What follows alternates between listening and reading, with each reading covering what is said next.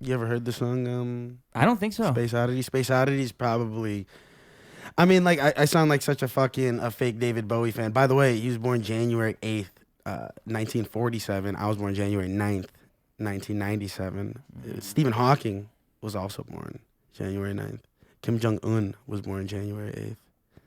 Wow. Not Kim Jong-un. Wait, maybe it was Kim Jong-un or Kim Jong-something. One of the Kim Jongs. Yeah. One of the young Jung, you know what I'm saying? I never really thought about my birthday. And like, I remember on IMDb, it would say celebrity birthdays.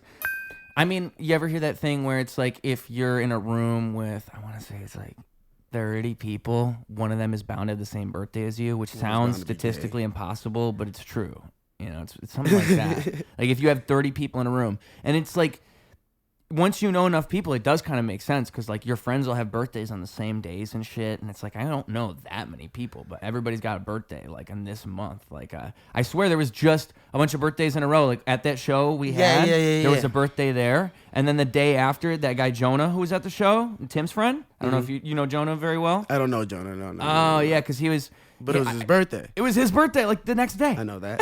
It's like, bruh, like we were all in the same room, and it's his birthday the day after that other dude's birthday. For me, I can't say I know. I only know one. No, I know two people with my actual birthday, and that's one. My stepfather, which is gonna sound my first stepfather from my mom's second man. Anyways, that dude had the same birthday as me, right?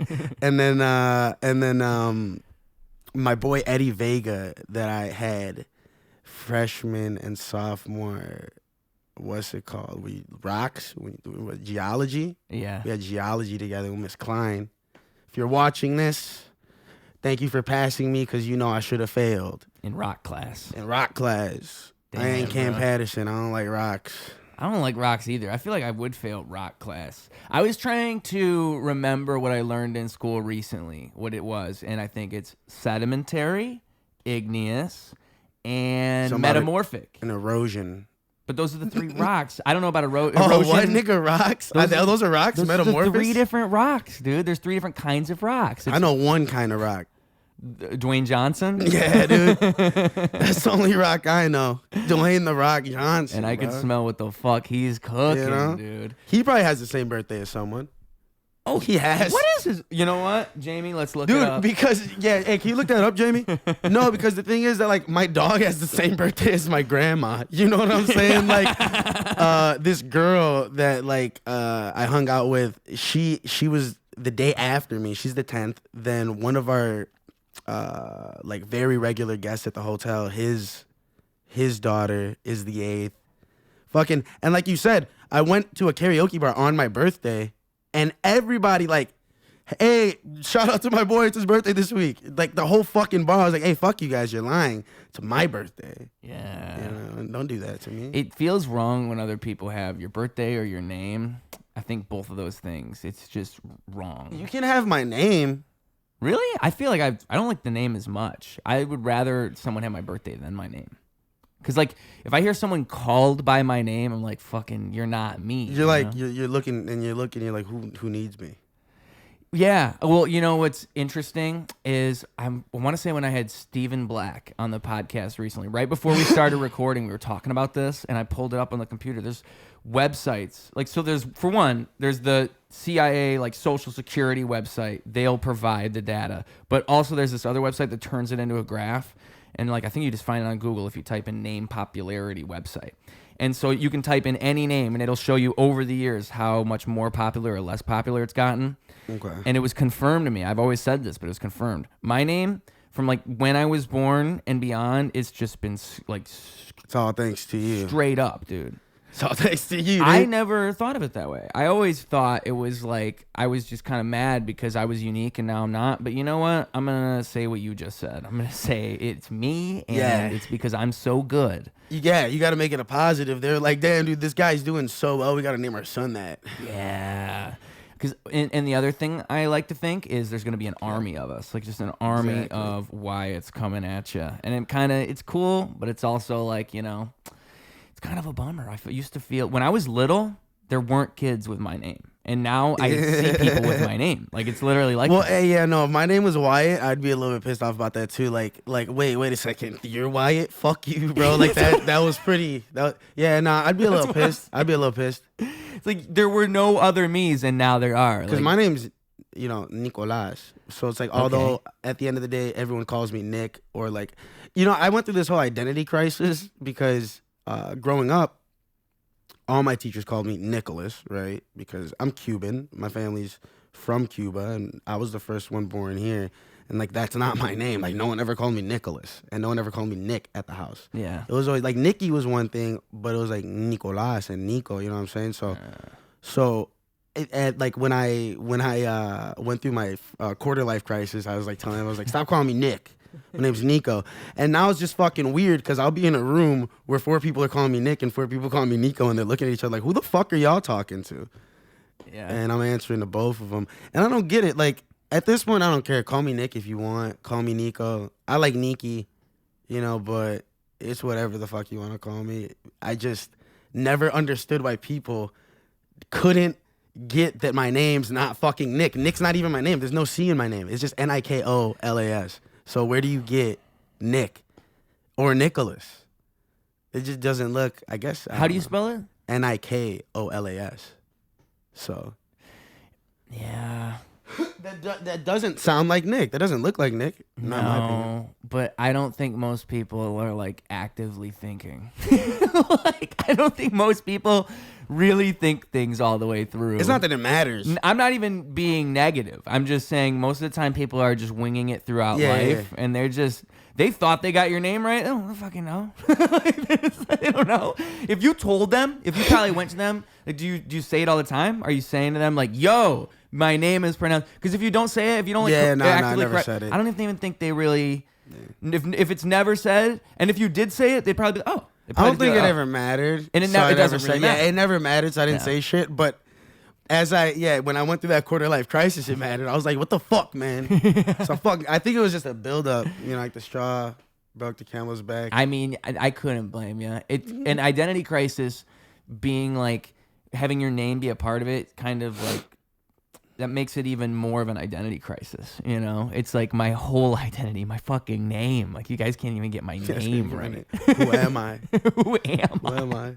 I thought, I am a nobody, you know what I'm saying? We're so small and nothing. Well, see, I think it's constantly like keeping that in consideration, but also knowing that you are everything. You are nothing, but you're also everything in your own. You're your own world. Yeah, you're your own universe. Yeah, I mean, everybody is their own universe. I think that's why you really can have like a long conversation with most people if you approach it right, and they'll have so much to tell you because everybody's got a whole universe within them. If you know but how some people's universes are fucking retarded. Some of them you gotta stay away from.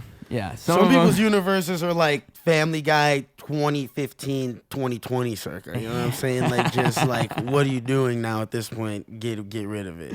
Because they came back, bro. I don't give a fuck what you say. I don't care if you like Family Guy or not anymore. Watch the new season. And fuck you if you tell me, dude. I don't know. The first episode of the new season, I'm not saying it's the greatest, but the jokes are getting back there because they had okay.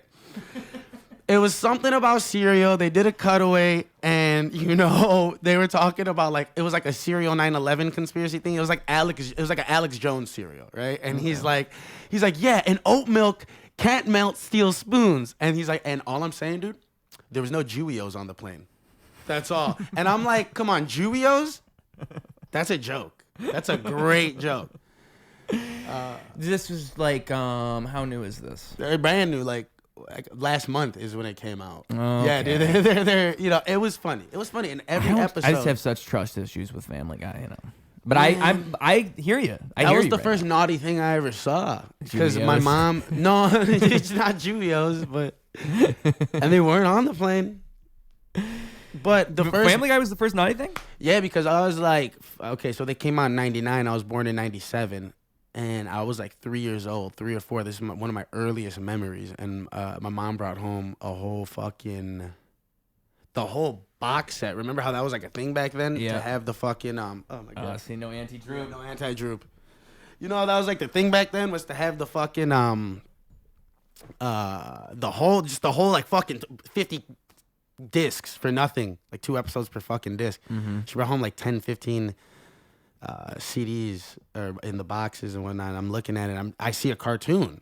Yeah. You know what I'm saying? So I was like, and cool. as a kid, yeah. And my mom let me watch it. Did you watch other cartoons at that time? You remember? Man, I had an older brother, so I was always watching weird shit. That'll do that. I was always watching weird shit, like, because no one was stopping him. So who the fuck's gonna stop me? How much older? Like a couple years? He's 6 years older than me, so like, yeah, that's a big I'm gap. 4 and he's 10. He'll show you some weird shit. And my mom was like, nah. He's like, this is porn. For real, she didn't censor shit, dude. My mom did not censor shit for us. I'm not saying I saw porn that young, but like my brother was playing GTA at 9, 10. You know what I mean? I was 3 years old watching him beat up hookers. Yeah. So, yeah. You know, like. Same here, actually. I think I'm about the same. My older brother. I think I got introduced to like ICP and Juggalos and like people rapping about murder at a young age because of that. Because he would just watch that shit on the family computer. I was just like, all right, I guess that's the world. Or then my uncles. My uncles were fucking heroin addicts, so they did not think about anything. They'd put me in the car and put on Eminem. Yeah. You know what I'm saying? I heard the Slim Shady LP when I'm like 5. Same here. You know what I'm saying? 5 or 6. It's like, dude, like, you already fucked up by doing a line before you drove me somewhere. Now you're going to play Eminem on the radio. My mom fucking hates you. And you wonder why she kicked you out the house. You know? He would tell me later on, like, your mom's a bitch. It's like, no, you're a horrible person to have around children. Yeah, but when you're 5 or 10, you don't realize the gravity of the situation. Fuck that. I realized the gravity of the situation. Fuck yeah. Very young, dude. That's good. Very young. It's not gravity of the situation. The gravity of his eyes when his lids are closing and they're driving. It's like, yeah, I know the gravity of that situation. I'm in the front seat without a fucking seatbelt. I'm like 3 feet tall. A whole lot of gravity. Yeah, a whole lot of gravity. Someone play John Mayer. Before you turn on John Mayer, listen to this here. I think it takes a lot of crazy experiences to get somebody who's truly golden, somebody who sticks out. And there's kind of a running thread I've noticed of all creative people. I mean, there's a few exceptions, but for the most part, you'll hear, yeah, I saw some things and I saw them at a young time. I saw them at a defining moment in my life, and I think that might have changed my brain works a little bit. And I think it happens to all of us. I think it's a strange thing. It's the thing that makes you wonder, how does this world perplex me so much, make my mind go in circles? It's kind of mind-blowing. And then, if you truly want to be an artist, you seek to create a metaphor out of this reality, this constant question that you have. And in the process, you create this same conundrum in other people's brains. And through doing that over and over and over again, you somehow become a professional mind blower. And that's what we're talking about here. We got smalls, we got mediums, we got larges, and we can make more sizes if you so please. We got the shirts for your shirt needs. And it's a conversation starter. I mean, professional mind blower. What?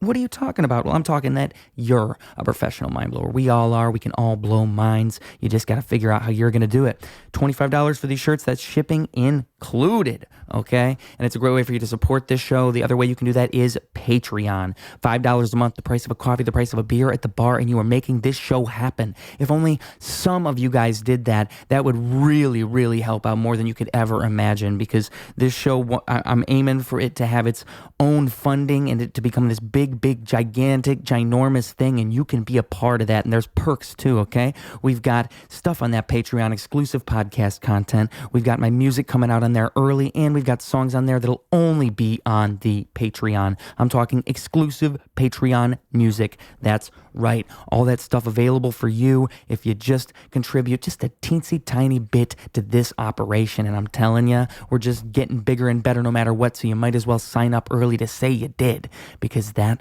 will be something you can put it on a plaque on the wall. I was one of the Ruse Radio's first patrons.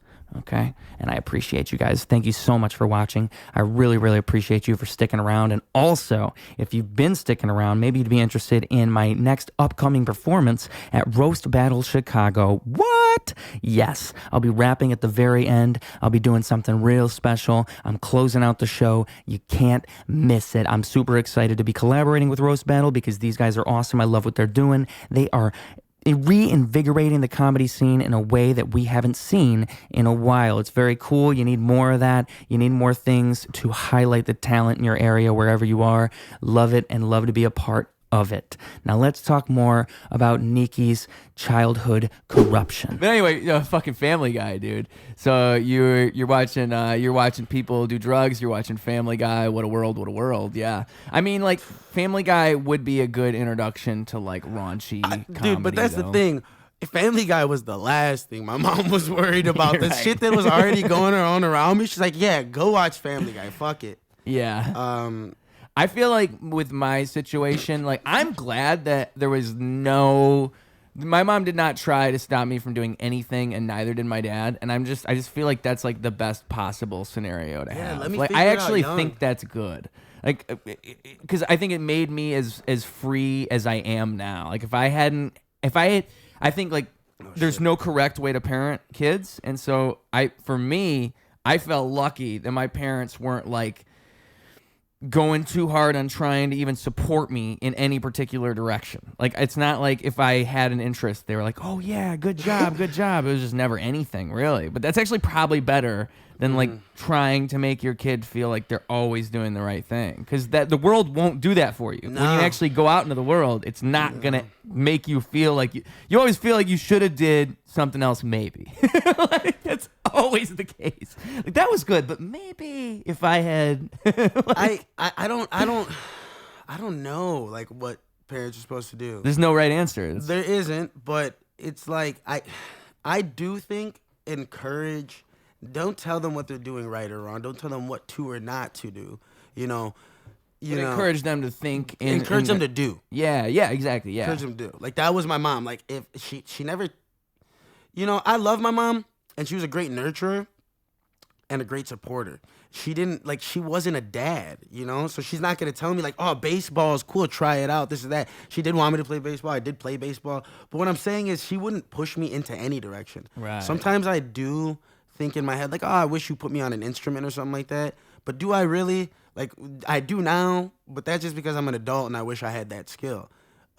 Do I really wish my mom forced me to take music lessons instead of letting me do whatever the fuck I wanted as a kid to figure out myself? I don't know. I really don't know. Sometimes I think my personality could have benefited from something more organized in my life. Because I didn't really have any of that. But I do thank her for always supporting whatever the fuck it was. Like, if I could come up to my mom and be like, dude, I want to be a professional masturbator. And she'd be like, dude, how many gallons of lotion do you need? Like, my mom will support anything, dude. Yeah. Anything. Yeah. She'll support it financially if she had to. Like, if I asked my mom for a loan for the stupidest shit, she'd probably do it. She'd definitely do it. Like, you think you could still be a professional masturbator? Like, maybe you could come to her today? No, I'm too self-conscious about it now. Like, I get too, like, dude. Because people think when I talk about porn and, like, oh, it's insidious. And I don't talk about it because, first of all, it sounds like such a, like, shut the fuck up. You know what I'm saying? No one wants to hear that. And so, What do you mean? like, don't tell nobody they shouldn't be jerking off or that, like, porn's weird. It's like, they'll figure it out. You don't got to tell them. You sound like an incel. I think it's I don't know. It's like it's a tough one. It's a tough one because I get it. It's just a balance. It's a balance like anything. Like, I think there's probably something true to the fact that like semen retention and not jerking off. Oh no, I'm probably agreeing. good for you. I'm agreeing with it. I'm just saying, like, you can't tell people. No, that. but that's what I'm saying. Yeah. There's also the fact that wanna hear sometimes it. you get all worked up and you're just being an asshole. You go in the bathroom, you jerk off, and you're like, damn, I was being an asshole earlier. Like, See, there's a balance to this. I don't know if I like. It's not like one is good and the other is bad. Yeah, it's for kind of sure. like For sometimes you need For to do sure. one thing, and sometimes it's You better need to do the other. Yeah, it's not. Yeah. You're, And it there's no depends on right who or the wrong. person is. Yeah, Depends on dude. who the person I mean, is. I have a friend who he told me like he jerks off 10 What's his times name? a No. day. Steve. Oh, fuck. My friend Steve from work. I'm trying to get him on the podcast. Dude, if he's jerking off 10 times a day, I'm trying to become a professional masturbator. I need to get those numbers up. Bro. When I have him on, I'll be like, hey, I have a friend who wants Phone to a get on friend. your level. We'll call you, dude. I'll let you know when it's going to happen. You can ask him questions personally. That'd be a fun segment. But yeah, anyway, no, so jerks he off jerks a lot. off 10 times a day.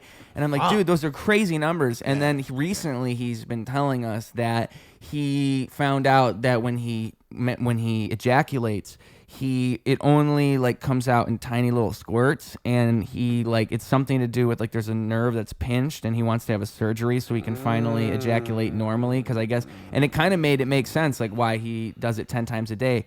But it just made me think, like, how do you even like that lifestyle is so different than mine, you know? Like I would never even, I don't got time to jerk off 10 times. See, a like day. I get, yeah, that's one thing, but also the way I feel afterwards. Like I'm Yeah, it not would hurt. saying, like that would be painful. well, no, yeah, that 10 times a day, yes, but you know, Theo Von, I get him because it's.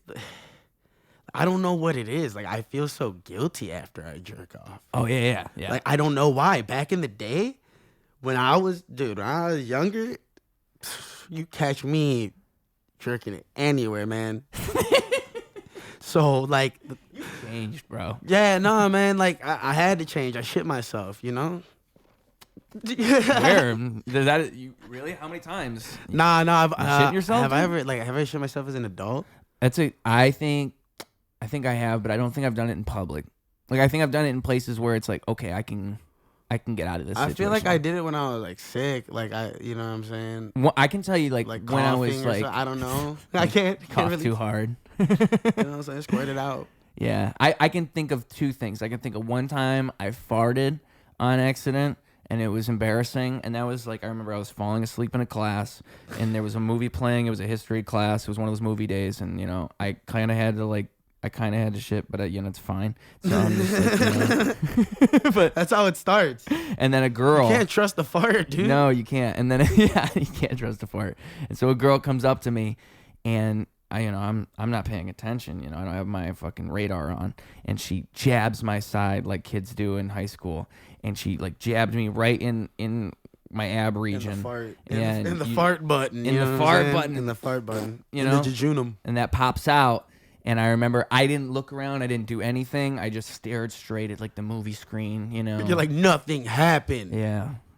That was my immediate reaction. I think I've got good reflexes, because that's what I did. And then she was like, and I was just thinking, you bitch, you know. She Like, laughed like a geisha and then like covered her mouth. yeah, it was fucking an anime. Dude, I don't respect that. I don't respect that out of a person. It's like, don't fucking touch me like that. Well, you know, Don't just jab my stomach. yeah. I'll jab you back.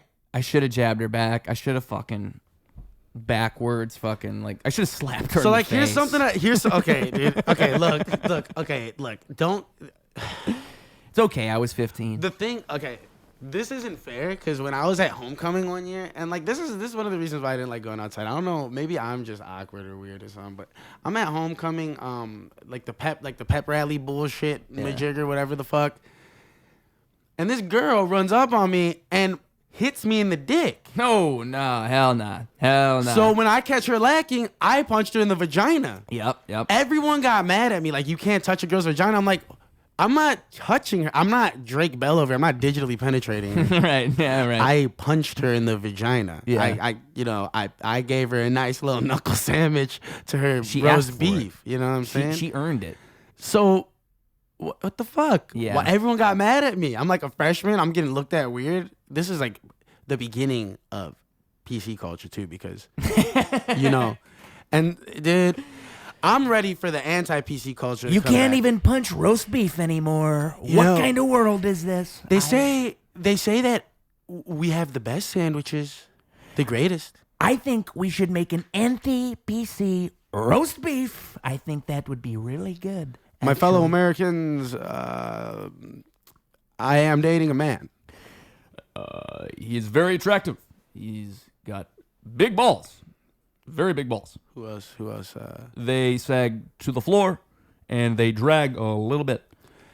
I ask you not what you can do for these balls, but with these balls, what can you do for these balls, bitch? You know? What can you do for these balls? I've been thinking about that a lot, and I think America could use a lot more balls and a lot less poison in their food. Who the fuck is that? RFK Jr.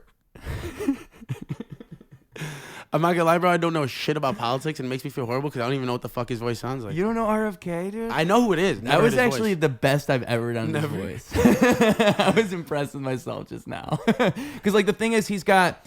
I can't remember what it was. Cancer in the throat? Yeah, he had, like, some type of condition. And it's, like, he would be a much more, like, notable politician if that wasn't the case, because his voice really does sound like you're doing it pretty good too.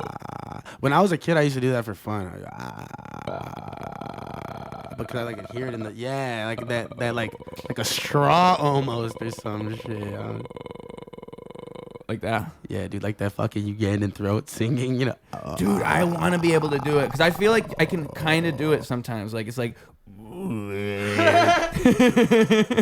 Whoa, I don't. See, the thing is, like, I think it's like you have to do something with your throats because it's subharmonics, right? So it's like throat goat champions, 2025 throat goats. I need to throw that shit in a song, right? Yeah, you would think I don't live in Chicago. My neighborhood, not that it's any special, but that's what's special about it to me is like quite literally how it feels suburban. It feels people go there and they honestly, they don't think it's Chicago anymore. Yeah. It is so far up north and damn near Evanston, but even then it just doesn't feel like a spot in Chicago because of how quiet, how just chill and kind of it's more of a nature spot. It feels like a little naturey spot. Yeah, I mean, what I would say is I think it's in Rogers Park. Yeah, I got lucky because like I was kind of naturally I just found my way here, but coming from somewhere like Flint, Michigan, like somewhere that's not at all like a city, it actually is a great mix. It's a great like in between.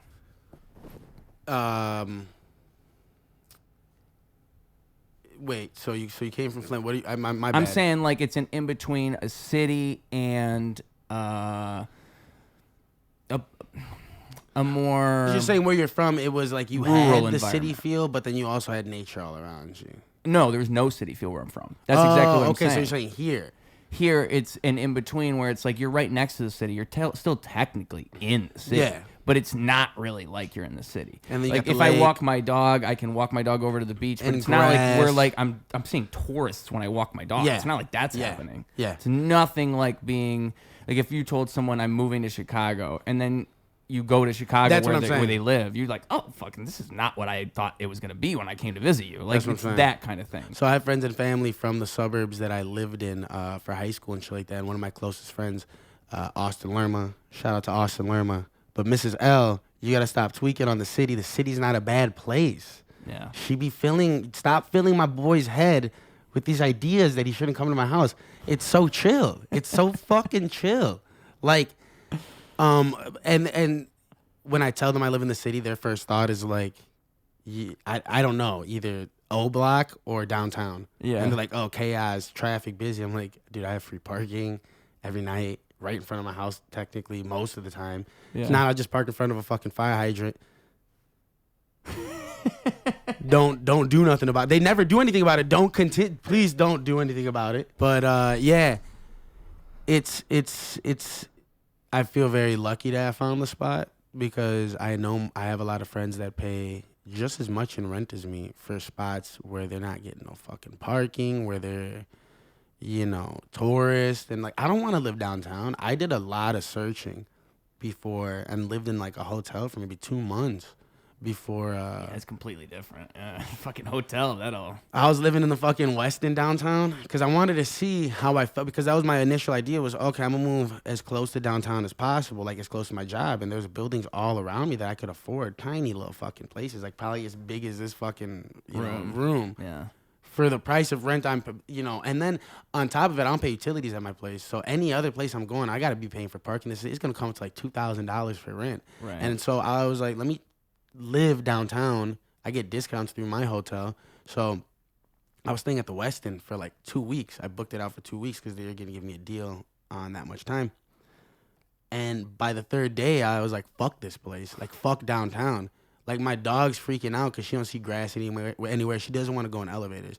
She'll do it. Like, now she's so cool with it. But when she was a puppy, she's, like, looking at me like, what the fuck? I don't want to go in there. Really? I don't know. She just didn't like elevators or revolving doors. She hated revolving doors. I had to carry her into any revolving door. Oh, I already know my dog would not fuck with the revolving door. I don't know about elevators, but... She's good with elevators now, but she was a puppy. And then the concrete fucked with her. Like, she would not... I had to walk her, like, 6 blocks to get to grass, or she would not pee or poop. She just would not do it. She's like, I'm not doing it on the Oscar concrete. won't poop on the grass. My dog won't poop. Or on the concrete. Yeah, he won't either. Yeah. He will if he absolutely has to. It actually makes me think, like, not long after I moved here, I remember I was walking him around, like, it was cold out or it was something. I can't remember, but I couldn't take him out far. So we walked out and we walked right back. And he, like, stopped to poop right in front of the trash can. And I just felt so shameful. Like, because it made me think, like, oh, he's doing this because he absolutely has to. Yeah. No other reason. Like, he's suffering if he doesn't do this. Because you know that about a dog. Mm-hmm. And it made me think, like, damn, I'm an asshole. Like, I should have taken him for an actual walk. Like, so the only reason he's doing this is that reason. Everywhere I took her kept turning out, I bring my dog with me everywhere. I don't blame you. So I'm taking her all these showings to show her the places. Yeah. And I'm seeing she's just not fucking with it. I was trying to go to all sorts of different there was this place called Presidential Towers, so hotel-y, you know what I'm saying? Because that was my idea. Oh, this is going to be cool. Nah, bro, fuck all that. And then I kept searching. And eventually I found, my boy hooked me up with his real estate agent, and she's like a saint. She helped me tremendously and found me that neighborhood. And now I've been living in the neighborhood. This is my 3rd year. Yeah. Over there in East Rogers Park, yeah. Specifically, no, fuck you guys. You don't know specifically, fuck you. Yeah. I've doxed myself. I've basically doxed myself before. That's why I'm okay with saying things like this, because I've thought about it. Like, will people actually, like, maybe I'll get to a point where people are stalking me, but by then, hopefully, like, I've been come up stalked with so much. Recently on the podcast, I was talking to somebody about this, and I have a theory. I think, like, it depends how attractive your stalker is. Like, I think if you have a hot stalker, it's actually I said admire it. Yeah, it changes for some reason. Yeah, like, she's if you pretty, and she's what an I like admirer. what I'll say is to test people, right? Like, ask them, like, who's your celebrity crush, and then they'll say it, and they'll be like, okay, what if it was them stalking you? What if it was? For me, it's like Ana de Armas, right? But no. You know what the thing is? It's either a stalker or a toxic relationship. Because if they're like, you're gonna fuck with them, like, and that's why I never had stalkers. I had very toxic relationships. Stalkers are probably gonna, if you have sex with a stalker, it will probably become a toxic relationship. There's probably no way a stalker, like, I married my stalker and we now have 5 kids and it all. It's called Stockholm syndrome. Yeah, I don't think that ever. Maybe there's 0.1% of stalkers have, like, succeeded and they. don't go out. That's bad. That's a bad success rate. Really bad statistics. There's 1 in it. 1,000, which, it's not that bad, but it's still bad. That means if there's 1,000 of you in a room, one of you could be a successful stalker. In that case, what defines stalking? That's exactly it. Like, and porn stalking. Well, that was a corny joke, man. My bad. That was really corny. Honestly, dude.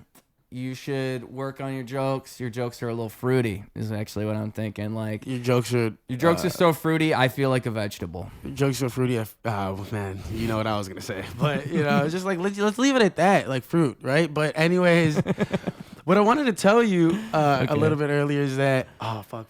Yeah. Well, you were talking about the whole alternate persona thing, and I mean, you can basically explain that to the people.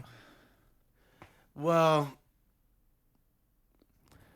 what I was going to say before I explain that to people is I always tell people that when it comes to a lot of art forms, I'm not going to say it's just hip hop, but forms like hip hop, let me say it better. Forms like music, whether it be I'll answer that. I'll call this person back. Okay.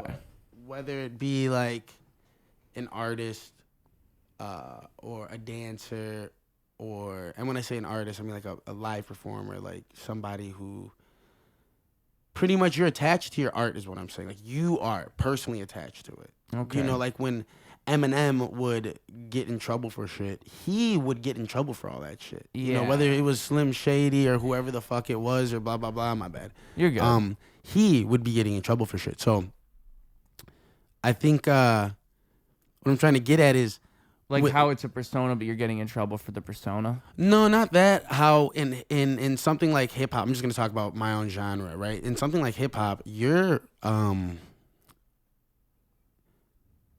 like when I'm rapping, that's me rapping, right? So like when if I make a song, you're gonna directly link me to those thoughts and everything, Right. you know.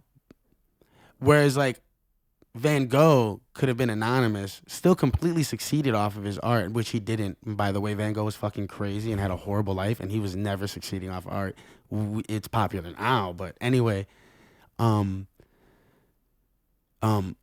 know, someone like him could have been anonymous completely, and like they don't have to live as their art. Whereas someone like me, I'm not trying to be like that. Like I'm just saying it that like you know, you think about what you're saying because you don't want to get in trouble. You can get canceled. People can hate you for what you're saying and da-da-da-da-da. And that's what I love about the whole creating a character that, like, no one gets to know. You know, where you're making music as someone that isn't you.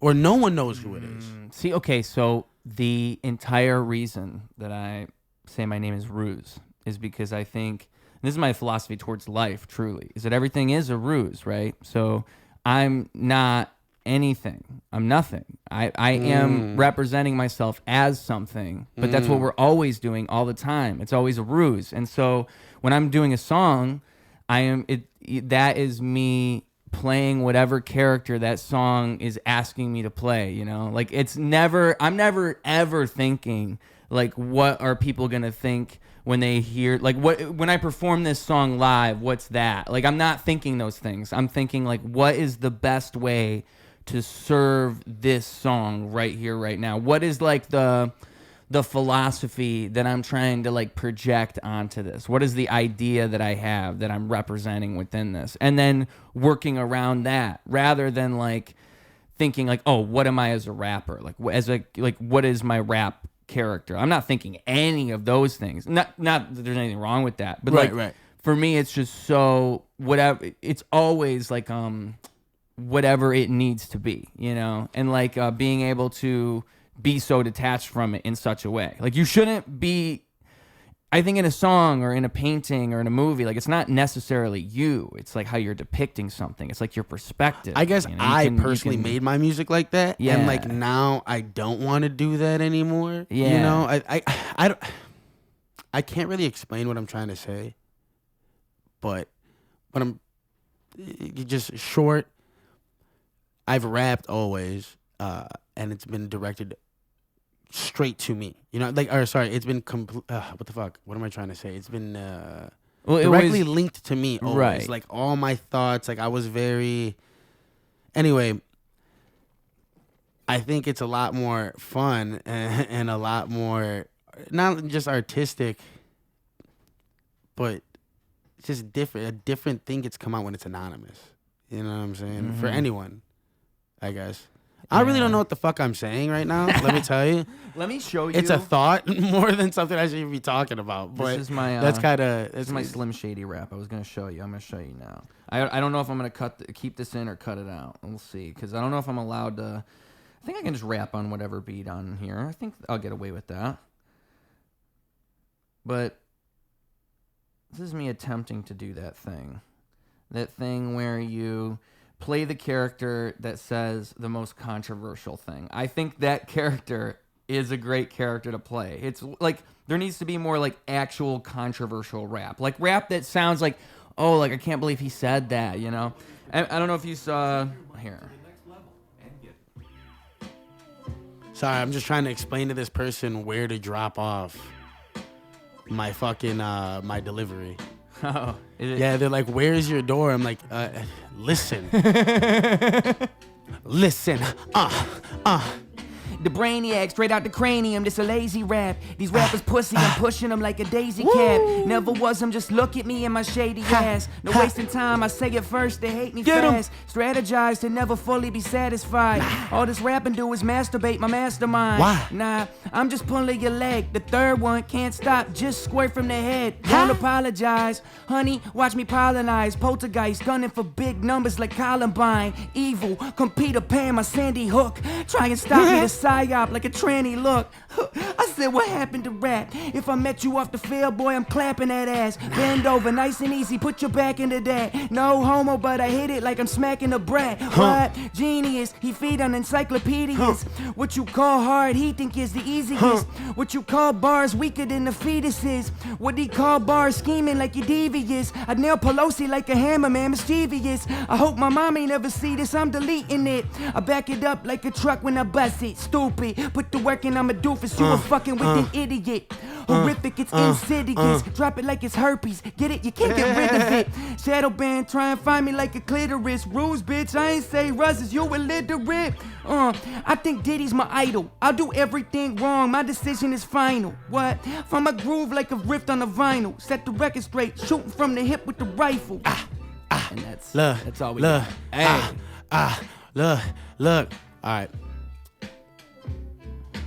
This was originally on a Shady beat, but I'm a pessimist. Devil on my chest, go get the exorcist. Stuck in Exodus because of mental health I'll never fix. President BPD, CEO no medicine. Suspended from my job because that cunt told him I cut again. The voice is talking, I just follow what they order. If life is what you make it, I've wasted a fucking quarter. Popping pills in basements with people who don't know what my name is. Playing victim to my personality disorder. My name is Neeky Darko, I'm a pill junkie. Suspected serial killer, ECC flunky. Better hide your script, cause I'm running up quick to steal your Xannies. A walking, talking product of a drug-addicted family. A morbid thought holder, raver girl thought hoarder. Say my name, I bet you that your bitches got some thoughts for you. I got no idols, just niggas I'm trying to hop over. Running like an Israeli and take your fucking spot over. I got no idols, just niggas I'm trying to hop over. Just niggas I'm trying to hop over. All my fucking family thinking I'll OD by October. My friends are dead and all of my bitches got sober. Friends are dead and all of my bitches got sober. What? Hey. That's fantastic, sir. Yeah, Yeah.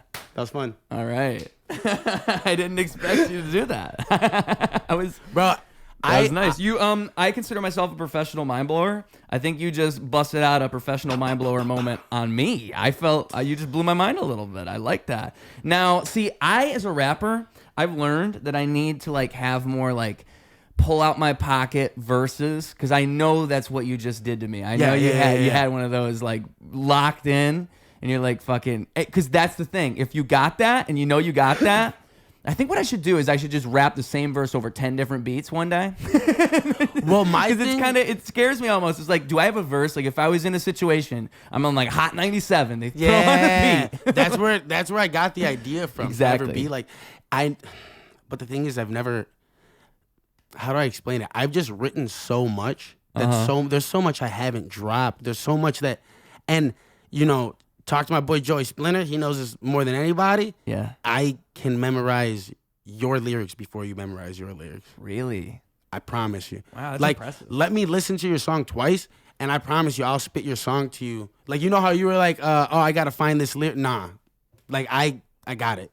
Wow. I got the timer in my head, and I'm not trying to be cocky, but this is to me one of my biggest strengths in my music is that I just have an incredible memory, and that I wish I could gain my finger dexterity and get a little bit more discipline for the piano, because that memory of mine, I'm telling you, I could close my fucking eyes. I could be Stevie Wonder if I really. Right. Again, humbly, I'm not trying to be a dick. I'm just being for real. Ask me any one of my songs. I pride myself on being able to at any moment do a 30, 40-minute set. I don't. No, though, that makes sense, though, dude. Because, the thing that, to me, what's impressive about that whole thing with, with being able to just bust out that verse whenever, though, what's cool about that is that if you can do it on any beat, there's a certain flexibility in that. For me, it's even, specific to, I know the rhythm of the song. If I hear the beat of a song, I can memorize a song really fast. But what you're saying is different because to be able to memorize like other people's stuff is a whole different. I feel like that's even so different than memorizing your own. I get what you mean. Like there's when something personal when your about the beat stuff you comes write. on, like maybe you didn't remember it then, but when the beat starts, you're like you can go. Yeah, you just hit your flow state. Yeah, exactly. But yeah, with me, that was written to I just don't give a fuck. Yeah. You know what I mean? Because Yeah. I was going. It was a great dark time in my life. And it was actually. It was over last summer, and it was I'm not even gonna get too into it, but it was just something that really dark time in my life was kind of my Phoenix Rising stage in a poetic way of saying it without being too Gay. I was gonna say something else, yeah. So without being too. So anyways. I hope I was getting what you were getting at. What you were getting. Yeah, at. you were. You did. You definitely got it. So. I wrote that to the I just don't give a fuck beat, and it doesn't like the Eminem one you're saying. Yeah, and what I'm trying to, I guess I just don't know how to explain it, man. Like I just have a very good memory when it comes. No, I think everybody's brain works differently, dude. Like I think that type of thing works really well for you in hip hop in particular, though, because like for an MC to be able to whip out anything and to have like an encyclopedic like A to Z knowledge of where this verse needs to go and having the picture in your head and knowing how to do that, like to me, for me as a rapper, I'm jealous of that skill. Like truly. Because like what I'm doing is so much more rehearsed in a sense than what you're saying. I appreciate that deeply. I have to I know the rhythm. I know the way. I created it, but I crafted it for that. And so like for me to, and I have to rehearse it. Like sometimes like I don't stumble. Like if I miss a line or two, I'm good. But it's like for you to be able to pull it out like that anytime for 40, 50 minutes, and you don't even need a beat, you can just do all of it. That's impressive. Like, and I think like a lot of rappers aren't like that. Like it's like it's probably like 10%, 20% that really can just rap like that, I want to say thank you very much. I appreciate that because again, I do have pride in that, and that's one of the things I always try to keep sharp. But I would say, like, even with you, like, I get it. Like, I know when you say jealous, you're not being like that. I know, like, what you mean by that. But I mean, when you showed me the I am, when you showed me the I am verse, like, that, I started thinking about the fact, that mumble, like, that delivery and everything, like, you made it into something different than what you actually usually do. Like, I like that shit out of people. You know what I mean? I love that like, shit. you know how to, you can really, I can craft, for sure, but I can tell by like all the songs I've heard so far that you have a way of like making the song you want, the idea you have in your head. I can do that, but sometimes my writing, and I'm like such a freestyle first, like I owed my skills to people like Royce, Eminem, the 90s Midwest, you know what I'm saying? Like all that. I'm not the lyrical miracle shit, but like that like underground Midwest shit, those fucking from Twista, Eminem, and Bone Thugs, and da-da-da-da-da. Anyways, I sometimes that freestyler mentality takes over, and songs don't get created. Great verses get created. Right. Cool stories get told. No, but a song isn't made. Dude, that is such a good point. I had a friend who I worked with him, and he would only freestyle. Let me answer this. Real quick, go for it. Go for it. Dude, Ruse, let me tell you, man. Yeah, you're good at what you do. I get what you're saying. I'll let you get back to that point. You had a friend. Rappers and could only freestylers. freestyle, yeah. Well, it was just interesting to me because like there was a friend I had who his name was No Name James. I'll call him out, dude, because I said to him like back then, like he would always freestyle and he was good at it. Like he would like paint a picture when he freestyled, and like I would like to freestyle with him. We'd just have fun. We'd freestyle all the time. But that's all it was. And he was like the first guy where I would really like just film us freestyling and post those videos. Like it was nice to have a friend who got like who I could feed off that energy, right? And I think we even made 2 mixtapes because we worked at a Palace Coney. It was the Coney Island in the mall, and it was called the Palace. And so the tapes are called the Palace. I think the first one I know is on SoundCloud. I think the second one is too. But it's all freestyles, and it's good shit. It's great shit. But he would never ever write anything or like paint a picture or be able to do that thing that you're saying I can do, where I can like write a song, like conceptually write what I meant to write. because how could you possibly do that if you're always freestyling? Like, you can in a sense, but not, because there's rappers who have like they'll cut in when they record. There's a lot of that. Like, I think Ab-Soul does that. I know Lil Wayne's always done that. I mean, but that's where I started finding more appreciation for these people. Like, I'm not saying I ever. There's so many different ways to do it. You know what? No, I'll call myself out. I will say there was a point in time where I hated on and like disliked. Like, I want to say I didn't dislike him, but I know I was immaturely, just like enviously like. Well, not even, I wasn't envious yet because I truly thought that these people were garbage, right? Yeah. And when I say garbage, and I mean it respectfully, man. Like, I hope people understand. Like, I'm one of the biggest Mac Miller fans. Yeah. Do you know that I openly treated Mac Miller's life back in the day when he was like making? I used to, like, okay, I wouldn't treat his life, but I would definitely belittle what he really was. And calling him a frat rapper and things like that. Yeah. When that is not the fucking case at all. And I say that with an open heart. Like, don't kill me. Like, I love, I listened to like 5 to like a week's worth of Mac Miller in a year. That's what my Spotify tells me. Like, I love this nigga. He is amazing. He's a Capricorn twin. He is a gift to heaven, bro. He is up there making the most beautiful music. And I sometimes want to beat the shit out of myself because of the way I looked at him and thinking I even knew what the fuck his music was without even fucking listening to it. I just dismissed him. Why do you think you hated it so much? It's not that I hated it. If there was any hatred towards it, it was because I'm listening to kids and even Slightly Blue Slide Park and thinking like, why is it, I think it was just like a bitch made ass envy, like a hoe ass. Yeah. Bitch made ass. Like, there's no like excuse for it. Like, you are not a man kind of feeling. Like, I was a bitch about it. And that was with a lot of people's music. A lot of people's. X is another one. I have X tatted on my arm. Like, he's another one that I completely dismissed. Whereas him and Mac are two of my biggest inspirations. Wow. But you were dismissing them at the time that of them being alive. Prime. And even when they died, not to say like I was happy they died, but I was like, oh, whatever, like that sucks.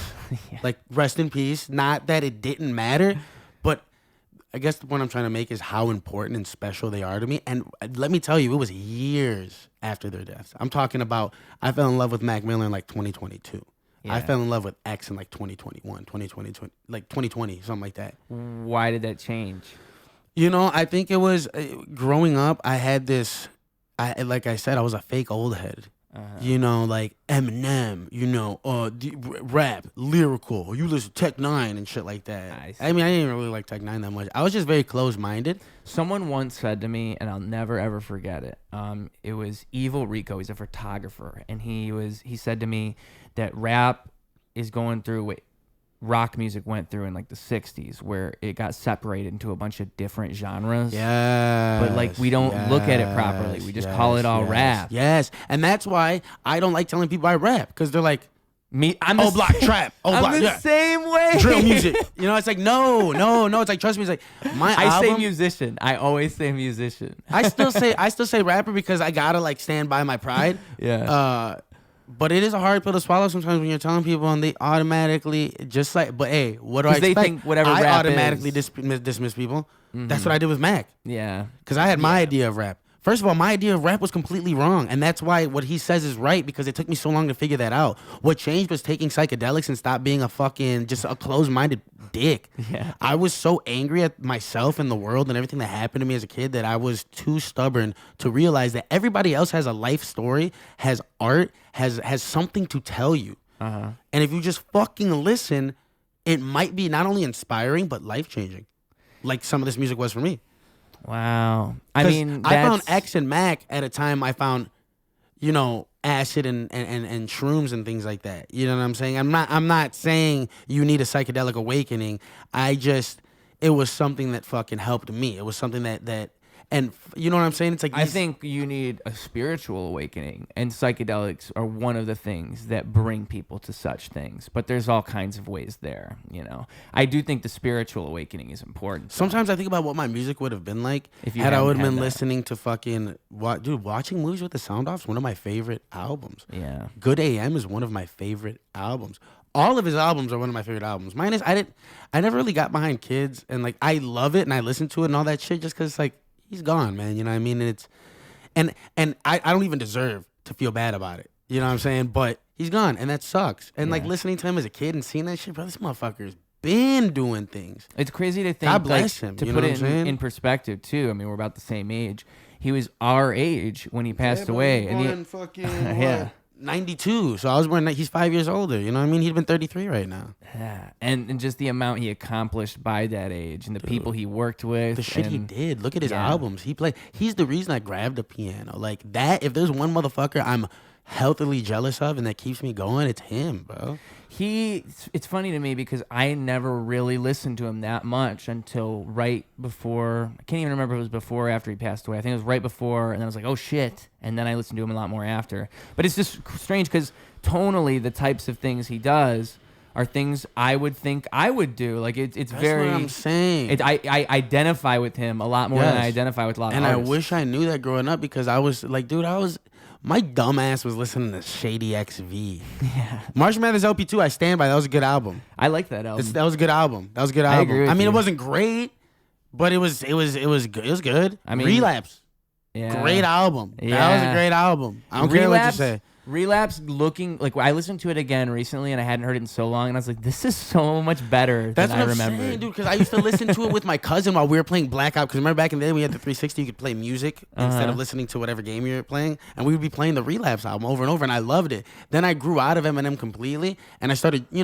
I still listen to his shit. I listened to all the latest albums, the Death of Slim Shady and all that shit, and I can find what I like in anything now because I'm not a fucking jagoff. But Right.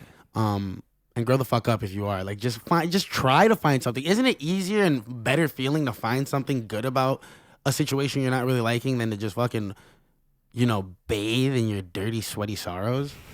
Anyway, yeah. Well, I mean, I always think that when I even hear like a bad song or see something bad, I'm like, well, at least this reminds me that I have standards and I have something I like, and this is not it. Like, you just gotta find the good in that. Like, even if you really don't like it, why don't you like it? Like, what is the better thing? If you know what that is, then that's The fuck was the main point of this? What were we trying to get at? Who even knows at this point? Huh? I know we were talking about. If you like it, if you're watching it and it's bad, and We were talking about Mac and just where he'd be, and he was great inspiration, things like that. Like, I don't even know, man. I kind of lost. oh, well, you were talking about the whole thing with, like, I guess with even just the Mac Miller thing and like the envy, and I guess if you don't like it, like, what's the I don't know. I think what's odd about it too is it's kind of like an odd projection, like it's a projection of yourself, and that's kind of why the psychedelics would help you to see that. But there's other things that could. But I mean, you have to see that you're projecting. You have to understand that, ego, like, man. yeah. I mean, well, at least you have to. I don't think your ego ever truly dies. No, never. But I We think talked what's about that. interesting is it's kind of reborn. Like, you get a different feeling There you go. of it after. Because you're not, the second you say your ego died, no, it didn't. You can't The fact go that away. you even said that. And it doesn't go away. You just say, yeah. I don't know how to help. Sometimes you need a new perspective. You just have to be able to check it. Yeah. Like, knowing it's there. Yeah. And sometimes realizing when it's getting too out of hand. You said something before we started recording about how someone you knew had a tragedy happen to them, and like really early on they figured out who they were. And I think that like that's just a really interesting. I think life just comes around every now and then and reminds you what the fuck life really is, and then you have to evaluate what you are. And I think like a lot of the time you see people who just haven't had enough of those experiences, or they've lost touch with those experiences, and they don't think about things beyond like whatever, like they don't think about themselves that deeply. But you can tell when people do, and you can tell there's depth in those people. And I think those people end up being artists and creators because they fucking have this. This guy's a fucking phenomenal artist. Yeah, it just happens over and over again, And that's why when you talk to people who are creative, they have so much to fucking say. Yeah. I definitely think that the art community is just something we gotta love each other a little bit more. Don't get me wrong, this fucking garbage, and we gotta be a little bit more honest with each other. Cause you really love somebody, be honest, man. Yeah. Be honest. I'm like, I'll raise my hand. I'm a fucking piece of shit then, cause it's hard for me to have that conversation with people, man. It really is. It really is. But that's one of the problems with the Chicago. To me, one of the problems right now is the charging people to get on stage. The very like.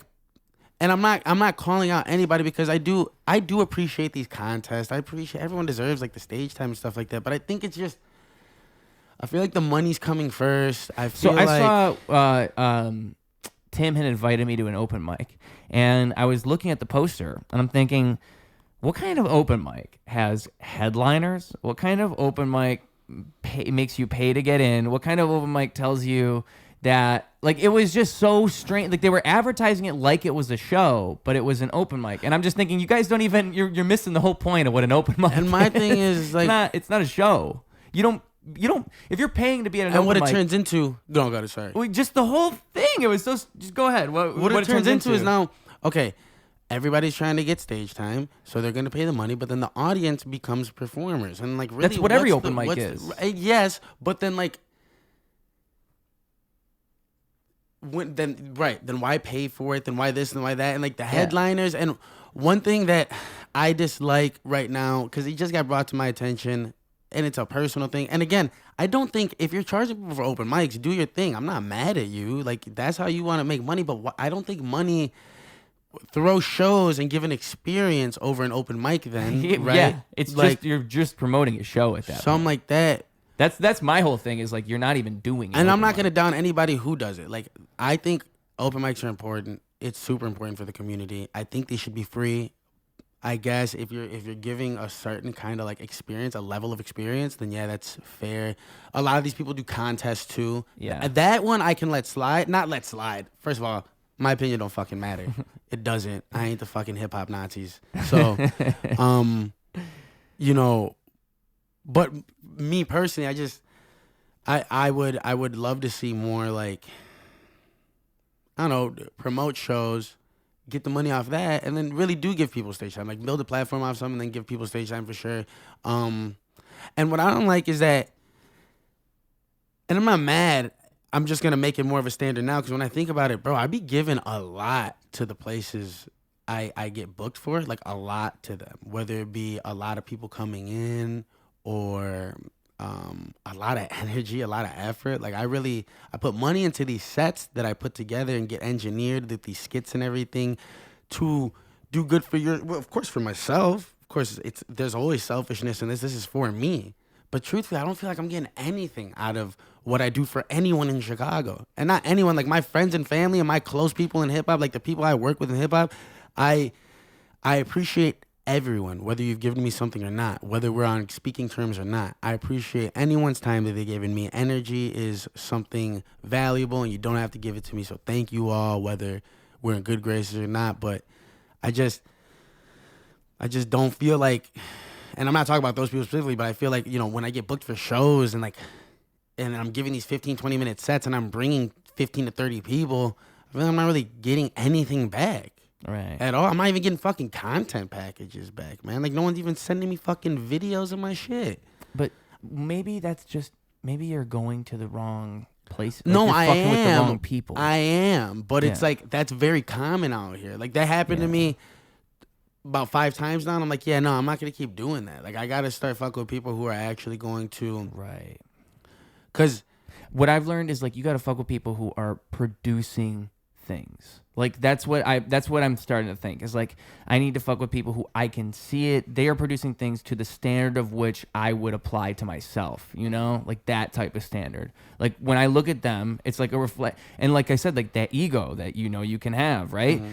If they are a reflection of myself, if I look at them and I can see like the hard worker within myself, the person who puts pressure on themselves to execute, if I see that, that's the type of person I feel like I need to stay around. That's the thing I'm telling myself. Yeah. Because those people elevate you. Because they do things, and you want to do things. 100%. But if you don't fuck with those people, you can fall into that mentality of my friend who freestyles everything and then doesn't drop shit. You got a circle full of squares. You're becoming an oval, baby. Like I try to, yeah, I like that. I really like, now that I'm doing the podcast every 3 days, we're about on that pace. I want to start releasing at least 2 songs a month, but if I can, 4. I want to do a song every week. That's what I like to do. I feel like that consistency like speaks for itself, and like I think it does, especially if it's good. Yes, especially. I said in my bars before, bro. You know, your work ethic doesn't get any credit if you a fucking bum. Yeah, don't mean nothing. You could be on the corner panhandling all day. That doesn't mean you're good. But your work ethic is good, nigga. But like it's also garbage bars, nigga. Struggle bars. You got to get better though. Like you got to get better through doing it. So even though you suck, you have to suck for a while. Like, yeah, even that suck. You gotta suck. You gotta suck. Because you'll think like, oh well, I don't want to suck for fucking forever. But you have. Like, I think you suck even when you don't realize you suck. Like, I knew bitches that were you know that I knew in high school that were biting the dick that grew up to you know take the soul. Like, you know what I'm saying? You gotta suck at first. Yeah. You get better at it. Mr. Pumpy Wumpy. Sometimes I call him Pumpy Mr. Pump. I call Cleo Pump and Wump. See, I don't know. Like or Pumpin' Stumpin'. I think that's like a universal thing to just call your dog like the weirdest. I think everyone has a bunch of weird things they call their dog. Like Pumpy. Would you just say Pumpy? Pump and Wump. Pump and Wump. That's very. Pump and Stump. Pump and Stump. Pumpin'. Little Pumpin'. I like that. Pumpkin. See, I call Oscar. It's a pumpkin. It all started with pumpkin because Oscar's kind of orange-ish. So I was thinking like he's pumpkin-colored kind of.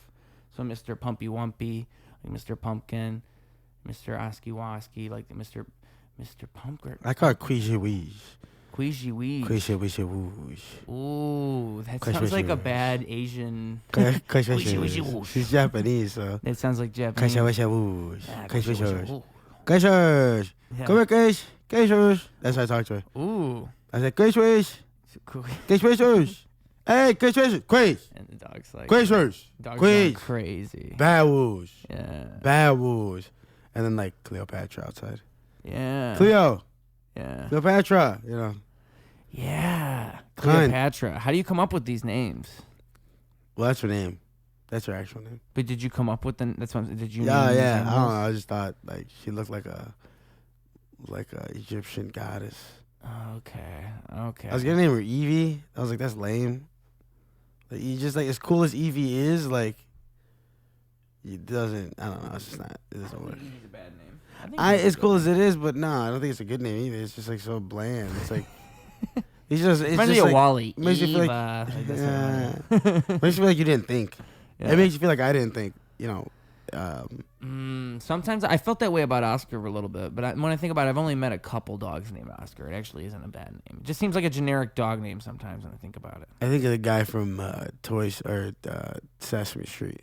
Oscar the Grouch. Oscar, no. Right? No, it's Bert and Ernie. Never mind. Yeah. I was thinking, but for some reason, when I see Oscar, I think of Bert. Like, oh, jeez, I don't know, Bert. Yeah, that makes sense. He looks like Bert. Yeah, with like the tall kind of like if it was a portrait of Oscar with like and the cone head. Yeah. Some dogs look like him though. I thought he was like really unique looking, and like, but because what's funny is it was somebody I had on the podcast recently. It was Ryan Raymond, and I was looking at his Instagram beforehand, and he had a dog that passed away, and it was always a picture of a bunch of different like photos of the dog. I was like, oh my God, that dog looks so much like my dog. And when I asked him, it was because the dog's a whippet. And people always think Oscar's either a whippet or I fuck with whippets. I think I want to say greyhound, but I think I'm getting that wrong.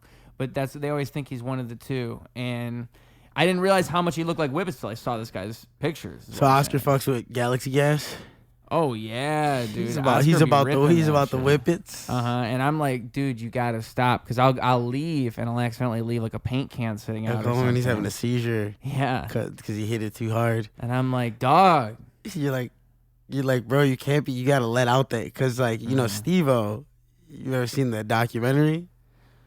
No, not the documentary. Dude, you never seen Steve-O's The Demise and Rise? That's what I'm talking about. I was like 11 years old. See, I think it came out, if I'm not mistaken, it came out 2007 or 2008. Okay. In which case, it's how long ago? what, 12, 13 years? No, it'd be like 15. It would be over 15 because 2018, 19, 20, 21, 22, 23, 24. Oh, yeah. See, I'm really almost bad at 17. math. Yeah. It's a long time, though. But so 17 years ago, I was 9. No, I was 6. I didn't know there was a documentary about So Steve. hold on. No, it couldn't have been 2009. Anyways, whenever...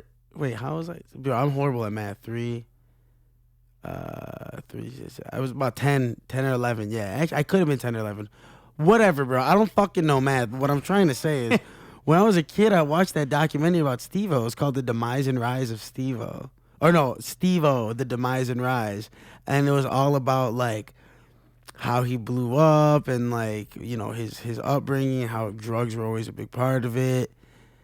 And a big thing in the show, or in this documentary, was, and it was on MTV, bro. I thought it was pretty big. I thought a lot of people seen it. But whippets and ketamine. That's what this nigga was doing back then. Like, he would get liquid ketamine and he didn't want to inject it, you know what I'm saying? So he would, like, he showed the process. He puts it on the plate and heats it up in the microwave till it gets hard and crusty and scrapes it off and snorts it. And then that nigga had a fucking, like, a barista cream canister, but with no whipped cream in that bitch. Just would put CO2 in it and then hit that bitch, the whole thing. Take it out, put a new one in, put it back in, hit that bitch again, and, like, see how many he could do. Like, taking them in and then letting them out. And then take only that. That's all he was breathing in, was that.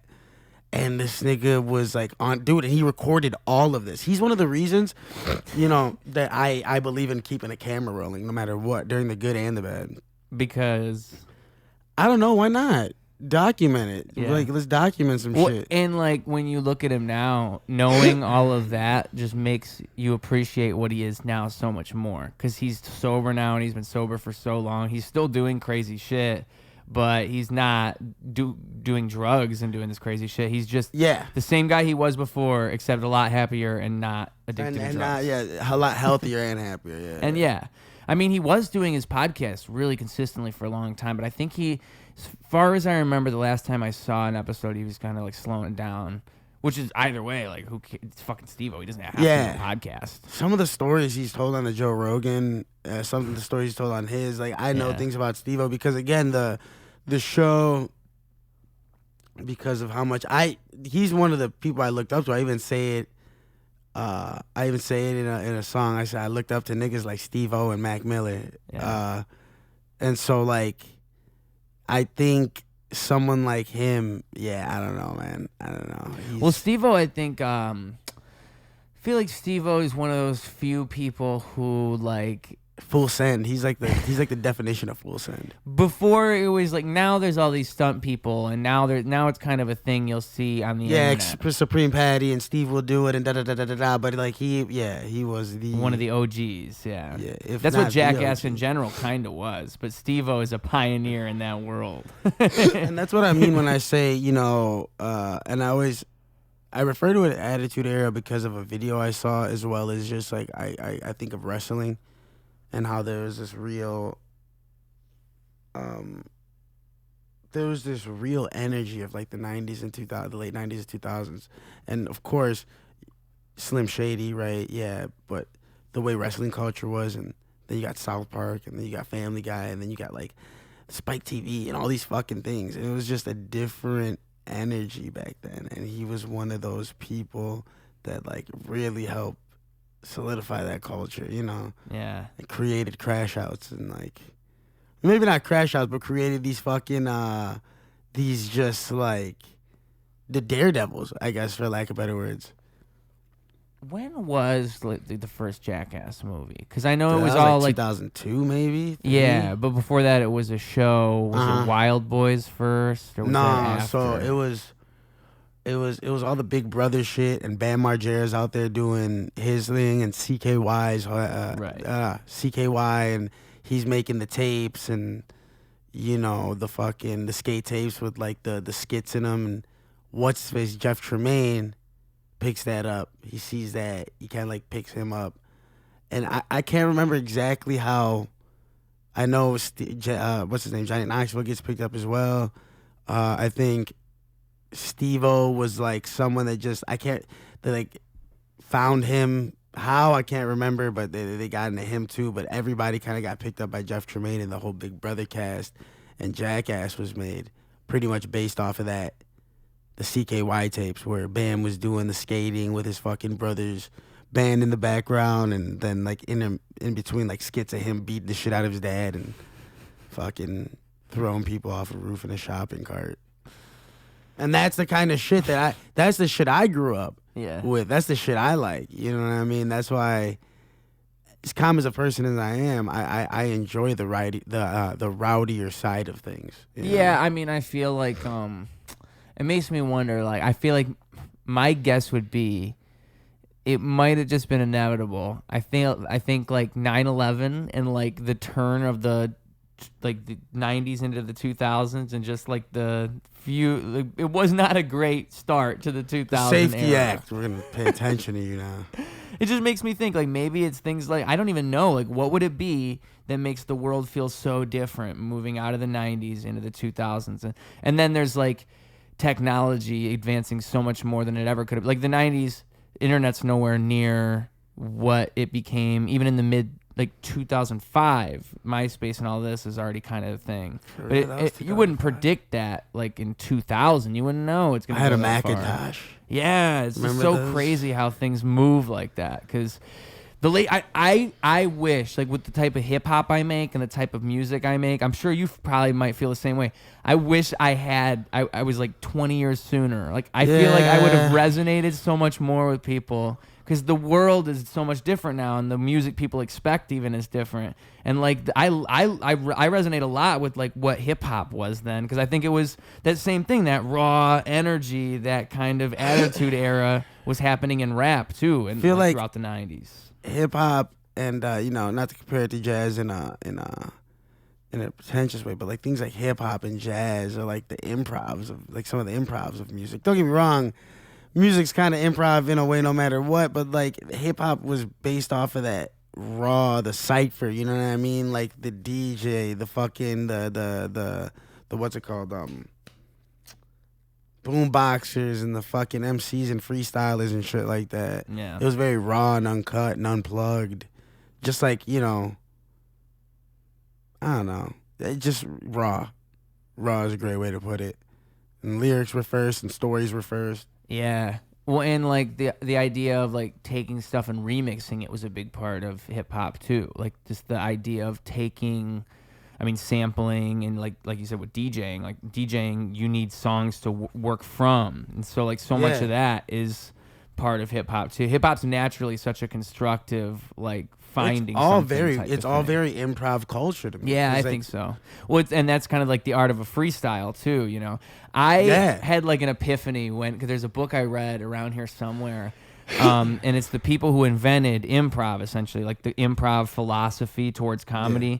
And they're from Chicago. It's Del Close and then Charna Halpern are the people who wrote the book. But Del Close is the guy who like invented it. What is the improv philosophy? Just like... So it's like... It's so... Yes and? No, I'm just kidding. Yeah. That is it, though. Yeah. It's like, it's yes and, but it's also like... It's being present. It's not trying to be funny. That's another like important rule. So if you're doing improv... Yeah, well, but it's kind of like rap. Don't try to be good. Oh, if you're looking for your phone, it's like in the side there. Oh, I don't know. Chapstick down. Down. Anyways, okay, yeah. So. But it's like, here, pull that microphone up for you. But it's like improv in that, like, okay, so if I'm rapping, anti-droop. If anti-droop, if I'm rapping and I'm trying to sound like if I'm trying to be a good rapper, don't try to be good. Just try to rap. Like, just don't even try to be funny. Don't play for the laughs. Don't play for the audience. Just play it for the scene. Play it for like whatever the truth of the scene is. That's what improv will tell you. Mm-hmm. And it's like being present and being aware and taking things into account too, right? So like, I'm sure you probably know who Harry Mack is, right?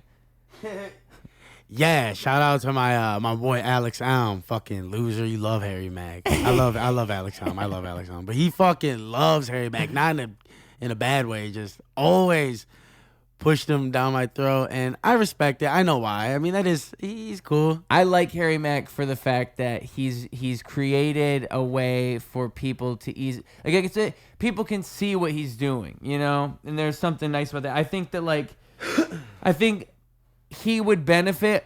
I think he's gotten so much better than he used to be because he does it all the time. So I can't even really hate on it because he still does get so like I'll watch shit he does and I'm like, oh my god, like that is cool. Because like there was one video where it's with a guy named Rick Glassman. He's a comedian, and Rick Glassman he tells him like, okay, do a freestyle about this story I present to you, and he tells him a whole story. He lays out a whole story for this guy to tell. And, like, he's not taking notes or anything, right? He's just listening to him.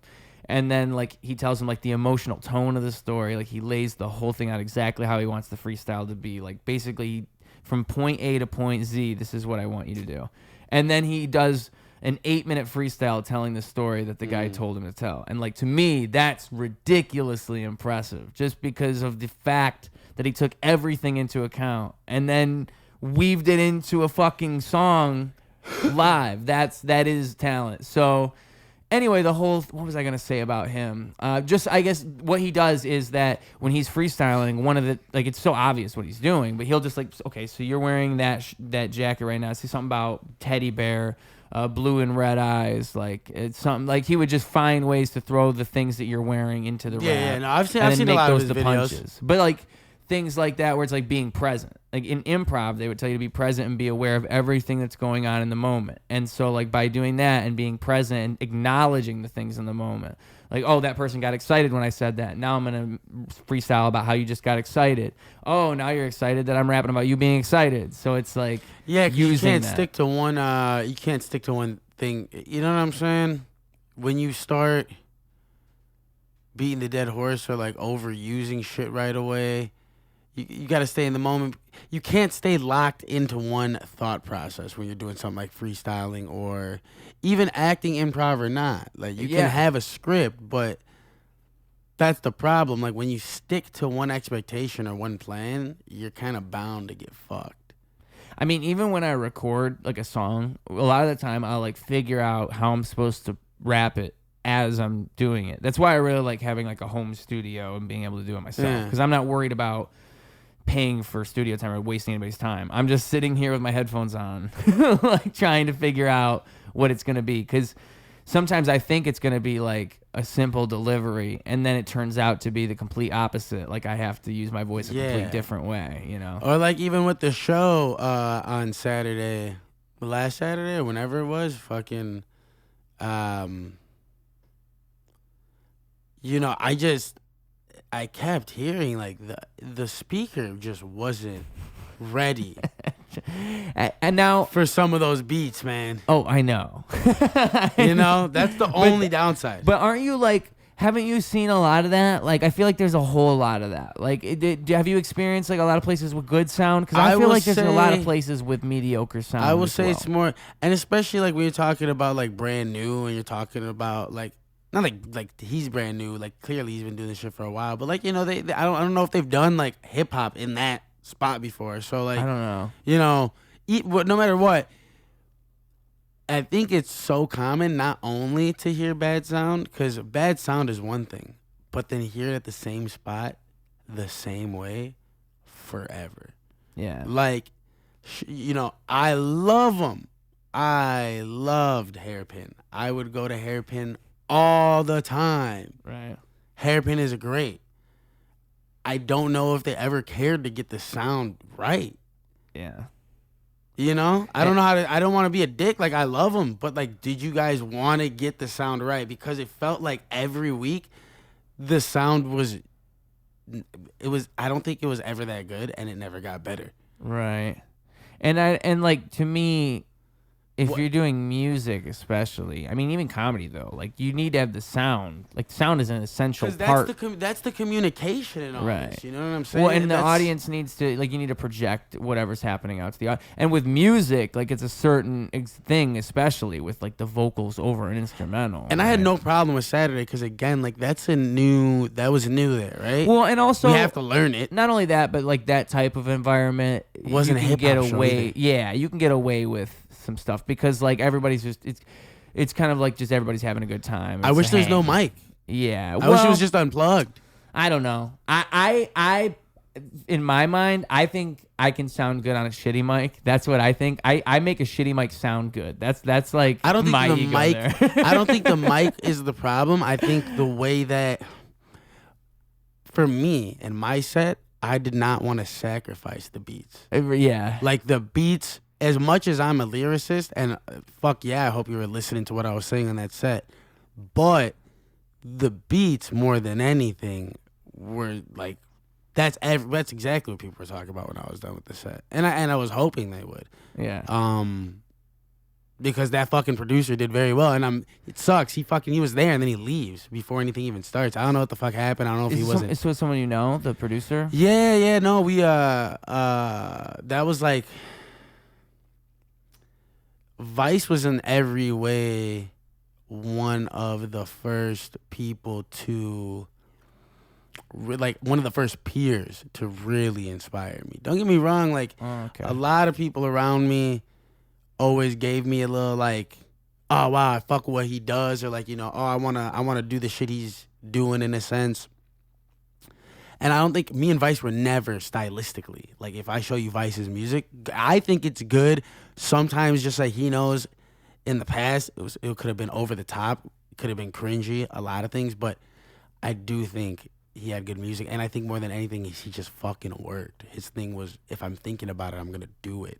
Right. Like now. Right. Like, he has albums on albums and videos and beat tapes on beat tapes, and this dude knows how to do a lot of fucking things, and he's the kind of guy that you can't turn off. He can't turn himself off, I don't think. Anyways, that I met him. Vice is this guy that I met back in like 2018, 19, when I first started trying to get into the scene, and right before COVID. And we ended up spending COVID together, you know, taking lots of acid together, going to Florida together. Crazy shit. We had a falling out, then didn't talk for a while. And then big man in the sense of, you know, it takes a lot to be the first one to reach out. And as much as I wanted to, I thought it was wrong, but he did it, and I'm glad he did. Anyways, he's the one that made 4 out of the 5 beats that were on the set. Cause yeah, he did a lot of things. A lot of my music, 2020 and before, is most likely either engineered or produced by Vice, or both. So Dr. Kevorkian, so you recorded it too. Everything, Dr. Kevorkian. And when I mean inspired me, is like, this dude lived with me. Like, we stayed together. Like, I was either at his house or he was at my house, living together in the studio, performing, traveling, doing all just living and experience. He was one of my first like buddies. You know what I mean? Like. Real, but, and don't get me wrong, I have a lot of friends. I don't want them to feel jealous, because, you know, there's a lot of friends I had that I was super close with, but it was like me and Vice, we had the same passions, and like, it just, something sparked between us, and we did a lot of things, and you know, no Diddy. No no Diddy. That a lot of bad came out of it too. I'm not gonna blame him, but like, drug use became a big part of my life when he was around. I don't want to say it was his fault, but I think both of us just encouraged each other to be wild. You know, I think in every way, though, he was like, another thing is, he got me out of that fucking, like, he did not feel ashamed. He's like, I like your music, but the music you listen to is fucking garbage. Oh. You know what I mean? Like, and he would always say my music was good. He would always give me props for it. He never, I don't think Vice ever told me I sucked, even when we were mad at each other. Bro, I made a diss towards him, he made a diss towards, well, not a diss, it was more like it's like a halfway diss. But then I made a full ass diss, and that was a little bogus. I feel bad, that's why I took it off. But, yeah, he always encouraged my music, bro. Always told me that, like, I was the one, if anyone in the group would, because we had a little group at the time, would make it was gonna be me. He was that kind of guy with me, you know what I mean? Yeah. Yeah, bro, like, the living with each other, the way he would, when I would get in my head and really not want to do shit, he would get me out of that. When I would, you know, when some bad things happened in my life, he was there in some really important times in my life, you know, when I was feeling really dark, or when I was just like feeling like hopeless and shit like that. So in a lot of ways, man, musically and in life, he was a great friend. But man, that fucking, like, musically, dude, it's music to me, in my eyes, he's fucking, yeah, gifted. he post the beats on YouTube? I mean, like he's on SoundCloud, Spotify. He's on everything. Is Vice, Okay. VY$E. Okay. Yeah, he's great, man. I mean, like again, I can see how to some people it's not their cup of tea. He's got that. It's acquired. Like you either like it or you don't. Well, it's kind of like a trap type thing, right? Yeah, definitely a trap type thing. Yeah. I think a lot of his, if not all of his music is trap inspired. I think nowadays he does some more dreamy. I haven't really heard all of his shit, but I know he's been exploring. He's not trying to just stick in one way. You know, trying to get a little bit more. You can leave the trap, but the trap can't leave you. Nah, man. You know. That's how I feel. It's kind of hard. I mean, like, I think producing beats, that's probably one of the hardest possible things, right? Is like not sticking to a certain sound, right? Man. Rapping is Yeah. one thing, but like making beats a whole other one, because you can easily kind of box yourself in as a producer, I think. Yeah, I've seen so many people who just sound the same every time. This guy, the shit that he would make, the things that he would sample, bro. And like that's what I'm saying. Like just so I could finish that thought, he would tell me, dude, the music list sucks. He would try to push like Pump and like all this other shit onto me, and he was the person that really got me to realize, like, because after so much of him forcing it and playing it and telling me and trying to show it to me, like, and dude, I'm talking about, I didn't like 2 Chainz, Yachty, none of that. Like Yachty's 2 Chainz, those were his favorites. Pump, fucking all that shit. Party music. Right. You know what I'm saying? That fucking trap shit. And he's the one that got me to open up my mind and be like, okay, man, like, why? Why the fuck are you pushing this on me? And now I'm listening to Comethazine, C. Honcho, all that shit. And I'm like, oh, okay, I get it. Like, this shit is good. It's not. Comethazine's fucking fire. Yeah. And do you know what Comethazine did? He completely changed his image, dude. He's a fucking like German fucking indie singer now. Oh, why? Nigga speaks like German or French or some shit, dude. His name's Frank Cole. Okay. It's not Comethazine anymore. The same motherfucker that made Bosky Yeah. is now a German folk singer. But Okay. I mean, I like that, actually. I like that. I mean, that's that thing where, you know, that's that changing your thing up thing, you know? It's cool. I like that he's not trapping himself in that box. yeah, That's I mean, cool. he did for a while, but but you know, takes power a lot to break out. to break out, and even to do that, even to maintain it, even to do that for a while, that's impressive. Like to keep that sound going for a minute's cool. I mean, I don't hate on either of them. To do anything's impressive. Yeah, well, You know what I'm and- saying? Like, we gotta like because I'm tired of the culture of not trying being cool. It's like, dude, doing anything is impressive. Like, do shit. I agree. That's impressive. I agree. Yeah. I mean, I like talking to comedians on my podcast and just observing them in general, because it's interesting to me how it's so drilled into their culture that they need to constantly go to open mics and constantly work on their material. Because I think rappers could learn a lot from that. Like, you should always be writing. I've heard people like Kendrick say he writes every day. And Yeah. like, to me, that's, of course you should. How the fuck are you going to? How are you going? It doesn't happen overnight. It's a cliche, right? Yeah. Logic has a song about it. Kendrick talks about how you have to like literally work. Kanye talks about 10,000 hours. Eminem talks about treating it like a job. If you're not gonna if you think that this is just gonna happen, Yeah, right. you're stupid. You are so, because I don't care what anyone says about the song "Walk on Water." Okay. Eminem's my boy. You can call me a stan all you fucking want. Okay. I don't care if I'm a stan. Eminem is fire. Yeah, Eminem is Eminem is fucking fire. He's And now he's Eminem fire. Walk on Water was a great idea. And I stand by that. I stand by that wholeheartedly. How you feel that way about the whole album or just that song? Yeah. I think you know the album wasn't, look, you know, I'm not going to talk shit about a person that inspired me. I will say it was ass, but that's as far as, like, it wasn't my cup of tea. But there was a lot of shit. I love the song, believe me. I listen to every fucking song, every one. I think the way he did Castles in the Roses, was it Roses or what, Castle into whatever the fuck it was, but it was a great last 2 tracks. Believe was a great fucking track. I didn't think the album was good, but I saw a lot of good in it that I enjoyed because I fucking love Eminem. So of course I'm gonna like it. But Walk on Water, that video was fucking great. And the monkey with a typewriter theory, that's what I think Kendrick's talking about when you're fucking when you're just writing every day.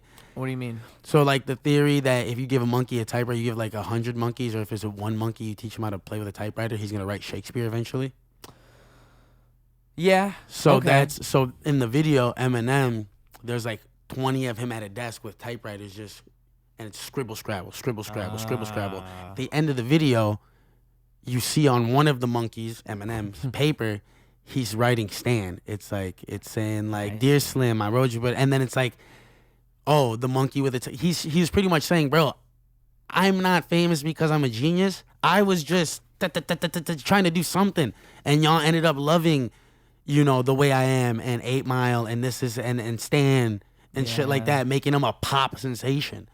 So I believe in that too.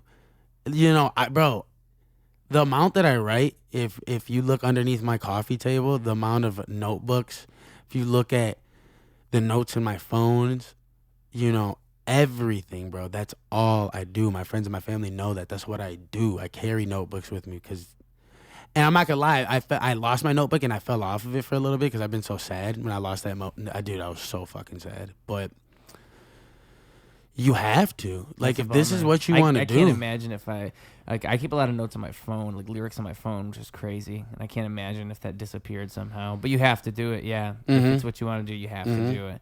And like, I think it's always reminding yourself you can still do it. Like, that's how I feel when I write something every time. Every time I'm like, yeah, I still got it. Exactly, dude. Yeah. I'll sit there and kill myself over like, you never had it, where'd it go? Right, yep. And then I write the next song. And then every time I'm like, yes. Yeah. that's it. That's it right the best. There. But yep.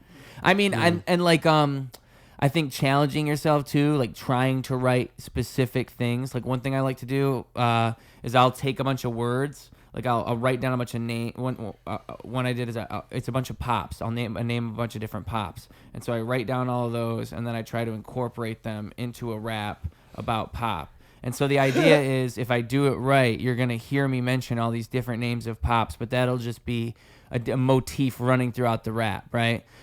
Watch out for the pop, they shook and I'm taking lids off, spraying on the game, beginning this is a kickoff, call it like I see it, a dial in and a squirt, a dog that only barks, a mean mugger that murks, woof, woof, that's rough, Ruse, son of a son bitch, call it solar power, my God rays, I'm sun-kissed, caffeinate like surge, I lift you with only one sip, potent when I splurge, that's 2 days and 1 zip, 14, 2 liter, I'm busy, a bottle of full throttle, I'm truth theater, I'm fizzy, peeking at the tip, you feel me, I do like Mountain Dew, watch out for the pop, a fan of flavor, the sound of truth, dialed in is something like Motorola, my sizzle, the sound of soda is something like Coca-Cola, killer, I kill a quota, a million, a milli more, I filter and fill it over and still you can feel me pull, it's Ruse. And so the whole thing's about pop, and I'm still talking about pop, but I'm not talking about pop. Yeah. And to me, that shit's awesome. Like that's the shit right there. It's like like when Mos Def made Mathematics. You know what I'm saying? Yeah, because it's like, if you know what I'm doing, it's extra good. But if you don't know what I'm doing, it's still good. I don't know if it's that I can't do that, or if it's like what we said about improv. I go to do something like that, and then I start feeling the forced feeling, and then I move away because I'm like, that's not where this is going, and I can't put it there. Interesting. But that goes back to what we were talking about before I left. The freestyler's mentality. It's really hard for me to understand that, even though it's weird to me, people want me to double back and say the same exact thing. Yeah. I'm really bad at that. At what? Saying the same thing, like the freestyle thing. Like I'm always feeling like I have to say something new. A new flow, or like I gotta keep like that tempo. I gotta challenge myself. Yeah, but we I mean, well, we do because that's what we want to do. But people if don't. If we're trying to make this a business, then we don't have to do that. I don't know. Like, do you think like what? Shout out Benny Blanco. That's an interesting question, because like there's a certain element of that you could use, but at a certain point, like, then you're just making music, like we've talked about, like for other people and not for yourself in a way. I mean, okay, but that's. And I really believe in making music for ourselves. Yeah, I do believe in that, and I think that's what the best people have done. I do. Yeah. I do. But I think that's also a lottery, man, because not everybody's brain is that. So you're like, we're not that special, bro. We're not that special. Even though I think you're special, right? And I know you think I know you think I'm special, Ruse. I know it. No, but like I know because of the way people have spoken to me and shown me those flowers and that just that mutual respect. Right. That a lot of people out here think I am special. Yeah. But you know, it takes, man, like monkey with the typewriter, you know, everyday writing. And even then, it still takes the lottery pool, man. Because someone else is doing it. You're doing it. Yeah. I'm doing it. I think like it's what's interesting about it to me is I think that it's probably so much of it is just the invisible stuff you could never understand from the outside looking in. It's like all the connections you make. It's all the people you meet and just the little opportunities that you create for yourself without even knowing you're creating them. Like those are the parts that matter the most. Not the whole doing journey. the thing. Yeah. Not writing the songs, but how you get people to notice the songs. Like how you get people to know who you are. That's the part that matters. And it's hard, man. And that's why I was like, what I'm saying in that too is, okay, so yes, we want to do it for ourselves. And yes, you can like, look what happened to Eminem when he started making music that he thought the liberal leftist fucking libtards wanted to listen to. And I'm not political, but if you're libtarded, you're fucking libtarded, bro. And if you're a Republican, you're a Republican. Like, you are what you are, bro. You're a Crip or you're a Blood. I am what I am. Saying? Yeah, I am. You know what I'm saying? And I am tired of you motherfuckers trying to tell me I need to know about politics. I am not going to learn. I am ignorant. Sure, I am. But I am going to admit it because I am not a bitch. So I just think it's important to understand a couple of things so you're not wasting your time or beating your fucking head into a wall, right? Yeah. Have some humility. Really ask the question to yourself more than anyone, because anyone can tell you suck. But if you don't accept that, you don't accept that. And I can tell plenty of stories of people who have asked me and still won't accept it. So it's like, what the fuck ever. But again, Mac was himself. He was so unapologetically himself. And so was Slim at the beginning. And so was even, you know, some people I don't like I didn't like Peep, but he was himself. Yeah. And that's what won people over to where he could do exactly what he wanted. But even when you're doing that, you have to understand, it's not likely. It's just not likely that you get to freely be your art and this and that. This is a fucking business. Right. So if you truly want a shot at it, I'm not saying write for people. You don't have to write for people, but you have to have an idea of who the fuck you're trying to win over. Like, right. That's what this is. At the end of the day, yes, be yourself, but if you're looking, because I'm not saying this is how music is made. I'm just saying if you're trying to actually blow the fuck up, like, not blow the fuck up, but no, I get what you mean. If it's money you want, there's a formula. You can go follow that. But if it's music you want to make, then, you know, you're going to have SoundCloud and 100 people venues, and maybe you could tour a couple times, but... Well, one thing, like, I've noticed, like, one piece of advice, I think it was somebody who did, like, I can't remember if she was talking about, like, marketing. It's Crackalack. He's been on the podcast once. He's almost about at, like, 100K on YouTube now. Super awesome dude. He's from Lansing, Michigan. He does, like, a bunch of advice. Shout out Lansing. Shout out Lansing. Shout out Crackalack. But for real. Shout out Flint. By the way. Drink the water. Yeah. Glug, glug, glug, glug, glug, glug, glug. But, Crackalack, by the way, he does music videos. Dude is kick-ass at music videos. If you're a rapper, you got like thousands to drop on a video. Crackalack's your guy. But for real, like he was saying how what the fuck was I gonna say? I was hyping Crackalack up so much. You're hyping Crackalack up. What did you just say right before I started to say that, man? Music and like you have to kind of you have to know you have to he win was someone saying over. how like so when you're making a like music video or a rap song, like what is the thing that you're trying to say to the audience? Like what is it that you're trying to get the audience to? Like if I was stumbling upon your video and I have no idea who you are, you're just a rapper that I'm seeing for the first time. What is what am I gonna feel or relate to when I hear this? How am I gonna feel about this song? And you know, like what's the answer to that? What is it going to be? So like if it's a relationship song, like is that what it is? Or is it going to be like, because like a lot of people don't even have that. It's just whatever the fuck, you know? And I think like when I write songs, I'm at least thinking like thematically. I'm thinking like what is the theme that's playing in someone's mind when they hear this? Like the general theme, not what I'm talking about, but the theme of the song.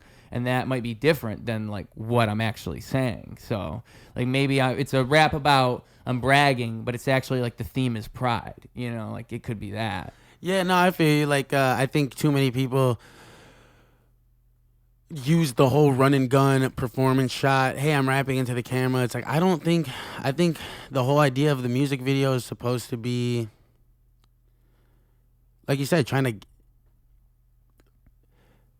capture people's attention and give them that message. Your word, if you have the song and you did what you're supposed to do and you gave, you know, your what's it called, your emotions and your soul to that fucking track, people will get the message there. But like you can portray something completely different off this video now. Like you can, you could double down on that message. You can, like you said, it could be you bragging, but the actual video is you know, showing your battle with pride. Yeah. It could be a lot of things. And I like the whole, I was talking to my boy King's Media, shout out King's Media.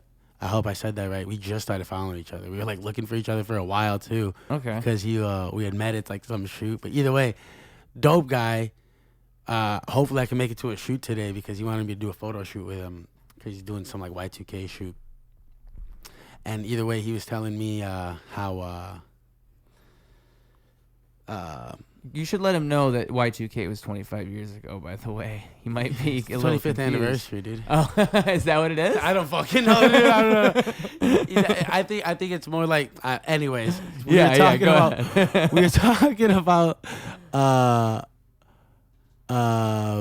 like short, like the short film idea. I mean, that's what I like personally. I like the idea of running that short film because I don't know, like.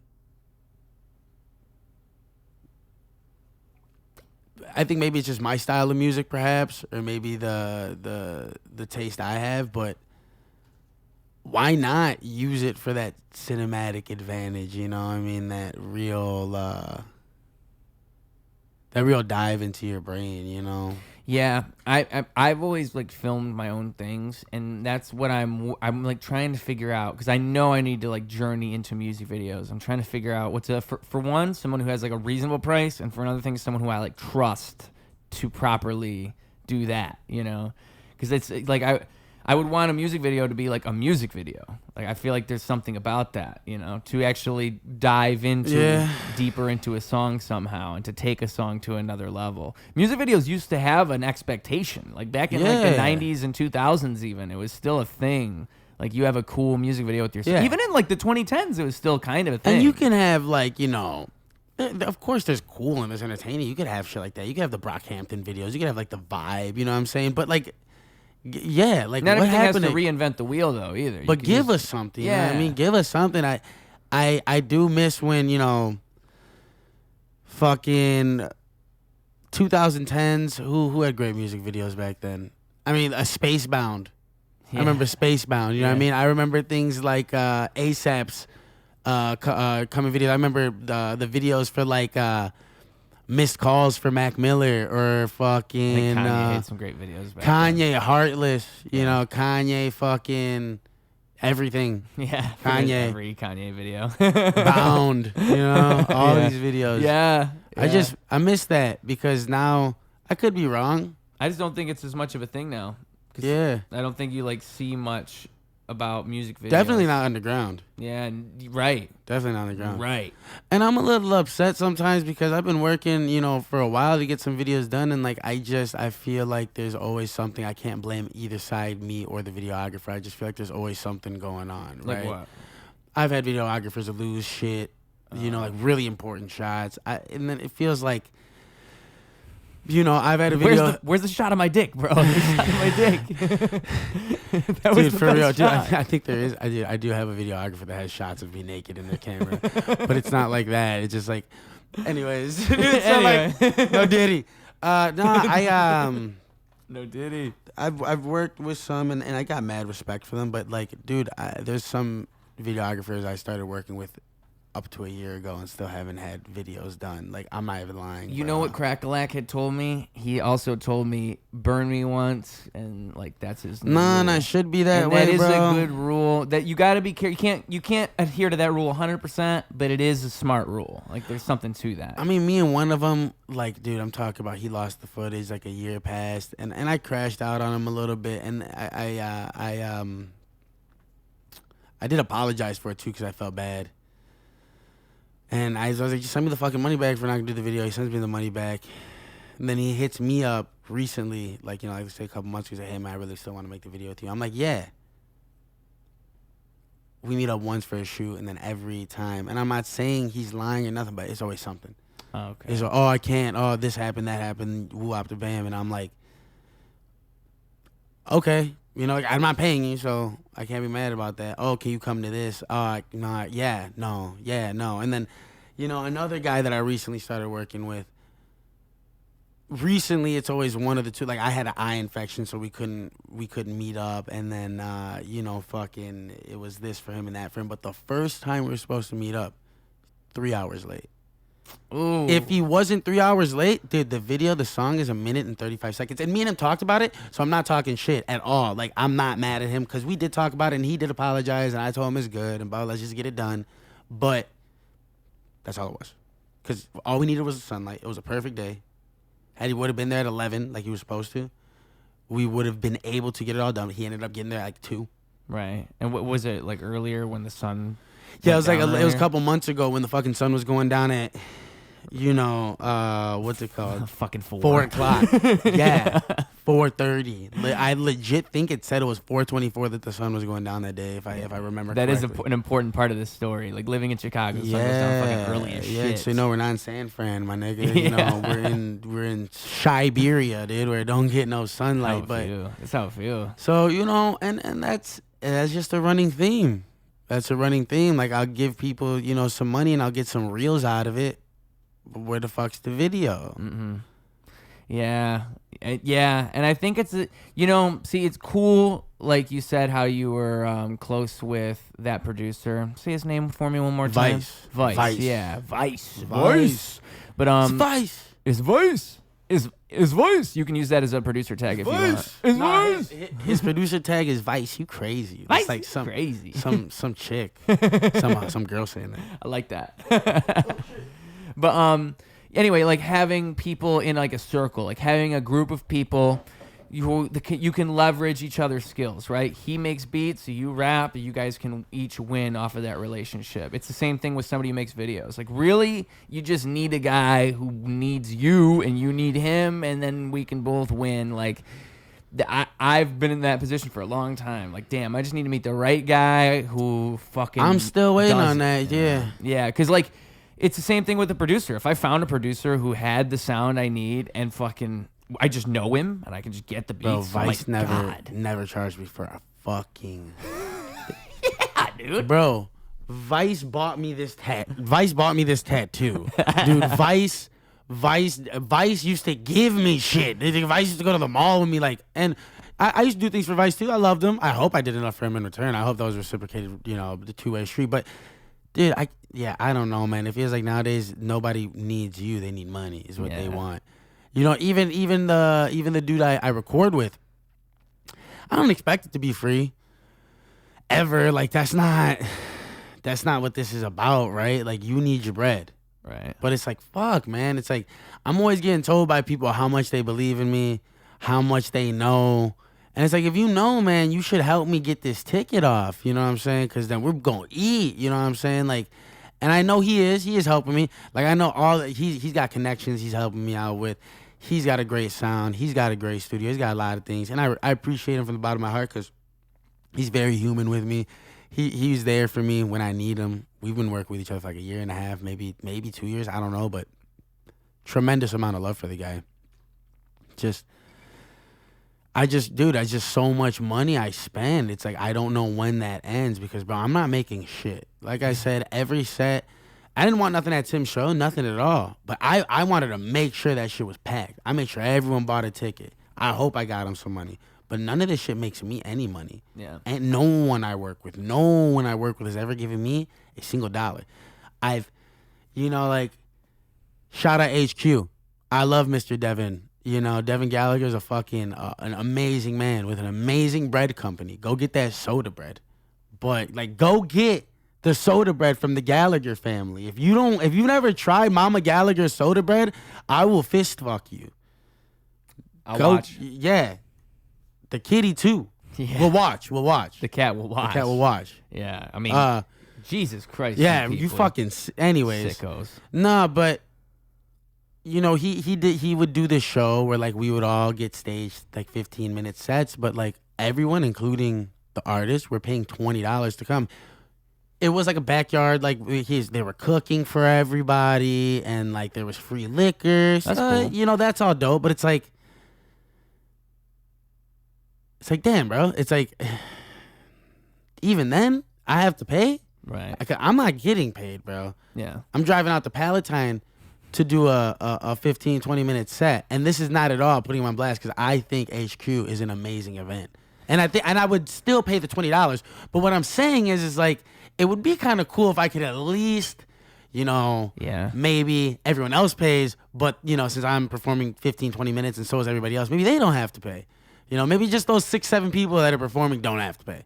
Well, yeah, of course. Because those 6-7 people are the ones that are bringing all the people who are also going to pay $20. And if each person, if 6-7 people brings 2 people each, you're almost about to have, outside of those 6-7 people, you're going to have about 14-20 people at $20 a ticket. You're making a little bit of money, and I get it. You're cooking for all of us, and you're giving us the free liquor, but maybe don't do that part. Right. Just because at the end of the day, although I appreciate that setting and I think it's beautiful, I think it's fun, I think it's great, it's just like I don't want to pay for no stage time, bro. Well, to me that's just nonsense. Like I was asked to do that once. I remember someone reached out to me and they said their deal was, and with Devin I will do it. That's totally different because that's like family to me. I love that guy, but like I don't like that concept. Well, that's what I'm saying. So they reached out to me and they said, we're gonna sell you 20 tickets and you have to sell the tickets, and that's how you're gonna make your money back. And to me, that's like, so wait a minute. I have to buy the tickets from you. You want me to buy it? And then, like, I get what they're saying. Like, everyone's bringing people to the show, but you should just be paying me off rip. That should be the offer. You should be telling me, hey, can you perform? We'll pay you. That's the relationship I should have with you. Yeah. Like, that's I didn't even want to communicate with him after he said that to me. I was like, I'm not going to do that. That's crazy. And it's like, I be doing lots of shows for lots of people. And if you're my fam, if you're my peoples, bro, I got you. Yeah. I don't care if Tim sold 50 tickets at $2 million. If that nigga doesn't feel like paying me, I don't care, nigga. That's my boy, bro. I'll put on for his show at any day, any time, for free, for money, for nothing, for everything. That's my boy. And Right. I'll do shit for him. I'll do shit for Devin. I'll do shit for the people I really, really care about because I don't want $1 from you. I don't. That's not what I want. I already know half these people that I've made good connections with. They got their own platforms that they can help me out with. And dude, just hanging out with Tim is enough of a reason to want to help him out because that motherfucker is genuinely, he will give you some of the best moments in your life. Like, I've known Tim for we've known each other for a minute, but we've maybe been hanging out. I want to say, like, it's been a year that we've been really chilling. I could be wrong about that. And every memory with Tim, everything is, it's the dude's just a great person to have around. Yeah. Amazing man. But there's a lot of people that will ask me for, 30-minute sets, 20-minute sets, and I'm not getting a fucking thing out of it. I see the crowd, and I see, you're clearly making some money off of some of these events, man. What happened to... I don't even fuck the money. Like, there's a lot of shows I've done where I don't even get fucking packages back. No content, no nothing, bro. Yeah. No nothing. Again, we're not family, bro. I do not want to sound in any way like I'm talking about the people I love. That's why I keep stressing. Family's one thing, bro. People like Tim, people like Devin, I love them. I'll always do things like that. But I think and even then, I do, again, with like Devin, love him. I just like wish maybe the artist didn't have, that's all. Just don't make me pay to go in. That's all I think should be changed. Right. But other than that, cool. But people that are just like, oh, you're great. We love your music. We'd love for your crowd. Because, bro, I bring a crowd everywhere I go. It's always been like that. It's always been like that. If I come, I'm bringing 10, 15, 20 people.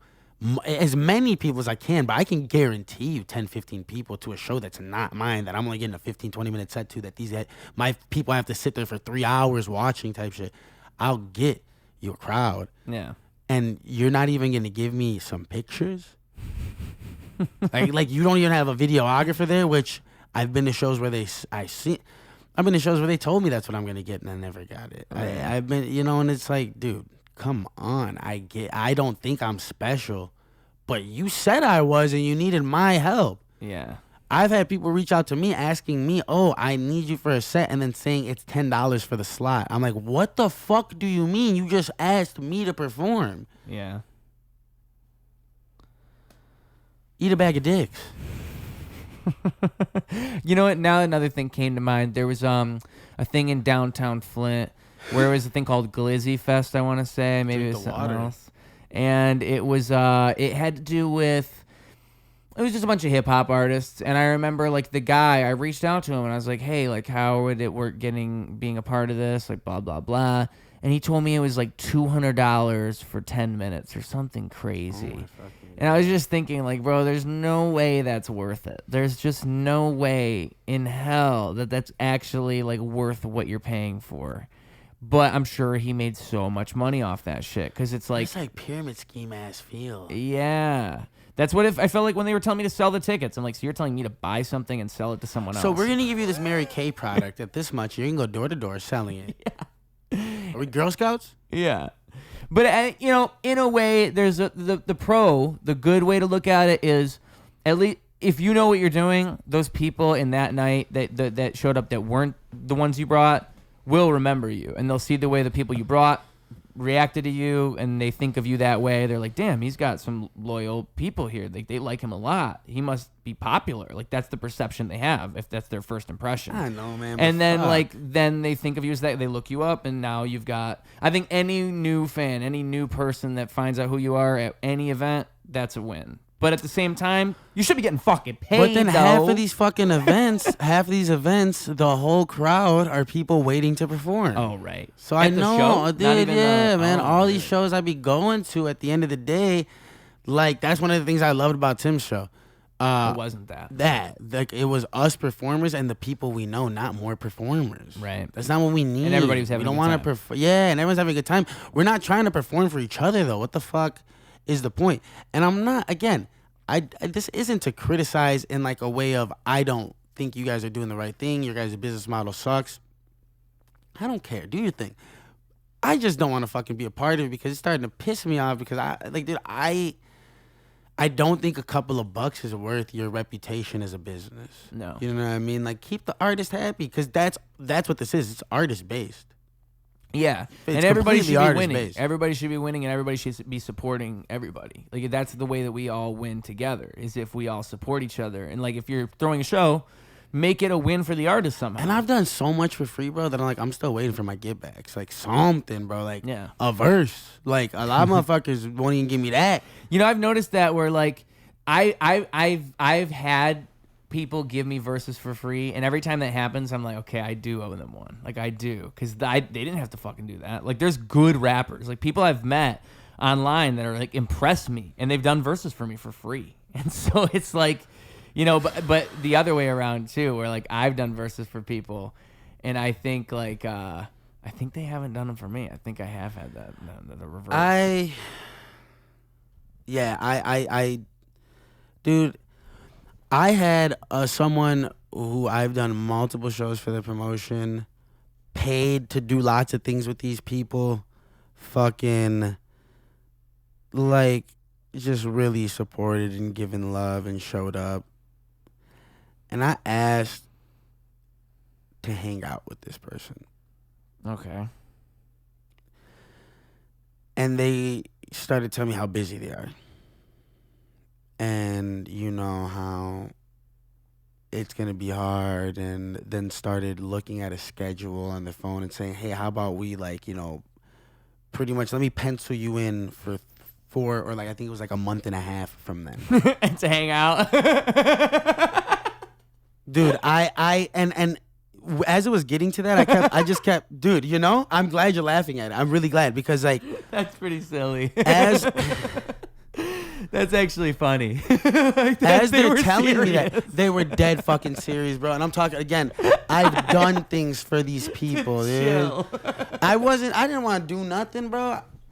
I really just wanted to hang out. Absolutely. I right. truly did, because like The thing is, I can understand being busy because, like, okay, booking a show like this, I want to produce an episode every 3 days. So in order to do that, you have to book all the time. So I can understand scheduling hanging out with somebody. Yeah. But the fact that it's like a month and a half out, and he's like, I can get you at 3:30. We can hang for an hour. Like, just to say that to somebody is wild. Like, I mean, dude, they just want to chill and like maybe go out to eat or something. Like, maybe do it tomorrow at 4. You know, or just say like, hey, I'm busy. Like, get back to me later. I'll hit you up That's later. what I'm saying. Like, That's what I'm saying. don't try to schedule it for a month and a half out. Right there, right then. That is wild. That's like he must have just not hung out with somebody in a long time and he forgot how it works. I don't know if this person has Asperger's or what. I just know that this person I mean, he's probably busy, man. He's just busy. He doesn't have time to understand the human. They are, and I'm not saying it's I'm not saying it like that. Yeah. But they are, because I'm not gonna say if it was a guy or a girl. Yeah. Because I almost know that if they knew I was talking about that, and if you do know I'm talking about you, like apologize maybe, because that shit made me feel like shit. But I'm not gonna tell you that, because if you can't even realize that, if they can't realize what they said was fucking stupid, that's the only word I can think of. Yeah. It's fucking stupid and just insensitive. Like, showing up to your places, getting you money in your pocket. You got my people paying $10, $15 a ticket. I'm bringing 10, 15 people. There were shows that I went to for these people where like the only 10, 15 people in the crowd were my people. Yeah. Come on, man. Like, don't do me like that. I mean, like, Don't do me like that. do you ever consider just like putting shows together yourself though? Oh, that's what I'm doing. July 18th, most likely. Don't quote me on that fucking date, but the end of July, y'all, we're going to the upstairs of Sub T. It's gonna be 30 minutes me. It's gonna be 30 minutes Timmy P. It's gonna be 20 minutes Joey Splinter. It's gonna be Roy Hobbs in that bitch. We gonna have King's Media recording. We gonna have videographers. We gonna be upstairs, baby. You hear me? We outside and upstairs. Outside upstairs, inside upstairs. You know what I'm saying? We're doing shit. And we're gonna have fun. Everyone's invited. Everyone and their mama's invited. No bad blood. You wanna come? You wanna have fun? Come and have fun. Timmy P and me gonna fucking destroy the place. Destroy. And I'm not talking about lonely, because that bitch gonna be packed. I promise you. You saw what the fuck we did at the Gorilla Taco Party? Gorillas eating tacos on a fucking Saturday. Everybody was in that bitch. Yeah. Sold the fuck out. Yeah, sold out, which is crazy. There were people showing up throughout the show too. I know. We probably oversold. Probably. I was sweating my fucking balls off. Don't tell my mama. We did oversell. Yeah. That was crazy. I you know what's funny is I wasn't that hot. I actually kind of was a comfy temperature. I thought it was nice. But I was pretty hot. That was, I don't know. Maybe I'm just like, I like that body. New rule for underground hip hop shows: headliners don't go last. I get it. I get the idea. I understand. You know, you're most likely bringing the most people. I was the opener, and I feel like I was the headliner, so I think we did follow that rule. No. But I feel like, I'm not saying that show. I'm saying in general. Yeah, I get what you're saying, because that's what I liked about and people. It's late at night. And exactly. Shout out to the open mic. It was like an open mic slash. It was one of those open mics where there's headliners, but there's also contests. So I do, you know, whatever. But shout out to the Too Good, even though we're not on the too good of terms. But shout out. Ironic. Huh? Shout out to them still, no matter what. You know what I mean? I got, again, no bad blood. Shout out to them. That was a fucking amazing. I loved the crowd. There was some weird shit that happened there, but I loved the crowd. I'm not gonna get too into nothing. I was happy with it. I know some people, you know, that I love, you know, weren't so happy with the way things went, and like, you know, but that's not my experience, so I can't hate on it. Okay. At all. All I know is that I had fun.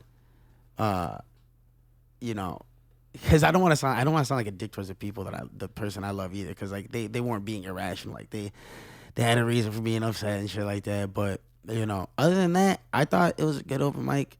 I thought it was very fucking fun. I thought it was an amazing venue. Subt's always amazing. I thought they did a good job getting them together. I do, and I had fun. And that crowd was great.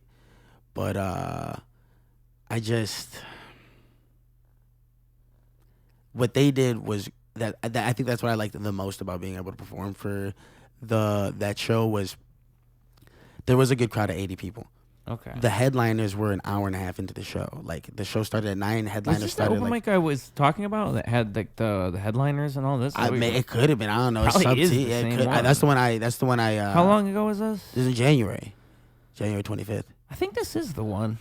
Yeah, it could be. All I know is that The one I was talking shit about earlier. That one. Yeah, the one we were totally dissing. No. But yeah, no, but for real. I don't know. Maybe that is the one then. But there's so many of them. Yeah. Anyways. Well, there's dime a dozen, right? Yeah. At least they do a contest. Someone wins $100 in studios. That is cool. That. Right. That is what I saw too. That's what I'm saying. They got $100. I think the guy got $100 in studio time and a guaranteed headline, something like that. They've given away $100 before. Elevated Chapter does shit like that. Shout out Elevated Chapter. Love Elevated Chapter. Shout out The Youngest Politician. Okay. Shout out Arenas Did It. Woo! Shout them out. You know what I'm saying? Great man. For real, good guys. But anyways, the headliners, were like an hour into like when it was bust. You know what I mean? That's how it should be. Yeah. But I get it, because, you know, whoever brings the most people, you don't want the people to see them perform and leave. But I have faith in my people that they won't do that.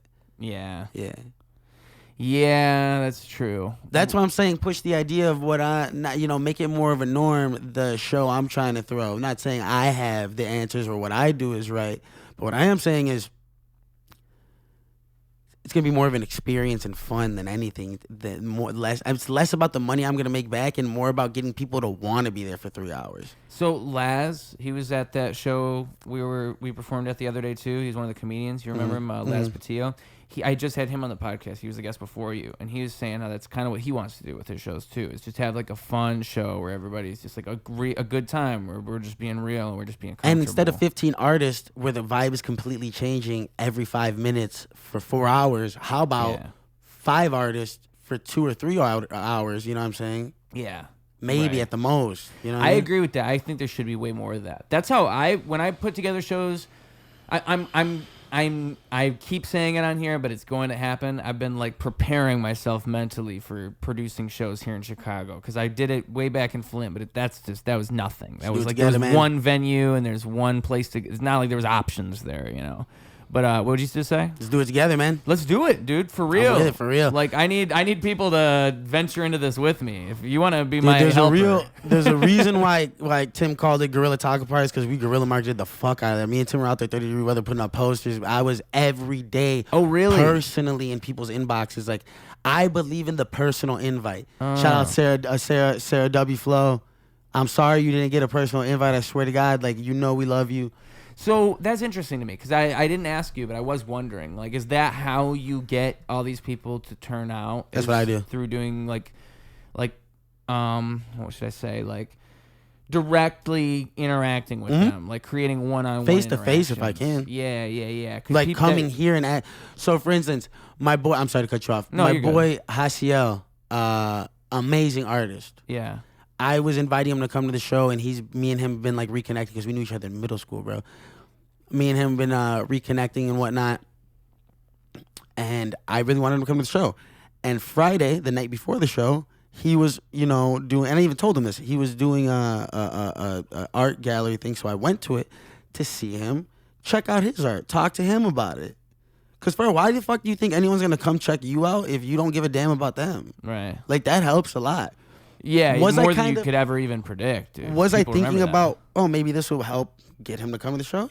Yeah, definitely. But was I also genuinely impressed by his art? Bro, I've loved this motherfucker's art since I was a kid. He made my first logo, my first hip-hop logo ever. Like, wow. I believe in this dude's art, and I just wanted him to see me face to face, so one, he could feel that reciprocation of energy, and actually invite him instead of just sending you messages. I know who you are. I know where you are. Why not come say hi? Right. You know what I'm saying?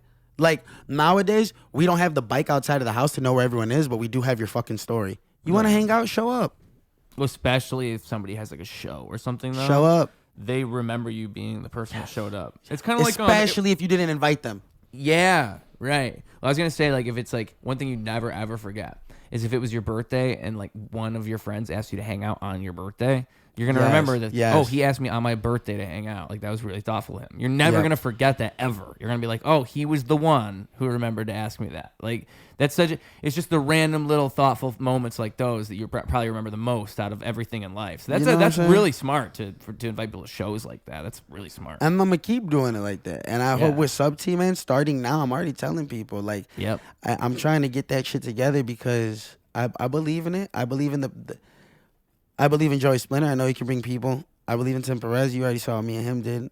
I believe in people like Devin if I get him on a set. I believe in these people to bring who they have to. No. And I would hope they understand that I'm not trying to make money. No. I'm going to try to pay videographers because those are people that have to work hard and get us our footage and shit like that. I'm going to try to pay maybe like a DJ because I feel like that's a lot of work you're going to have to do with us. Right. But I would hope the artist could give me one back. Whoever I can invite over could give me one back, because I'm trying to put money into this. I'm trying to lose money, which isn't a good business model. But but that's where I'm at right now. Yeah, I want an experience for everyone. You want to create the experience, exactly, and that experience takes an investment. Yeah. You can't get it. I want the vendors to understand that. Yeah, I'm not gonna pay you to come stay, but your table's gonna be free, and you get 100% of your profit. I want the artists to understand that. Yeah, I'm not gonna. I will pay you if you need it. If I really want you to perform, I will pay you for it, bro. Because I want to respect your art. But I would hope you can maybe just understand, like, hey, what I want to do is, put more money into the show, like bullshit lights. That's not what I'm gonna do. But like, more shit for the people, more shit to promote it, paid promotions and shit like that. So that we could have a big crowd of not artists that can help us grow more. Even posters do so much. Posters, Eventbrite. I don't know if you really... Merch for the show. Merch for specifically the show type shit. Yeah. So I have a friend named James Najjar. He does a show out of his apartment called Cozy Corner Comedy Show. And it's been really cool to watch it like grow for him because like it's literally just he's doing it out of his apartment and it's gotten bigger and bigger and bigger to the point where now these are selling out. He has like 30 people packed in his apartment and it's like he's been filming them as of the last couple ones and it looks fucking like the filming it like in a quality camera. It looks good. It looks like quality footage, right? Whereas like at the beginning it was just kind of like one light and just kind of very basic. We're all just chilling in his apartment. Still was good, but now it's just interesting to see how like how the marketing side of it is working, like from the outside looking in, just like the way that he's executing it is working very well, and it's cool to see someone doing that right, and it's not rocket science. That's the other thing you see when you see that happen. It's really not rocket science. It's kind of taking it back to the basics and just not overselling anything. Like that's really how you make it all look natural. That's the best marketing, is making it come off natural, not overdoing it, And I think Tim did that really well with the show, like with the posters and the way he was doing the videos and all that. It was very Tim Perez of him. Yeah, very himself. Like, this is what you're coming to. Yeah, and that's exactly what it was. Me and that nigga had a fucking running skit where we were talking about Ted Kaczynski's going to be at the show. Like, we were letting and I was so disappointed when he wasn't there. Anyone showed up, like, I'm going to be honest, I'm not going to lie to you guys, I didn't even expect what happened. I think that caught me off guard because I know Tim, but I did not know how deep into his brain we're going.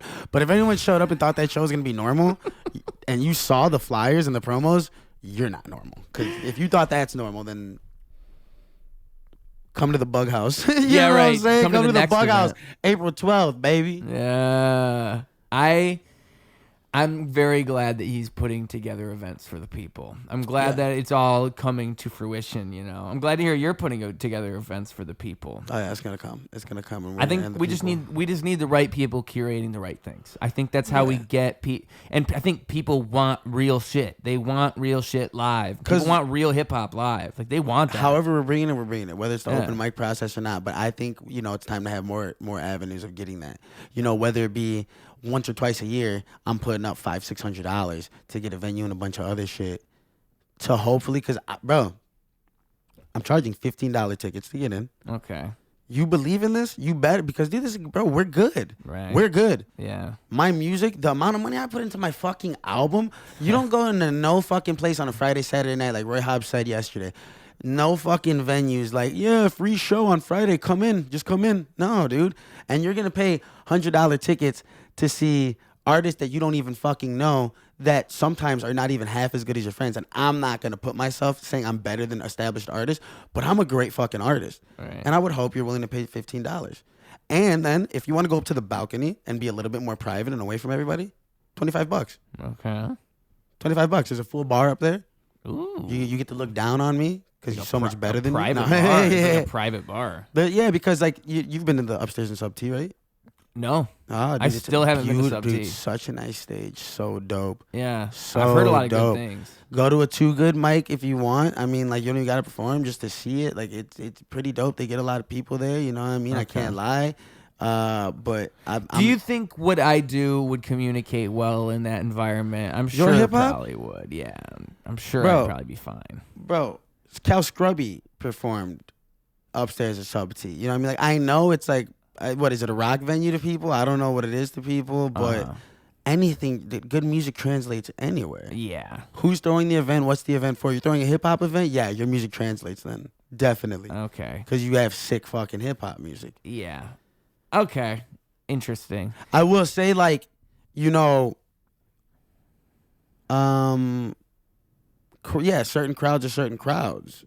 And, you know, you got to know how to win. But I do think we're pretty diverse in the Chicago underground culture for the like diverse, at least giving each other chances. I'll see motherfuckers that are more in like the emo rap and alt rap scene giving a lot of props to the conscious and the trap. No shit. And saying, well, yeah. So this is the thing, dude, is I haven't really dived much. I've seen it. I could be wrong, but I've seen it. I feel like I consider myself an anomaly. I just don't move the way other people do. I'm a rapper and I'm in Chicago, and I'm just talking to comedians all the time. I don't really even know much about the Chicago rap scene and what it's. Bring me and Tim around more, dog. We keep telling you. I only know my own personal experience, but to me, it's like a big high school cafeteria. In what way? Like cliques? Lunch tables, baby. Yeah. Okay. You know what I'm saying? Not good or bad, but it is pretty cliquey. I mean, it can be pretty bad, and I guess some people can be pretty good, but it can be pretty cliquey out here for sure. I think we're a little too afraid of getting canceled already when like we don't even really have.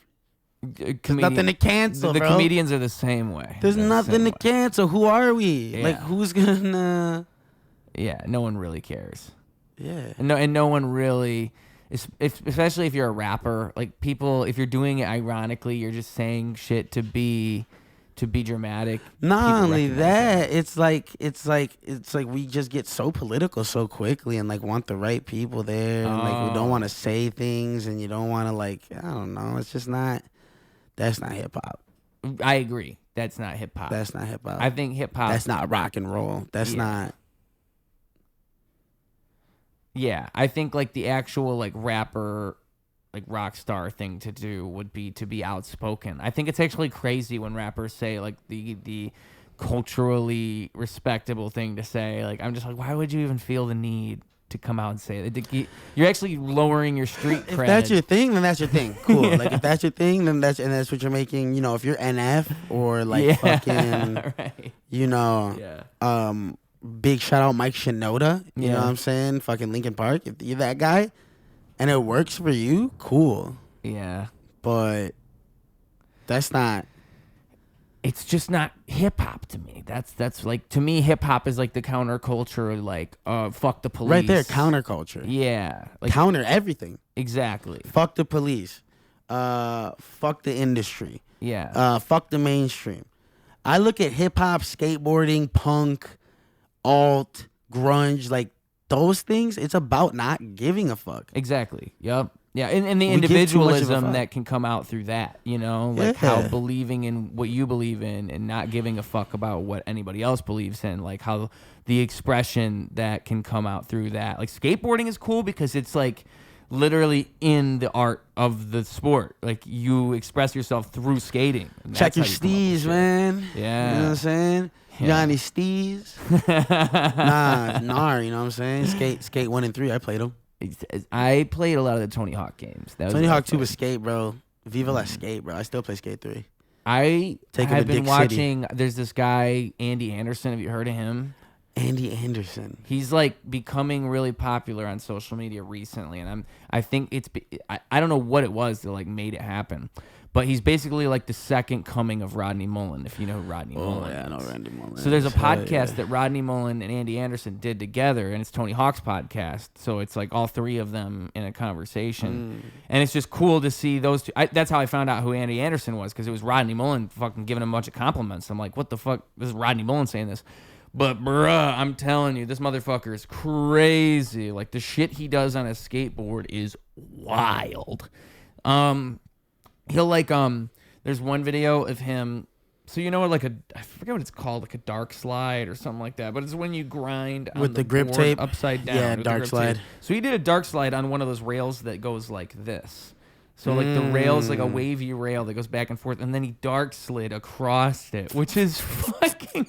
It sounds impossible. It sounds like something you can never do. And one thing people say in a lot of the comments of his videos is like he does shit that you saw in the skate games, and like you thought well, this is just a video game. This is a video game. He does it Special in real tricks. life. Like when he's grinding, he'll like switch the grind position as he's grinding. To me, anybody, he'll go from like a Smith to a crooked to a nose to a He'll slide, literally like do whatever that. the fuck. Technical skaters like Rodney Mullen. Yep. Yeah, no, Those are the most impressive ones. I was never good at skate. I was a big kid. Like, believe it or not, I was 250 pounds. Like Wow. high school. Like, you know, when I was like 5th, 6th grade, I'm like 180, 190. You know what I'm saying? I was a big kid. Yeah.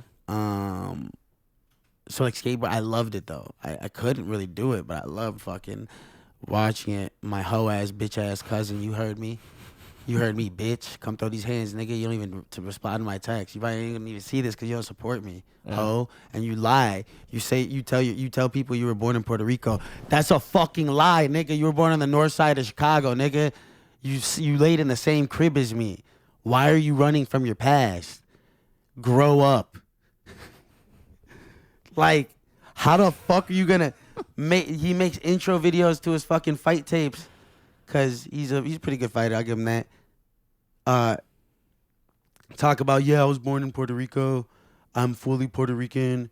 I came to America when I was like 4 years. No, you didn't. You're half Cuban. Why are you lying? Why do you hate your own culture? Are you Kamala Harris? I'm like, I'm Indian. I'm black. I don't know. Yeah, for real. Why are you flip-flopping like that? I love you to death, bro. Text me back, yo. Yeah, like he wouldn't even be calling you out like this if you just texted him back. Yeah, if you you would have just- missed that whole fade right Look what I there. just had to do, bro. I just had to fade you up on the Ruse TV. On Ruse TV, Why bro. are you just doing gotta- this to yourself? Why are just- you doing You this gotta to taper. yourself? You got a Ruse taper. Mm-hmm.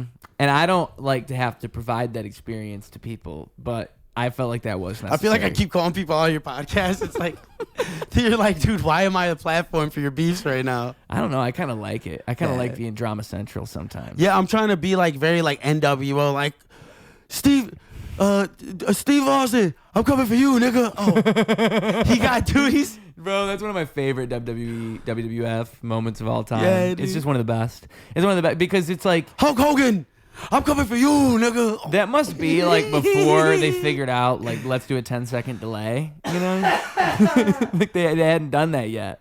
That's what it is, so There's they just no hit way the that would have been broadcasted. Yeah.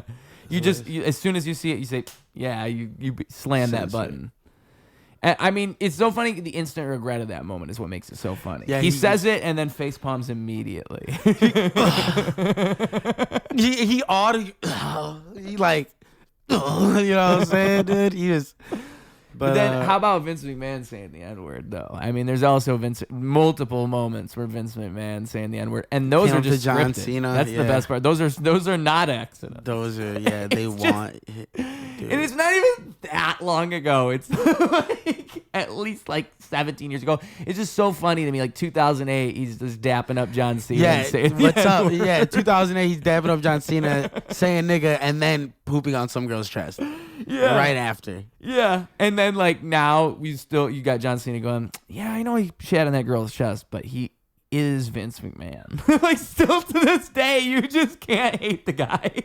It's one of the most legendary Like, I don't think Vince McMahon can ever, his legacy will never die because, it won't, will it? Yeah, he's like, he's kind of genius. Like, he created a world where he could do almost anything, and he still would be known as like one of the most legendary dudes in that field ever. Like, you can never take it away from him. Literally, you wouldn't have professional wrestling if it weren't for that one dude. So I have a theory that some chests have to get shat on to make good things, you know? Every now and then you got to shit on someone's chest. Yeah. Like, you just can't escape it. You think that you can. You think we need to get rid of these people, but you're actually wrong because those chest shitters are the ones that make the best. They're the ones that find Brock Lesnar. You know what I'm saying? Like they create the Dwayne The Rock Johnson and Stone Cold Steve Austin. Like, that's who these people curate. Takes different strokes to move the world, right? Different strokes and different strains. Different strands. Different strains and pains and different browns ideas, and different greens. stains. Different stains. I mean, like, for real, you're a fan of professional wrestling? No, I'm not a fan. You mentioned the Attitude Era. Like that, yeah. I was more of a fan of like just. I was a kid, so yeah, wrestling back then. I didn't stick to it too long. It was a whole different thing back then. It was. Yeah. It definitely was. When Stone Cold and The Rock were going at it. Even like Degeneration Mankind, X, if you saw him, like Mick Foley. Mankind, Mick Foley, Degeneration X, Scotty 2 Hotty, Hurricane, fucking Rikishi, Stone Cold, Kane, Undertaker. Who else? Fucking the GOAT of GOATs. You already know what I'm going to say, right? Kurt Angle? Nah, dude. Give you a little. Finley? It's got to be Finley. It rhymes with Miss Benoit. Oh. Chris Benoit. Nah, he's like Voldemort. He's he who cannot be named. Why not, dude? What did he do so wrong, dude? I never understood. Like, why does nobody like him? I think it's a shame that he got wiped from history because the truth is that's just not the right answer. Like, I mean, I get why they did that, but Chris Benoit was a legend up until that moment. Like, till what that moment? No, I'm just kidding. I'm just kidding. Okay, listen, man, I'll give you the PG version of what he did. No. I'll tell you because you seem like you don't know. Yeah, I don't. And I don't want you to be ignorant. So he got in an argument with his wife and his child. I don't want to, dude. I don't want to because I'm gonna laugh and I'm gonna get in trouble. This isn't funny, man. I'm not even telling you a joke right now. I'm trying to tell you what happened. I don't understand what you're laughing about. Please, I'm so sorry. Can I tell you what happened to Miss Benoit? All right. Yeah, please. So she was tending to her children. And it really wasn't even supposed to be anything that was that bad. But I'm pretty sure from what I heard, and this is just what I heard from a friend, is that the kid was acting up. For real? Yeah. And so Miss, or Chris, if you will, taught the kid a lesson. And then the wife was there, and the wife was like, "What are you doing?" And then he taught her a lesson. Oh, so that it was. Damn, did the kid really misbehave? Well, that's what the big debate is about. That's really what people are talking about when it comes to Chris Benoit. Was he right? That's usually the conversation. Was it self-defense? Was Chris Benoit acting in self-defense? I think that's why that's why it's so controversial to talk about because no one knows if he was right. No or one wrong. knows. Yeah, no one like. Was he in the right? Was like, dude, like that's my. Imagine if that was like your controversial take. I think Chris Benoit was in the right. I think Chris Benoit acted in self-defense. That's a wild take. That's like the wildest thing I've ever been able to generate. That's really good. Dude, Chris Benoit is if I was like Chris Benoit's attorney, I would have been like, well, you could blame steroids. I would have been like, steroids. Excuse me, Your Honor. Yeah, the defendant's willy sorry. Yeah. The defendant's willy sorry. He hit his head a water times. The defendant pleads oopsie daisies. Yeah. He really did. He got a lot of concussions.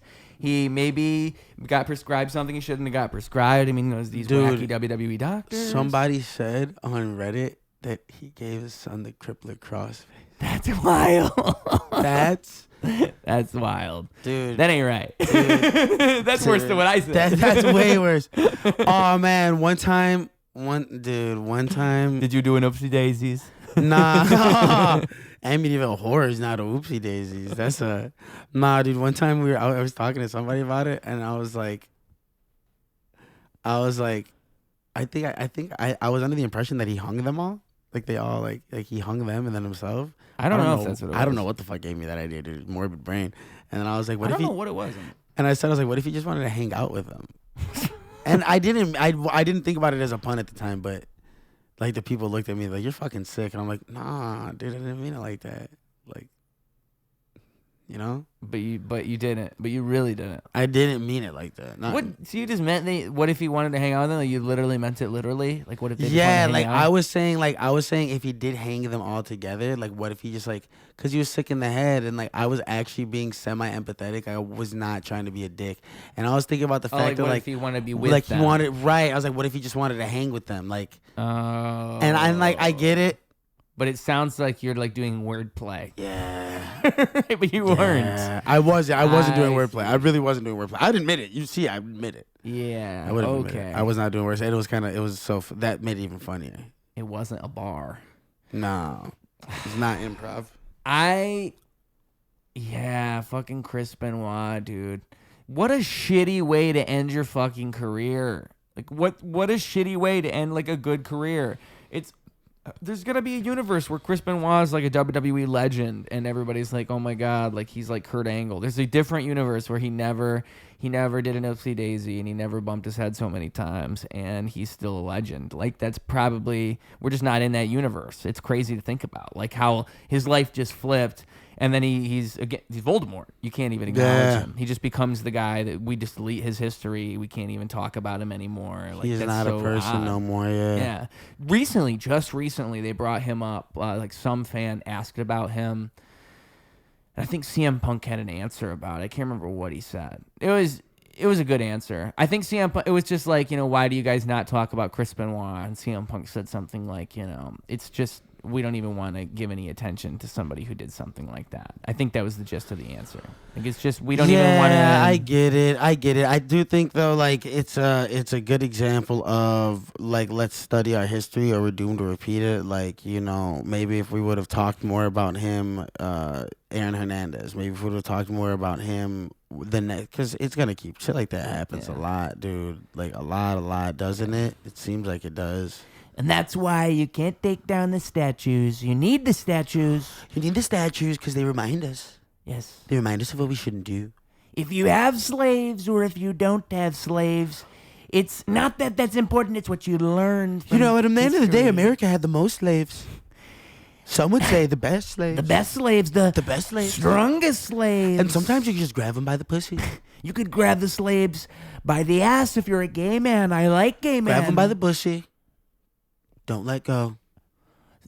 Grab them by the bussy. The bussy is the butt pussy. That's what I was told the other day. I have a dream that one day, black bushy and white bushy. You know what I'm saying? Like, if he heard me say that, he'd probably want me assassinated. Yeah. He's probably sitting there rolling in his grave. What the fuck is a bussy, nigga? The fact that any of these new terms come around, dude. I saw kids saying this beat, this not slaps, this beat eats. I hate that one. There's these new things people say I now. like eats. I hate that one so much. Oh, you just ate. This shit eats, bruh. Like, Dude, you just what are you ate. saying? Like, it ate is different than You it just eats. you just eat it. You just eat it. just The ate beat it, just dude. totally eat it just now. Dude, you just eat it at that. You just eat it at that beat. Like that shit drive me nuts. Like, do we need to? I think it's different than it used to be. I think back in the day, it took time for things to get cool, and now things just become cool within 20 minutes. Like some kid just types Riz in enough times and does this, and all of a sudden everybody knows what Riz is. Get it. Let's get it. Let's get it's another one. That's kind of like, to me, that's where the ironic catch on came. Like, motherfuckers, like, we're making fun of them for saying let's get it. Let's get it. That was like one of the first ones where like we didn't take it seriously until it became an actual part of our vocabulary. Just like Riz is in the dictionary. Just like, And then it leads me to believe, was any of our vocabulary or dictionary like ever based off real words? Because if before you know it, like Riz is in the dictionary, and before you know it, motherfuckers are gonna start saying this shit so commonly that you're just gonna think telling someone they're sus is normal. Yeah. And like, so what's to say that over millions of years, like, we didn't just make up all these fucking words? Right. Well, we kind of did. We literally did. Yeah, we literally did. But I'm trying to say, of even new the words that we have now are made up off of the made up. Like, I don't know. Who knows? Like, how fucking long these things, how far the rabbit hole goes. Blue pill, red pill. How many times did we deconstruct and reconstruct this word? I don't know. But Riz is real. Riz is for real. Riz is forever. Well, I guess the question would be how much of it is like just things that come and go, and how much of it is things that are actually going to stick around. How much brain rot is going to stick around? Like, how much? I don't think much of it will, dude. Because a lot of the stuff that people said in like the 70s or like radical, man, like shit like that, like just random catchphrases. Like, there's so many things that people would never say now they used to say. So it's hard to know you're in that moment, and it's just shit people say now. Okay. Because like even in 2010, people said things they didn't say now. But we still say swag. But not the same. They don't not the same. Like, I say fire, but people not. I haven't heard. Most people don't say fire now. I say that shit was fire, dog. Most people don't say that. I still say a couple of things from the 2000s. I love that shit. That's my vocabulary still. I never changed. I still have to say some things from the 2000s. That shit hard, bro. You know what I mean? Like, you know, like, oh man, that guy over there is acting like a, you know what I mean? Like that. Like, I still say that. Nothing can stop me. That guy's being a real wumpin' clumper. You know what I'm saying? Yeah. You're being a silly nanny. Oh yeah, wee. Yeah, you're being a little fluffer. Yeah, a little snowball. You know what a fluffer is in porn? Is that the person who like keeps the dick hard, like keeps the porn star's dick hard or some shit like that? How much does it pay? I don't know, dude. I think it has to be a female job, but oh damn, you just identify. Yeah, right. I identify as a fluffer. I identify as a female fluffer. I wish I could just like walk up to somebody like, I identify as the owner of this establishment. And it's like, yeah, rats, you got me. Take everything you want. Yeah. That's the world I want to live in, when I can just identify as the owner of a restaurant, when I can just walk up and like, and because of the fact that like you don't want to hurt my feelings, you just let me be the owner.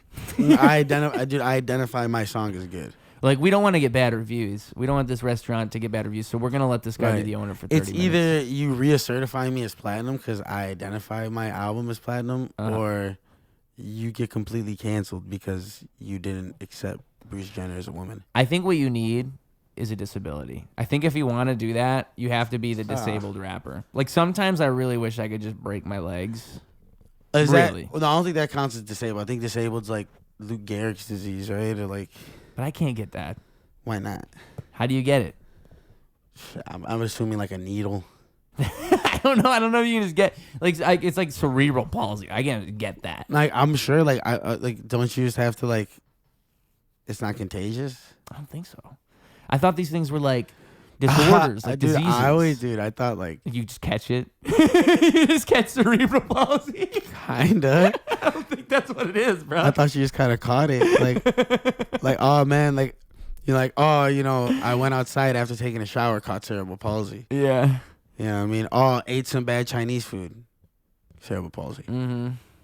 I woke up and I have cerebral palsy. Yeah, I don't know. If it were like that, you know, I would your mom take told it. you eat your vegetables or you get cerebral palsy. See, but the thing is, I'm saying like it would help my rap career. Like if I could just catch cerebral palsy, if I could do that, that would be cool. You could just go, you know, like, cause like my idea was like, before you said it wasn't true, you blew my mind. Like I thought I could just like come up to someone with Lou Gehrig's disease, you know, like get some of their blood injected to me. Boom, I got Lou Gehrig's. No, it's not like AIDS.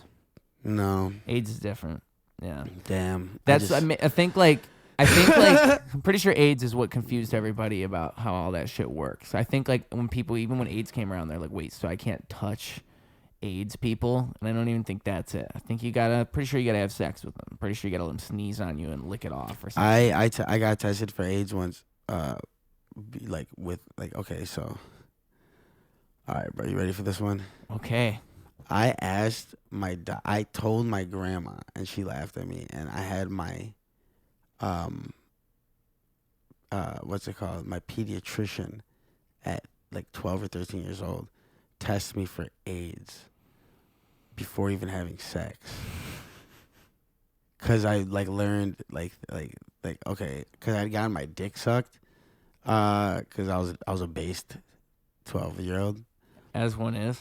and they were like saying like in sex education like how like and this is why kids shouldn't be doing sexual things, and they were saying like how like like it's not about your partner, it's about who your partner slept with. I'm like, oh my god, who could they have slept with? And like my grandma's trying to explain to me that's not how it works, but I'm having a panic attack.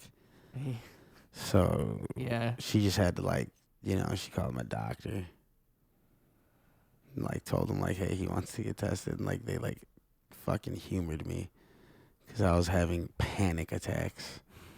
Didn't want to go to school. I was afraid I could have possibly had full-blown AIDS. Full-blown too. I thought I skipped HIV. I was like, I've been getting skinnier, my appetite's been gone. I was for sure that it was that. That's really funny. That's like your introduction to the sex world. It was like getting one blowjob and just being like, yeah, that's it. I have AIDS. I have AIDS. That's the innocent seal being broken. AIDS. Yeah, I mean, like, at least like you knew the dangers of sex right away. At least you were hyper aware. Bro, of that. do you know when I was younger, like we touch ourselves, right? So like my grandma like found out, like she like caught me or like whatever the fuck. And like mind you, I was pretty young. Like I wasn't like jerking off or nothing. Like I was like a kid. Like I don't know. I can't even remember exactly what it was, but I know she like thought, she's like, no, you shouldn't be doing that. So she tells my brother, because there's no men in the house. My brother, right? I'm like 4 years old. My brother's like 10. Okay. She tells him to explain to me I shouldn't be doing that. Yeah. So he comes up to me. Bro. My brother comes up to me and tells me, you can't jerk off. It's against religion. You're going to go to hell. God can see you jerking off and is going to send demons to get you if you touch yourself. Bro, I was fucking terrified of so much at that point. Like at that, and like, you know what's the most fucked up part about that though? Yeah. Even at a young age, my primal instinct, I still touched myself. I was like, fuck it, dude. If I'm going to hell, I'm going to hell, dude. I'm going. Take me there. Take me there, but take me there with the old sweet pleasures of my flesh. Like, but he told me demons were going to come. So I'm over here jerking off under the bed. Hiding from the demons? Yeah, but then I realized God can see everything, dude. Yeah. You can't hide from God. And then you stop jerking off. No. That's kind of cruel, I feel like. My older siblings told me my wiener might fall off when I hit puberty, and that's how like some boys become girls, and they just have that's how you get a vagina. Your wiener falls off when you hit puberty. There's like a 50-50 chance. That's what they would tell me. And I was like, no, it won't. That's not how it works. But part of me, I don't know. Part of me was like, I haven't hit puberty yet, so how can I tell them? I hope my dick doesn't fall off. Yeah, I was kind of hoping my dick would not fall off. So, and it did. It did fall off. I'm a Ken doll. I'm a Ken doll now. Fully smooth. Yeah. Because life is all about Barbie and Ken. Yeah, it actually is. The Barbie philosophy. I actually identify as a Barbie, though. Because, like, the idea is a Barbie's kind of like the main. Like, the Barbie's kind of like the top and Ken's kind of like the bottom. Like, Barbie's the independent one. Barbie's the one that fucks. And Ken's the one that gets fucked. So I would actually rather be Barbie. I kind of thought Barbie was like a doll. Well, if you really want to get into it, yeah. Barbie is Ken a doll. Is her accessory, though. So, like, I see what you mean. Exactly. It's So, like a like- doll's doll. So, like, in every relationship, there's a Barbie and there's a Ken. Yeah. Yeah. And you don't... And that's why there can't be two Barbies, there can't be two Kens. There can be, but you don't want that. You don't want that. It's probably bad. If that's happening, it's probably not good. Like, if that's happening... Here, let me bend this for you. Oh, yeah, no, I was like... I was thinking of, like, a cup of coffee. You know what I mean? I was like, I'm holding a cup of coffee right now. I don't know why. I like that. Like, you know, I'm actually jealous of the arm because, like, I'll move I was my thinking of mic. Shane Gillis. I like it. I like moving the mic around. I like touching the mic. With these mics, it's so nice because you can actually do that. Like this mic is a magic mic. Like I'm moving it right now. I'm moving it around, and I'm telling you, it doesn't sound like shit. Like it would sound like shit on a lot. Like of you mics. Couldn't hear like all this shit right here. Like yeah, exactly. Because that's one thing I hate about shitty mics is you grab it and you start tapping it, or like if you have a ring on, like the audience can hear every time the cord slaps against something, every time your hand taps the microphone. Yep. And these things are like magic. It's a Shure. It's a Shure. They always tell you when you buy these mics, they're like, this is the mic they recorded Michael Jackson's Thriller with. But it literally is like the smoothest mic I've ever used. It's my favorite mic. They're like, this is the mic that they recorded with the news broadcaster on CNN for 9/11. Yeah, there's all kinds of stuff you could say. You know what I'm saying? Like some ESPN stats are fucking wild. It'd be like, oh my God, LeBron James just stopped 23 points the day of the Sandy Hook massacre anniversary. He's the first player to score 25 points, 7 rebounds, and 6 assists on the Sandy Hook massacre anniversary. This is incredible. It's like goat. Yeah, everybody's just excited. Some they're weird ignoring shit the like that. weirdness of the statistic and just getting excited. Like we just let the shit fly for some reason. You know what I'm saying? Why is nobody saying like that's a little funny? You don't have to do that. Yeah. It's so oddly specific. Yeah, they're just running out of shit to say is what it is. They're just running out of shit. They're like, what was LeBron doing on 9/11? Let's go check. It's like, it's like come up to someone and be like, dude, do you remember where you were when Kim Jong-un had a heart attack? It's like, do you? Do you even remember that happened? I'm trying to think if I know where I was. When was it? 2020? Was it? Oh, when he died. Did he die? One of them died, and then the son took over. One of them got COVID. Yeah, but that was 2022. You remember that? But then I thought he had like a brain tumor, and that was a big thing. It's like he had an actual brain tumor, and they would not let you photograph him. My most of cousin the has a time. brain tumor. Damn, son. Yeah. Cancer in general is fucking, what is it? It's so much more common than you would ever think. It's fucking cancer in general, just tumors. Like, just My cousin's pretty anyway. dope, bro. Like, he's severely autistic, Okay. and he's had brain cancer since like 2020, bro. 2021, let's That's say. a while. And they said that he was gonna die in like, the common like 5 months, 6 months. Dude, he's lived this whole time. Don't get me wrong. He's progressed really badly, and like God bless him. And like I know it's been hard on my family, but it's one of those things where not like it's okay. Like none of us are okay with it, but like for so long, it's been like he's gonna die tomorrow, and like we've just been so happy to have him around for so long. Either way, I think his autism's kept him alive. Really? I think his brain, like, he just can't comprehend it, and it just doesn't fucking matter to him, dude. I think he's like, I just think, like, dude, I don't know why. I think some way the autism's helping. I think my general thought on autistic people or people who, like, have some type of, like, impediment with their mind is what you generally observe is that it almost creates someone who's more in touch with like the survival, like the animal within you, like just the instinctual nature of a human. That's all kind of more human than the logical part of you. Like the way the stress of like, like I would imagine this person's just more in touch with just the basic everyday thing than the grand. this doesn't scheme change of- anything for them. Exactly. They're alive today. And I think that would make your body react in a less stressed way. That's what I'm saying. Yeah. Because like me, you tell me I have brain cancer, I'm probably die next week of a heart attack. I'm just freak out all day. Yeah. I'm gonna be sleep deprived. Like this nigga don't even care. It's like he'll be like having a seizure at 2 p.m. playing Fortnite at 4. Right. Life as it always has been. Like nothing has ever changed. Like, He it's told not me like- he told me he made a mixtape because mind you he's 20 right now. He's 24. Okay. And this happened. He was like 20 when he got the fucking diagnosis. Yeah. So he's like 24. This dude sends me. This is a couple years ago. Before he's still like in good spirits, I believe. I really, shitty to say. I don't know exactly the most recent update because I'm a piece of shit. You know what I mean? And I guess I just haven't been paying enough attention. But Now you're the friend that hasn't texted back. and he sends me a fucking video of him. He's like, hey dude, I want to get on your mixtape. I made a song First of all, he said he's making a mixtape called March to Death.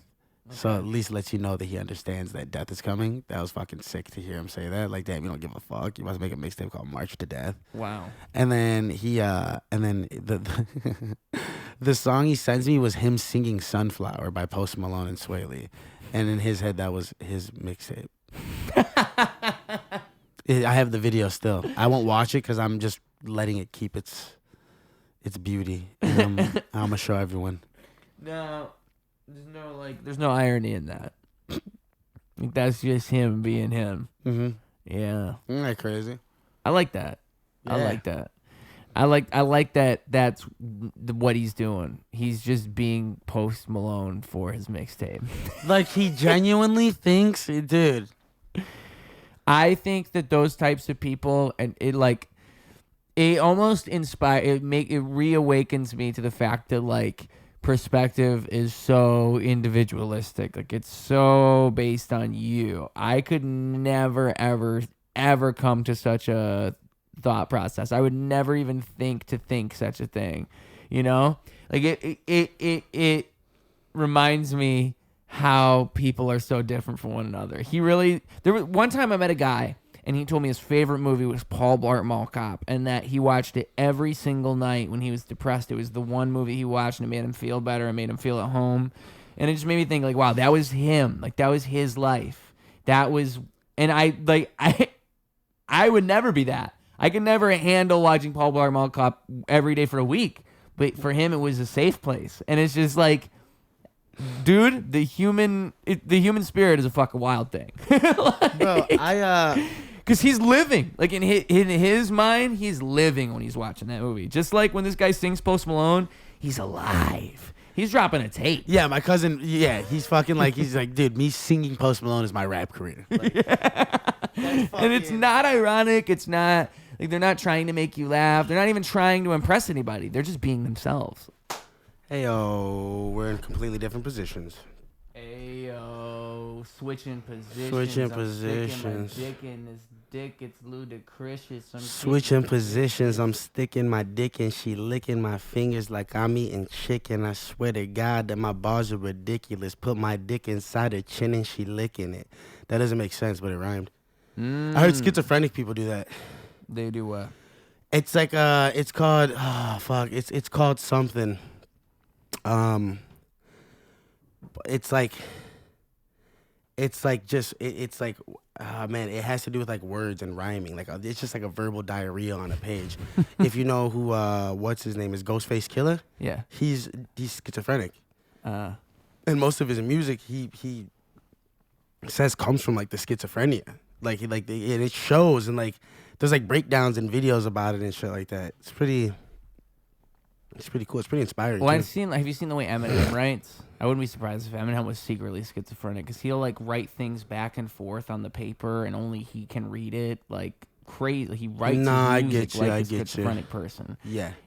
Obviously everything he says is intentional and it's all intricate. Like, if you looked at a piece of paper, you couldn't read it. You know, when you made Shady XV, you could buy the 8 Mile pages like that he wrote. Oh, really? On. Yeah. And that's a great example. Yeah, it was like a copy of them, but like the Lose Yourself, and you can't even find the words. Like, where's Mom Spaghetti on here? I had a T-shirt.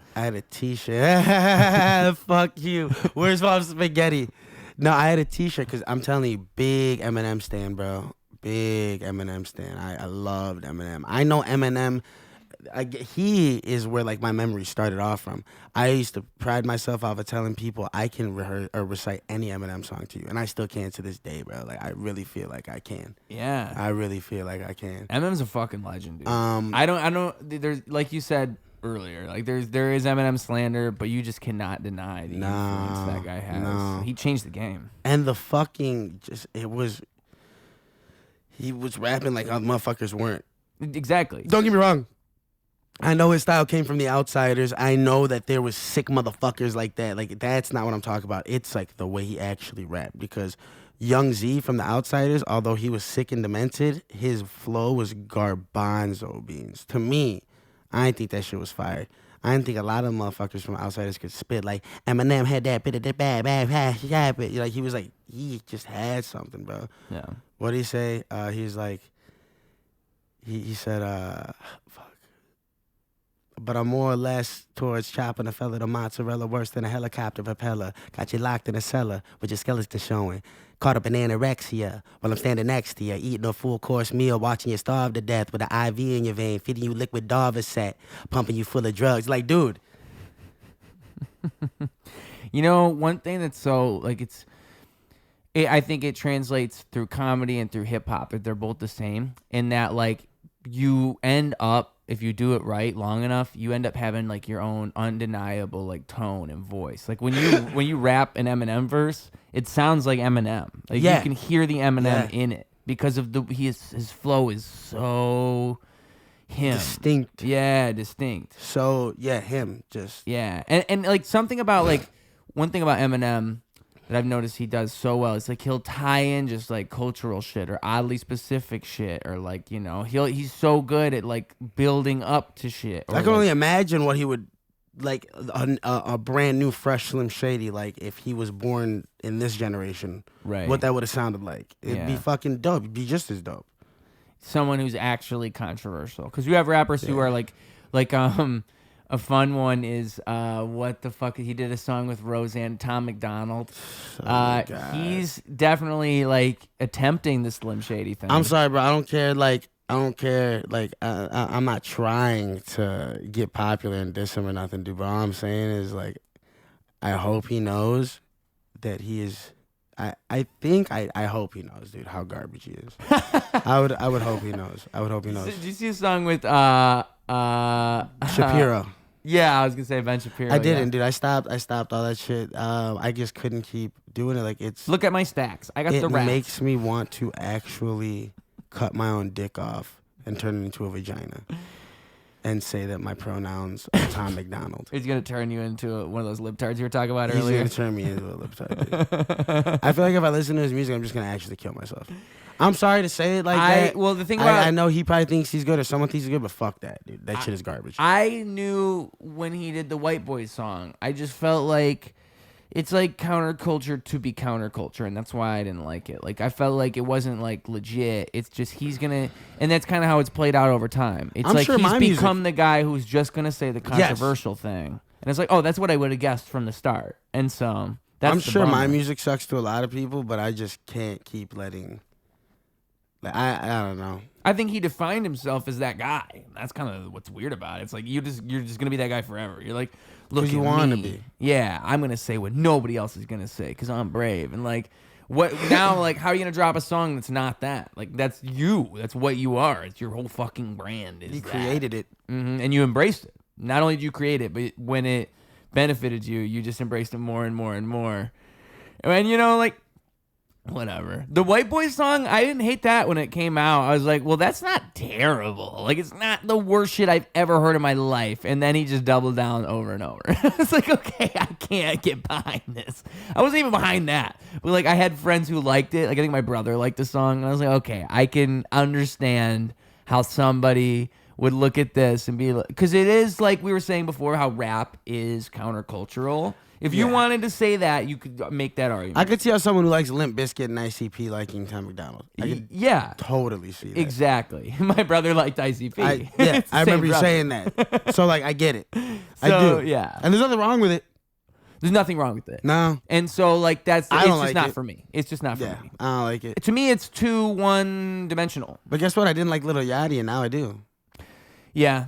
I think like one thing I've learned is I need to like challenge myself a little bit. Like, I need to look at more, especially with hip hop. I need to like look into things that I normally wouldn't like, and just like try to understand like what people do like, even, you know. I mean, that's how I even came across Tom MacDonald in the first place. Was like I just wanted to give a random artist a chance, because like and I kept looking and I couldn't find anything I liked, and I, you know. I did, yeah. I don't want to keep talking about that. Anyways, there's a whole bunch of shit I don't like. Like, who was another man? Like, I remember I heard this dude, Novi Novak, back in the day. Sounds kind of. That sounds Novi really Novak. familiar. This was like beginning of Hobson days. Yeah. And I thought it was okay at first. Then the second play was just garbage. They tried dissing Hobson. Novi Novak did. Yeah, dude, it was fucking garbage. It was probably right around the time that Hobson was dissing everybody. Yeah, it was. So it was He like, thought, oh, I'll Hobson's slay gonna the dragon. No, dude, Yeah. you're not him, dude. Token, do you like Token? He's all right. I'm indifferent. Yeah. Do you like NF? think I he's like talented. NF more. I think Token is definitely talented. I think NF is talented. I like NF's more talented than Token. Okay, that's bogus to say, but So I wouldn't say who I think is more talented, but I would say that I enjoy Token's music more. I think it comes back to this. Freestyler, songwriter. In what way? NF songwrites a little bit more than Token does. I agree with that, I yeah. think. And I just personally, I don't know. I think I can, I'm not saying Token sucks, but I think I can rap bar to bar with him. I think I could out rap Token. I'm like, I'm like 100% positive I can. Yeah. I'm 100% positive. I just know I can. I feel the same way. And Token, if you want to fucking have if you want to have a three-way with us, that's cool. Out of respect too, bro. I like, this isn't even, you're great. I liked you from the very beginning when everyone was, you know, when you met Eminem, you made all those songs and all that cool shit that happened in your life, and how you, I think he didn't sign to him on purpose or something, or maybe he wasn't ready or whatever the fuck happened. I don't know your story, dude, but I do know you're decent. But if you ever find this, dude, just know, I think you're good, bro. I think I'm better than you. That's all. I think rap should be competitive. Yeah. I think rap should be that way. I think we should be talking shit. I don't think you should ever not think you're better than someone. Well, that's kind of like the whole idea of rap. I want to be the best. And that's why even when someone, like even when, dude, I respect these people that suck and give it their all. I just don't think that like they deserve to take stage time from other people. I don't think we have to cater to them or pander to them or give them stage time. I think you should let them earn it or find a lane, or give them nothing so that they improve and do better. Yeah. So that they can get what they want. You know, because, for instance, you know, I got a friend, and he knows exactly who he is. Everyone's going to know who he is, but, you know, he took a lot of time from my set when he wasn't supposed to. Okay. And what I don't like about that is you got to work for that. Okay. You don't just get that. But, like, did he think it was a gift from you to him? Or do you think, like, you're saying he took that liberty in that moment? No, I gave him so I told him, like, I always give him time on my sets. Always. This is a regular thing. Oh, if I could, now that we have songs together, always. As many times as I can. And then the show comes, and as it's coming, he's like, if I can get people to come to this, I want more time. I'm like, dude, I'm not even throwing this show. I'm a headliner. Like, you can't just get more time. Well, I'll talk to the guy about it. I'm like, no, dude, that's not how this works. Like, you're supposed to support people. Just to support people. Like, blah, blah, blah. He's like, well, I'm going to have my friends, you know, chant for me to get an extra song. I'm like, don't do that. He does it anyways. And takes time off my set. And then says sorry later on. And in the video, you could see him clearly push me off. Like, I wasn't even trying to take him. I was ad-libbing him, trying to give him props. And the dude pushes me off. Dude, like, it was really just, how are you gonna, like, not realize just how dude, come on. Right. Come on, man. I didn't realize, okay. I didn't know he did that. Because you're telling me about this when we were talking before. Yeah, random. We don't know who this is either. This is just a random guy. person. Who knows? This is all made up story. Yeah, it's all made up story. Metaphor that you're the trying cat to did relate. This is a metaphor. Yeah, we're trying to teach a lesson. Anyways, to the audience. so But what were we saying? Yeah. Anyway, like before when we were plotting this metaphor, you were telling me about this, and it's just like I didn't even realize that there was the aspect of him. Well, the premeditated thing where he's telling his friends to do the one more song thing. Okay, dude, if you weren't already doing too much, like now you're doing way too much.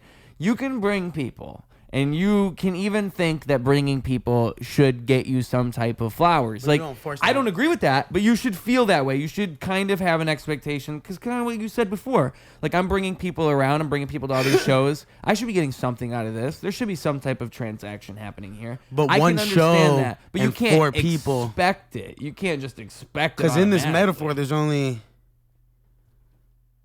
3 people they brought. Yeah, right. To one show, not to one multiple show. shows. Right. Yeah. Typically, they don't bring anyone to any shows. Typically, they don't come out. Yeah. You know, and And we should also asterisk this with it's always all love, right? It's all love. It's all love. No, it really is all love. It really you is just because want like the best out of people. me and them even talked about it, and they apologized and said they were sorry in this metaphor. But I still metaphorically don't think that I don't think they actually understand, because if they did, it would have never happened. And it makes me not want to put them on any more shows, because like, how are you gonna bite me? Like, I'm really like, dude. Like I said earlier, you know how many times I paid $5 to go to an open mic out of love because I really supported Hairpin and their shitty fucking system. Yeah. And their dysfunctional asses. I loved them, man. I did. And I was there every week because they meant something to me, because it did something for me. But then we never got nothing back. And then they just shut down out of nowhere and shit like that. It's still all love with them. But well, it's like that burn me once thing I said. Yeah, you know. You almost don't want to keep doing, like, you should. If it happens once and then it happens again and it happens again, like, by that point, you feel like you didn't learn. You feel like the fool. Because my thing is, why do you think you deserve this? Yeah. I get that you're good at what you do, but so am I, and so is everybody else that is good at what they do.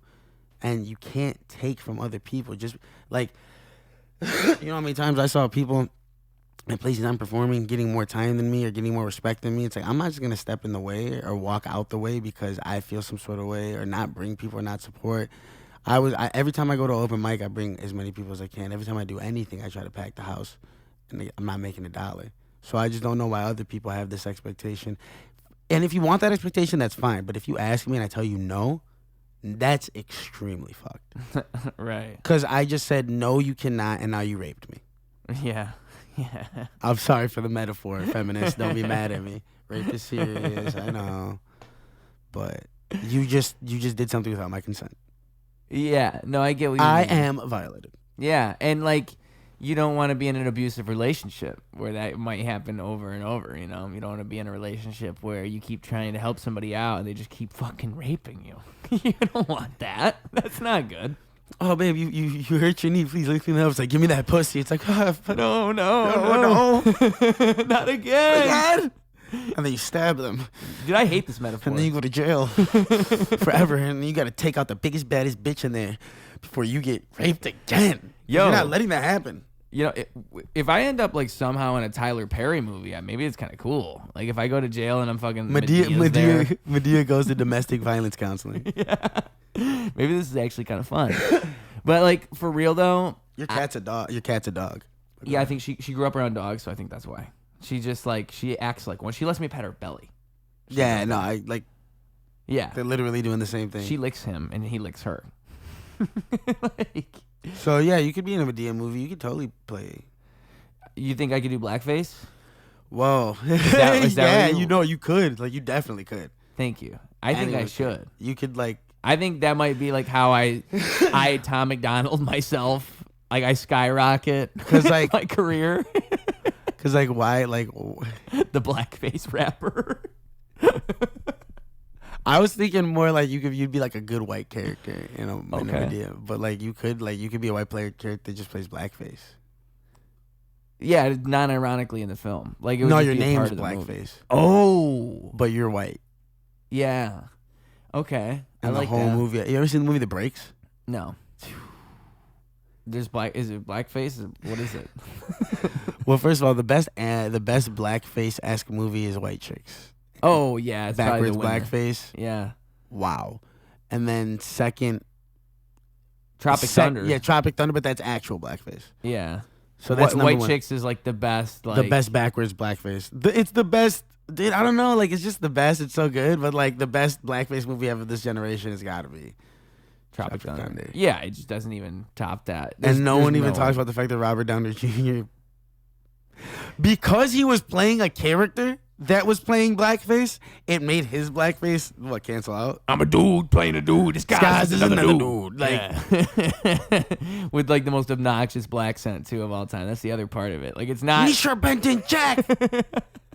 Please don't hurt me. There's this really good clip on YouTube of him filming a scene with Ben Stiller from the movie, and it's like a 10-minute video of them filming like a 5-minute scene, and you realize how much of that character is improv, like how much of it is Robert Downey Jr. just fucking around as that character, which makes it even better.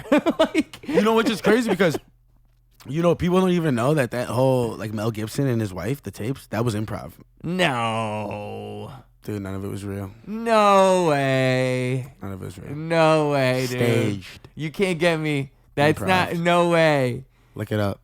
I will look it up. It's staged. Look it up, Jamie. I don't think I'll be able to do my research properly this fast. Dude, let me tell you something. Hold I'm on. telling you from the bottom of my heart. Okay. No, I'm lying to you. I'm lying to you. I'm lying to you. All right, dude. Fucking, I was gonna I'm Google it. lying to you. No, but could you like? That's what I'm gonna start telling people. Like that was, dude.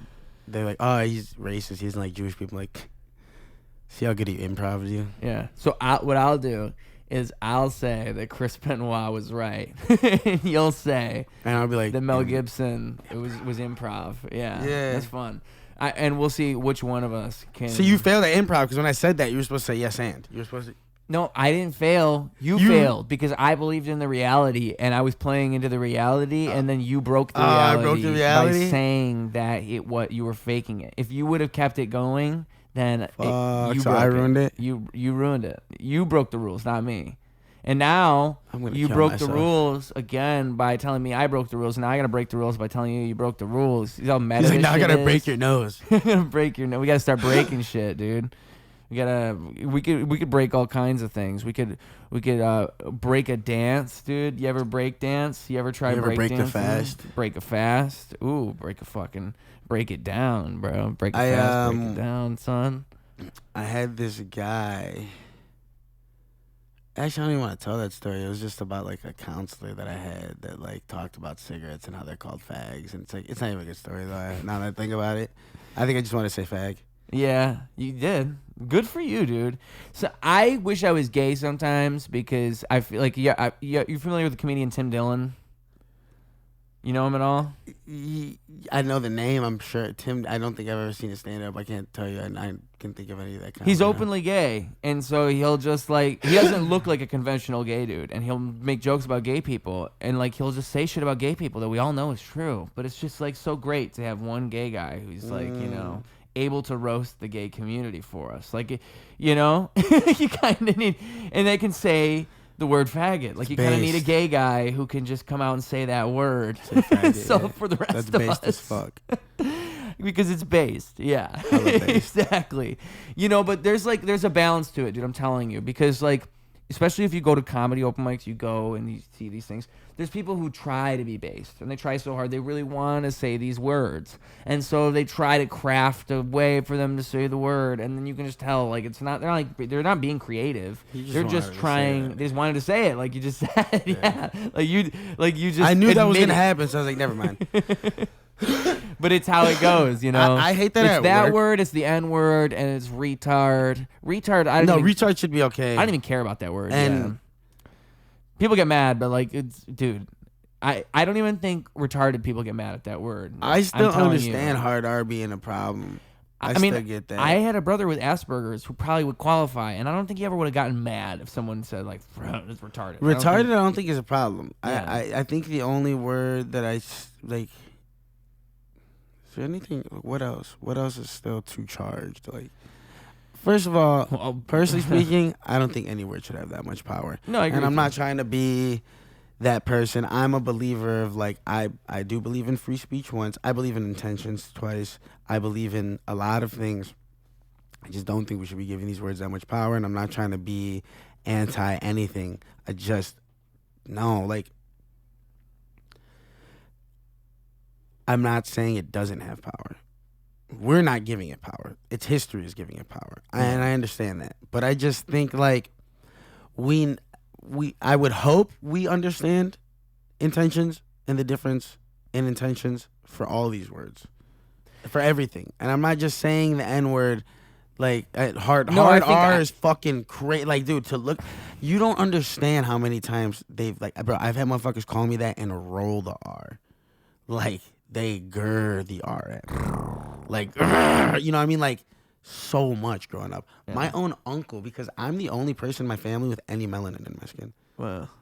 Everyone else is fully Hispanic, and they got like the white, like we're all Hispanic, but that's not the thing. It's like they're all white, no melanin at all. My uncle was calling me the N-word growing up. Like, strangers were like, that's just, I don't know why. I was like a fucking, and I'm not trying to like, I don't want sympathy for it at all. I think it's just fucking weird. Like, that's how ignorant people are. Do I have African American blood in me? Yeah, sure. Cool. But it's like, really? It's like, it's like you just see the melanin and automatically you want to say, an African, but automatically you want to say, like, dude, you're stupid. I'm Cuban. Yeah. I'm a Cuban man. I'm Cuban. Sure, there's African heritage in Cubans. So that's why people like my great grandmother, me, and a lot of other people have way more melanin than me. I'm a light skinned motherfucker compared to the motherfuckers in Cuba, like dark as hell. Like Dominicans and shit. It's always funny as fuck when a Dominican person or a Cuban or Puerto Rican try to say they're not black. Yes, you are. but still, it's so ignorant, bro. Because like for first of all, my own uncle, like, you are me, you piece of shit. You just see my darker. It's not even dark. And that's really like the calling intent me? that is bad. Like, that's when the word is used Right. with hate. Right. And I don't think ever that word should be used for anything. It's not like it shouldn't be a punchline. Yeah. I mean, like, oh, well, when Dave Chappelle uses it a punchline, it's great. Yeah. He does a great job. I think, look, I can't talk about this too much because I don't want to be PC, but I don't want to taint my truth at all. But I just think intentions matter, bro. I think that word's fucking horrible, but like, God, like there is ways that a lot of words are used, because I'm not trying to just harp on that. I just don't like what I hate is, I was talking to you about this before as well, is like I hate the idea that words are like, there's things that are forbidden, because once you introduce such a concept and you get people to think in such a way, they begin to self-censor in ways that kind of hinder creativity and the foundation of a creative world, of a creative universe, of a culture that believes in creativity should be that there's no holds barred. We can say anything. Yeah. That's the idea of freedom in the first place, is that you have the freedom to express yourself in any given way possible. I guess it's like, the problem is, like, if you're like, there's still laws. You can't physically threaten someone. Like, let's say, let's meet up at this time. We're gonna do this. You can't say those. Well, here's things. a good question. Like, what would be a reason to have to use hard R at all? So there's is there a reason? Sure. Let's say you're reading the fucking book To Kill a Mockingbird. Yes, things like that, 100%. Like, I don't think, like, first of all, I think it's ridiculous that we call it the hard R, like that we call it the N word. I think that's ridiculous. Like, it's kind of weird. Like when Joe Rogan, like everyone says, oh, Joe Rogan says, it's like, yeah, okay, but he's literally saying the word because that's the word that he's gonna use, not because he's. Anyways. Yeah, because like half that compilation is him reading the word. You know what I'm saying? Someone else wrote it and he's reading it. Yeah, and it's like it's and that's the context. There's a context in which he's. But reading other than that, it. what I'm saying is like as a joke, like yeah, should it be you? Like should a white comedian? Is there any reason for a white comedian or a white rapper to use hard R or say nigga at all? I think there's a Louis C.K. bit where he says I don't know if he says hard R. The nigger faggot joke, like what's his name? You remember Ethan Klein? No, what's his face? I think it was Childish Gambino. Oh, I don't know. Donald Glover does like the. What did he say? I thought he's black though. Yeah, he is, but he said it. Yeah, he said it, and like I get like that's funny, like that was funny. Okay. So like, I know how jokes can be made. Like fucking Dave Chappelle has one where he talks about, dude, that was fucking. Did you ever see iDubbbz, the YouTuber iDubbbz, when he went up to another YouTuber named Tana Mojo, like Tana Montague? You know who either of these people are? No. So this was a popular thing, okay? So he went up to her on, like, it was this whole video he made, like, where he was going to go meet her and he was going to go meet up with her, and he's kind of like a troll, right? And so when he gets up to her and he's going to take a video with her, he, like, smiles, he looks at the camera and he says, say, and he says the N-word, like the hard R. He, like, says that instead of say cheese, he says say the N-word. And she just goes like, ah, who are you? Who are you? Ah, you know, and she has this big reaction, and that's the whole video. So I don't know. I mean, think like that I know Louis, I know Louis C.K. I know Louis C.K. said it, and oh man, I can't tell you. I don't think that's funny. Like that's just to me. he got her, and he even like now years later. He says, I shouldn't have done that. He even says he shouldn't have done that. It can be funny as fuck. In that context, at that time, it was funny. I just saw a video actually on Instagram just the other day. It was, so the shoes, I don't know what they're for, but they're called knickers. I'm going to be very specific here, okay? It's a Knickers, knickers. Yeah, knickers. That's what they're called. Knickers, yeah. And they're actual shoes. I think it's a real thing in another country. Or like in other countries, they call your pants knickers, I think. So like the commercial was about, it was like from the late 90s, and it's just some comedy skit, and they're just selling the knickers, and they're making a bunch of jokes, obviously at the expense of how this word sounds, right? Because my question... So, again, it's a bunch of white people making a joke about that word. Right. I don't know. I think they're getting away with it in that skit. I think there's ways... But that's what, I don't think it's bad. I'm not trying to hate on it. Well, I think it gets back to what you're saying, though, about how, like, there shouldn't even be these boundaries around words, and, like, it's and then it wouldn't even be a joke. Yeah. Because, like, no one cares, so, like, it's not even funny. Yeah, exactly. Because, like, why is it funny to call a fat person fat? Because it's, like, you're not supposed to. Right.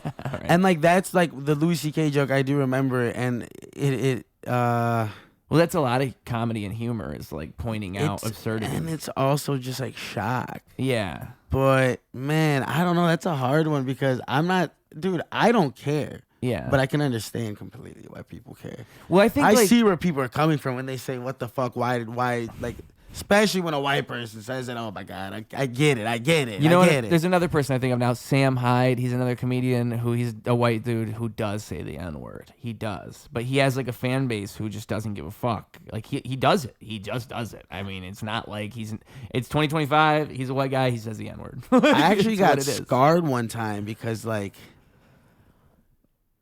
dude, I was with my girlfriend at the time and her friends on my birthday, and we're all doing Molly.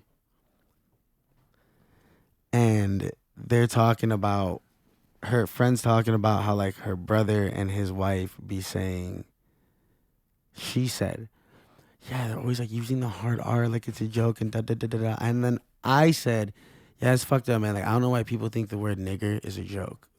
Like you don't have to like niggers in a punchline. It's a word, and yeah, it exists, but you don't have to like. And they're looking at me and they're like, dude, I got in so much trouble with these white women when I'm a Cuban man, okay? I'm not saying I have a right to say any fucking thing. I'm just saying I actually have African blood inside of me, African ancestry in me, and you are blonde and you're telling me, and you're getting mad at me. You just kicked me out of your house on my birthday party, at my party at your house because because I said the word. Because I don't get that. I don't get that part. I don't see. This is what I'm saying though. Is like you have to have a reason. Like there has to be a real reason, like a thought behind the joke. Like everything I just mentioned, all those things I mentioned, there was an idea behind them. That's why I started the whole thing with there's so many people who don't have much thought behind it and they're just saying it to say it. Like obviously there's so much of that. And that's where it becomes fucking malicious and or just like thoughtless. It's just like, dude, you're not even like, this is why people don't like this shit, because they can tell you're not being creative. They can tell you're just a bunch of white chicks saying the N-word, bro. You're just trying to be based and you're not actually based. You're just trying to be based. Yeah. Like you're trying to appeal to that. And so I don't know. But I think like it's kind of fun with how I think of rap and comedy and all writing in a way, kind of, where you kind of can start from a point and then justify it. Like I can make a claim and then justify it. In a rap song, I could say something I could never say in a conversation, but I can justify it. Whereas like, you know, in comedy, you can make a joke and you could say something you could never say in a conversation. But the way you set up the thing you said made it so you could say that thing at the very end. Like there's so much of that in comedy too, where it's like you could never ever say that about people, but you found a way to communicate it to this audience and also make them laugh at the same time. I think rap, the trick is you communicate it to the audience, but you made them feel it at the same time. You know, you made them vibe to it at the same time. Like I think the best rap makes you feel something. Like there is a thought under it. There's a whole underlying like inspirational thing. I think the problem will never be the words. I think it's the shitty people that use them to hurt people. Yeah, Right? Like that's yeah. what it Well, comes and that's down what to. you That's- get lost in the sauce, right? Yeah. Because then you get lost. Those people, they are a whole fucking mess to begin with. It's Yeah. not the words; it's them. Like you're Yeah, you're yeah, thinking yeah, about yeah. the words when really it's like you need to fucking. We do not have a proper. Like we pretend we care about like mental health and shit. Bro, yeah, I like, love we that. do not. I love that. We do not give a fuck about mental health. But it is like a cute thing to pretend you care about. Like when up people on meet your real friends. crazy people, they do not like real crazy. They're like, oh, get me away from this. I'm telling Fucked you. up, bro. Yeah. Like, but they want to be the first one there to like, you know, like share something about mental health awareness or whatever the fuck. But they got friends trying to kill themselves and they can't even sit down and have a conversation with them about their lives. yeah, yeah. You know, when it comes to what you were just saying, like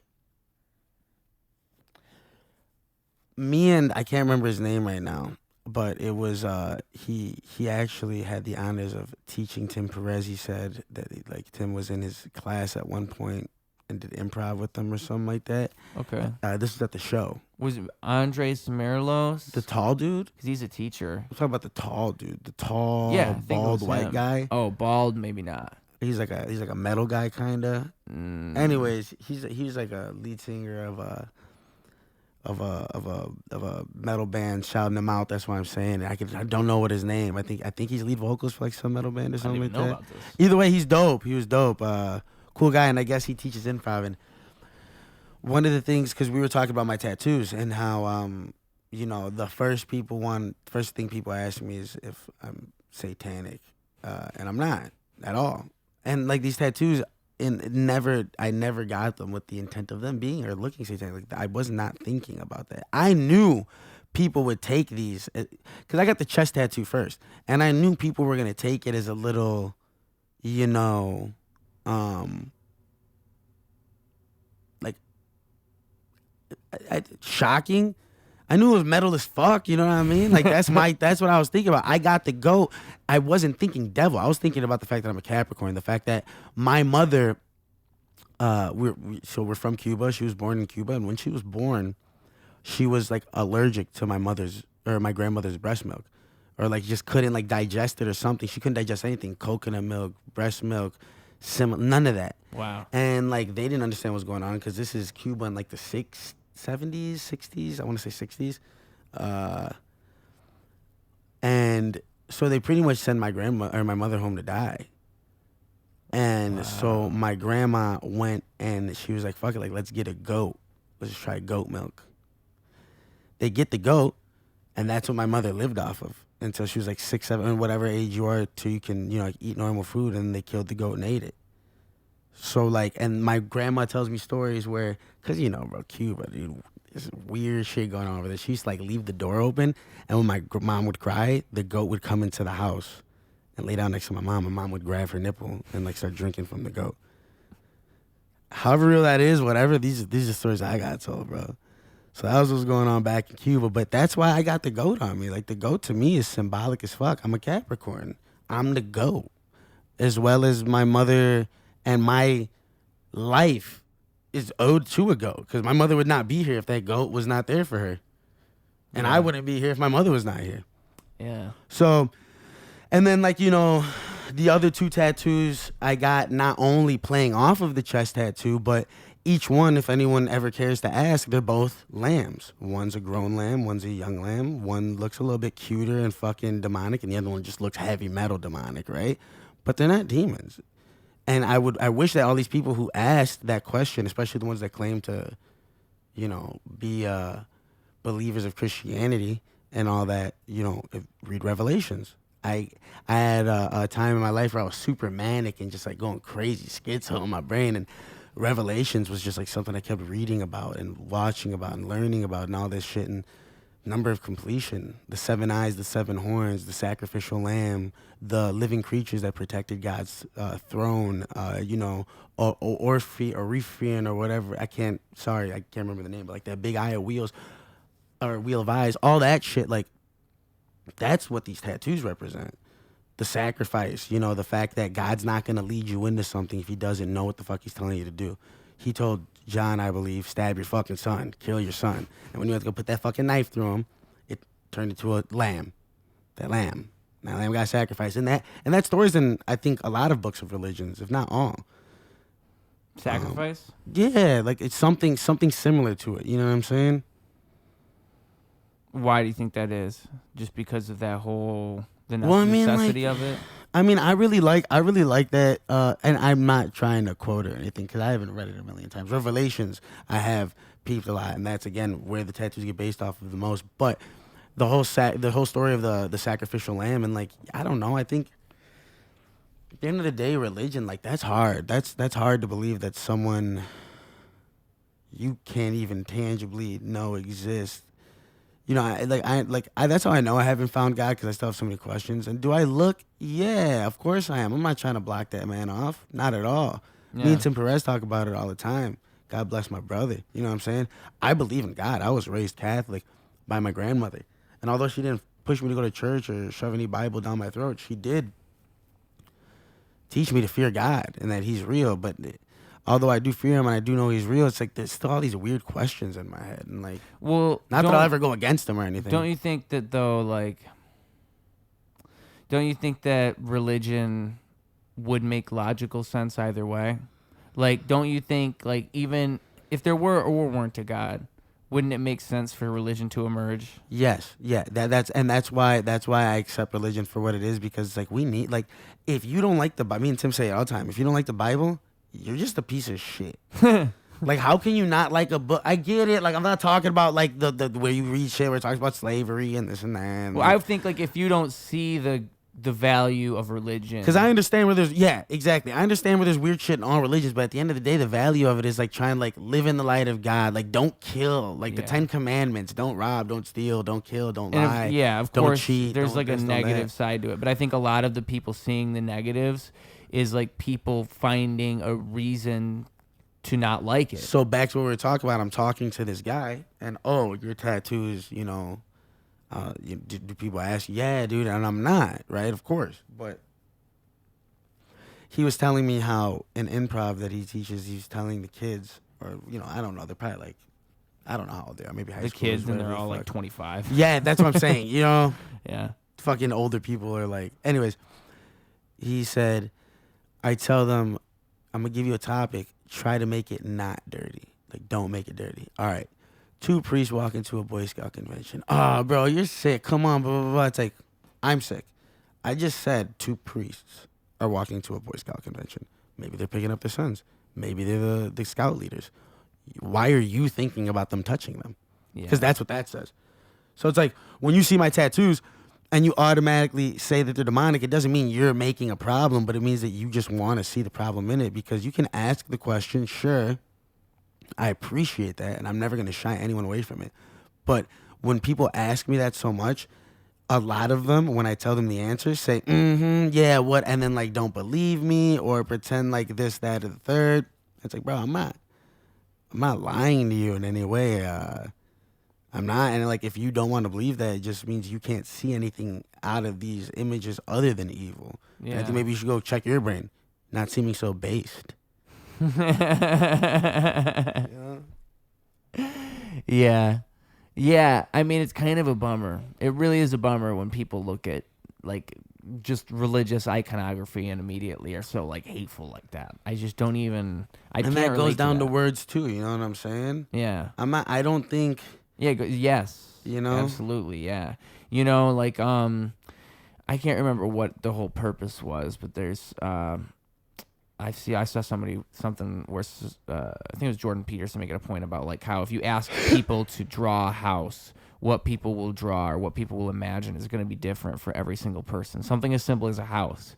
And so just expand that outward into everything, you know. That's how the way we conceptualize everything is so individual. So if you just put that at the level of words, again, like the way you think of a word, it's like the whole point of a Rorschach test. Like if I show you a blob, what does this blob make you think of? Because it is going to be a reflection of your inner mind. And clearly someone who grew up in the fucking 60s or someone who's 80, 90 years old, that's a black person, you know, a black woman especially, like, dude, I know black men had it horrible. I know they all had it horrible. I know my grandmother had it horrible when she first came here. I know that immigrants and anyone that's not white has it horrible in America, especially back in the day. Yeah. But like you're talking about someone growing up in the civil rights, an actual black African American man or woman growing up in the civil rights movement during the civil rights era, or anything close to that, or that has deep ties to things like that, or the ancestry, or racial prejudice, or the family of people like George Floyd who had their fucking, father or husband or brother or sister, whoever it is, taken from for whatever fucking reason. I don't fucking care what anyone thinks. At the end of the day, cops are fucking pieces of shit. That should never happen to them. Yeah. But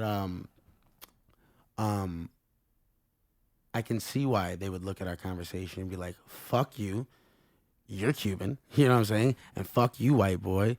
Because like the day, like I get it, man. I've had a lot of and it's funny because it's only white people.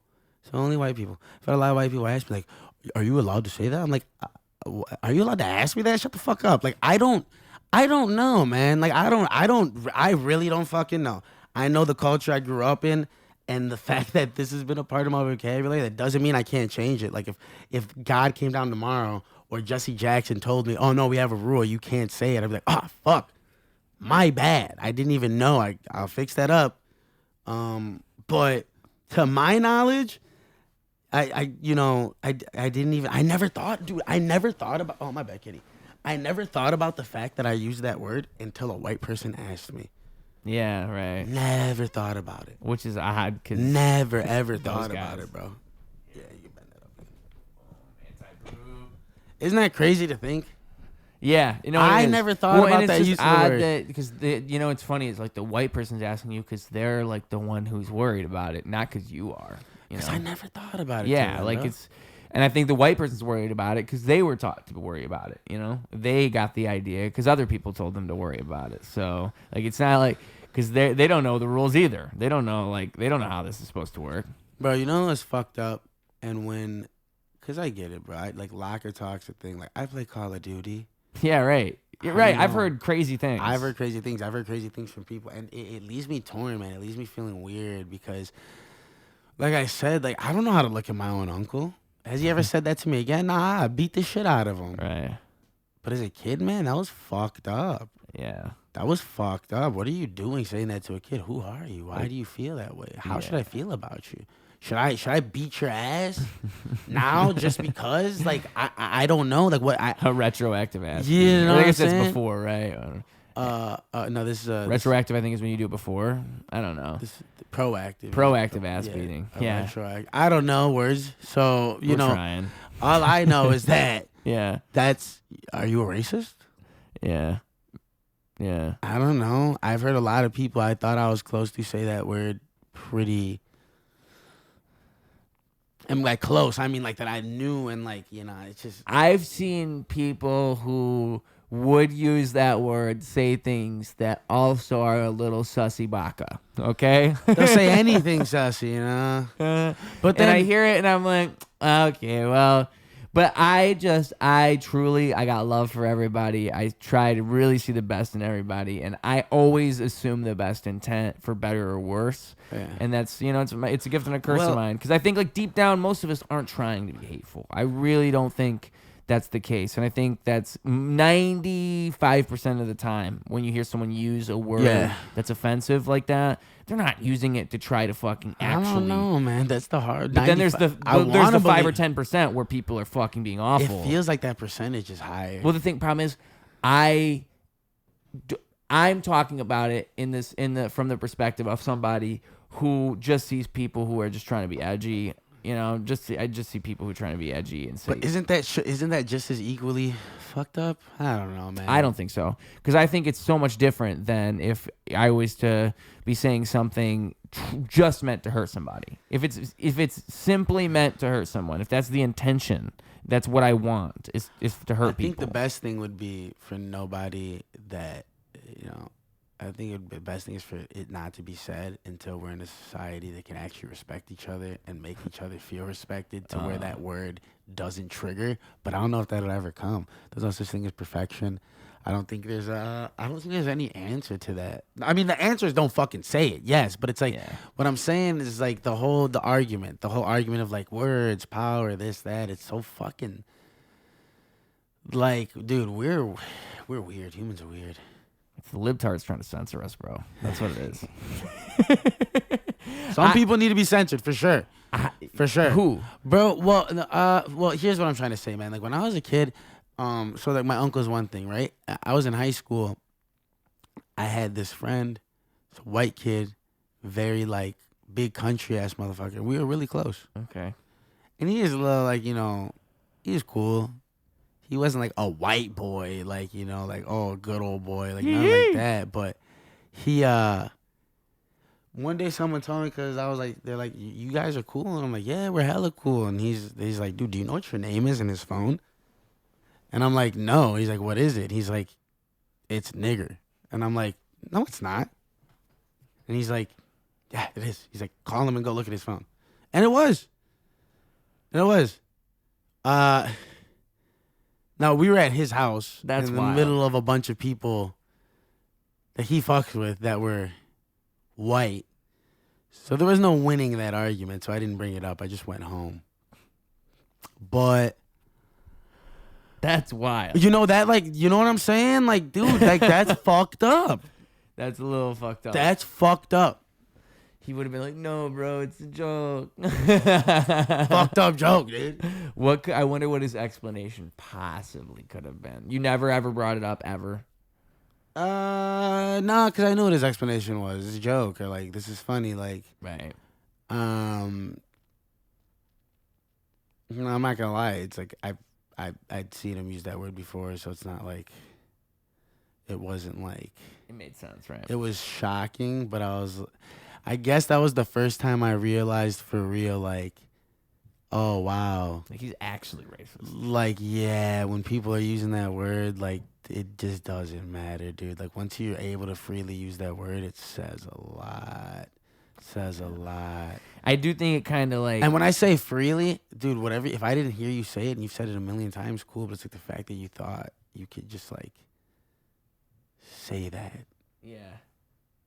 Or do that. Yeah. Like, this is normal, this is cool, this is funny. Haha, fuck this guy. Yeah. Like, whoa.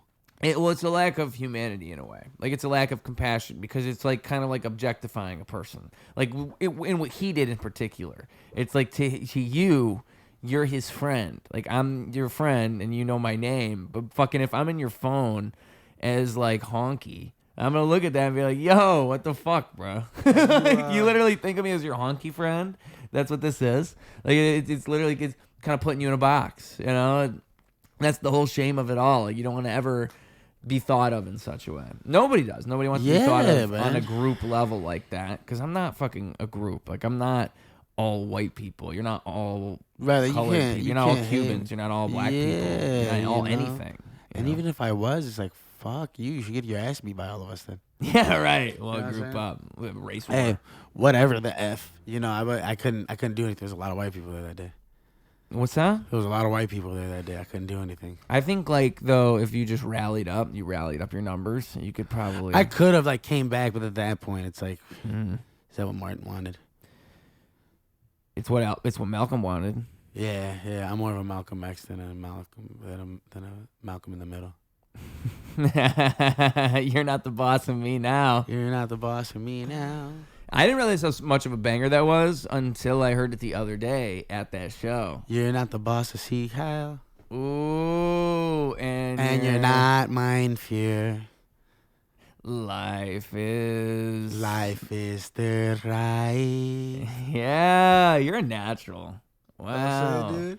You're not the boss of C. Kyle. You're not the boss of C. Kyle, and you're not mine, fear. Life is the right. My heart goes out to you. That was good. I felt that. On like a spiritual level, I felt that. Wow, man. I think that's like a good way to close off a podcast right there. We did about 4 hours just Dude, now. that's fucking, we did exactly 4 hours. That's a lie. See, that number's a lie because okay. some of our little intermissions, I kept a recording from it. Okay. So I'm gonna imagine it's probably like 3:45. You know, but, dude, that's still like you're in the currently I actually keep up with these stats because I'm a nerd. You're in like the top 10 longest episodes now. You're in the top 10. I want to say you're going to be like number 4 or 5. Like the longest I've ever done is 4 hours, 10 minutes. So we're like, if we had went another like 20 or 30, we would have broken the record. But as soon as you sang You're Not the Boss of Mein Kampf, I just felt like that was the outro. I felt like that's got to be it. Sometimes it finds you, and that was the moment right there. So... Yeah, no, dude, for real. Yeah, let's do it for sure. Let's cut it there. We should do a mental health podcast next. Yeah. We're gonna give people advice. What are we gonna do? No, we should just like open up so people know we're crazy, so we don't get canceled. Yeah, we'll be like, hey, remember all that other shit we said? Well, just so you know, we have a lot of problems. We were manic. In a phase. We were in a moment. I strive to be kind of like Kanye. Before you get out of here, though, you got to give the people. We give them. It's your chance. The floor is yours. You get a chance to motivate the kids at home, to give them something to take away from this 4-hour extravaganza they just watched. They need something. They need someone to tell them what to do, and that person can be you. So you get to give them that wisdom. But also, second thing, you got to give them the social medias where people can find you, where they can find your music, all that shit. If they've listened to you for this long, they're just as manic and crazy as us. They might as well check out your other shit. True. So boom.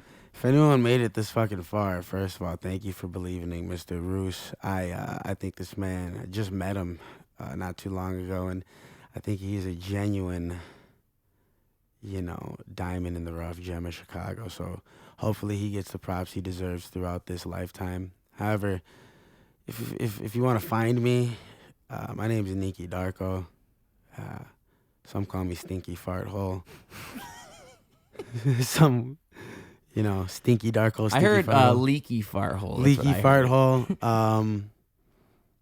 Yeah, anyways, my name's Neeky Darko. You can find me everywhere and anywhere as Neeky Darko. That's NEEKY DARKO. Neeky Darko. Fuck with your boy. Got the album coming. Got the multiple tapes coming. Got the multiple personality. Got the schizophrenia. You want to find it, don't look at me because I probably don't got what you want, but I got some, you know what I'm saying? And to motivate the kids at home, don't listen to me. I want to motivate you to stay away from me. I'm still learning myself. And when I figured out more, I will come to you with a much more valid, polished answer on how to be an adult. Right now, I'm 28, and I had a Lunchable for dinner yesterday. So I am what you would signify a man-child. So my advice is about as valuable as Dogecoin. Or is that good now? No, it's bad now. Oh, yeah. It was good a couple months ago. Yeah, so, maybe by the time this podcast comes out, it'll be good again. No matter what the value of Dogecoin is, my value is not based. So do not take my advice. Do not take what I say in my music seriously. Do not do as I did. But you should listen to the music. Just don't blame me for how it makes you feel later. Don't follow my footsteps, but do consume my content and my art. Yeah. For real, yeah. I'm going to be out here doing some things, man. I'm going to do some stuff. I'm looking for God. And I think that you're going to find it, man. I think you're going to find it. I think you're on the right path. I think you're surrounding yourself with the right energy, the right people. Like I said before, I'm glad to hear you're putting together a show. I think there needs to be more real people putting together real shit. And if we can just keep doing that, I think there's going to be a real resurgence. I believe it, dude. I think we need to have more faith in this shit. And in whatever world you're in, we need to create the moments and the opportunities, because who the fuck else is going to do it? Nobody's going to do it. And so, and you just learn time and time again. To me, the coolest part of anything is the ripple effect that happens, even though we are total idiots and no one should be listening to us, still for some reason we inspire people. It makes no sense. People who came out to that show that we did the other day, I guarantee you somebody walked away from that that was cool. And we are certified idiots. Okay? Bro, I don't know. Sometimes when people tell me wow, that was really inspiring, I'm like, fucking A, really? It makes me wonder how I've managed to trick people long enough. Like, how did I get the universe to fall for this, you know? I bless everybody I've met on my path. I love everybody I've met on my path, and I am blessed to have met everybody that I met on my path. I hope, I hope we all get what we want out there, man. I truly think it's a big world for us to see. I hope more people, if there's advice I give anybody, just get the fuck up and do something, man. We got a lot of time right now. Yeah. A lot of time. Time is borrowed, though. So, do what you can with it. Do what you can with it. Have a lot of fun with it, man. And just try. Trying is not dumb. Trying is cool. Trying is important. We gotta try. And also, not everyone can rap. I have a full-time career outside of rapping. I make my money from a job. Not everybody makes money rapping, and not everybody's good at it. We need doctors. Someone needs to clean my teeth in 10 years. Please stop rapping if you suck at it. That's my advice. Go do some shit. Yeah, man. I love it. I love it. I support every single word that just dropped out of your mouth hole. And with that being said, Ruse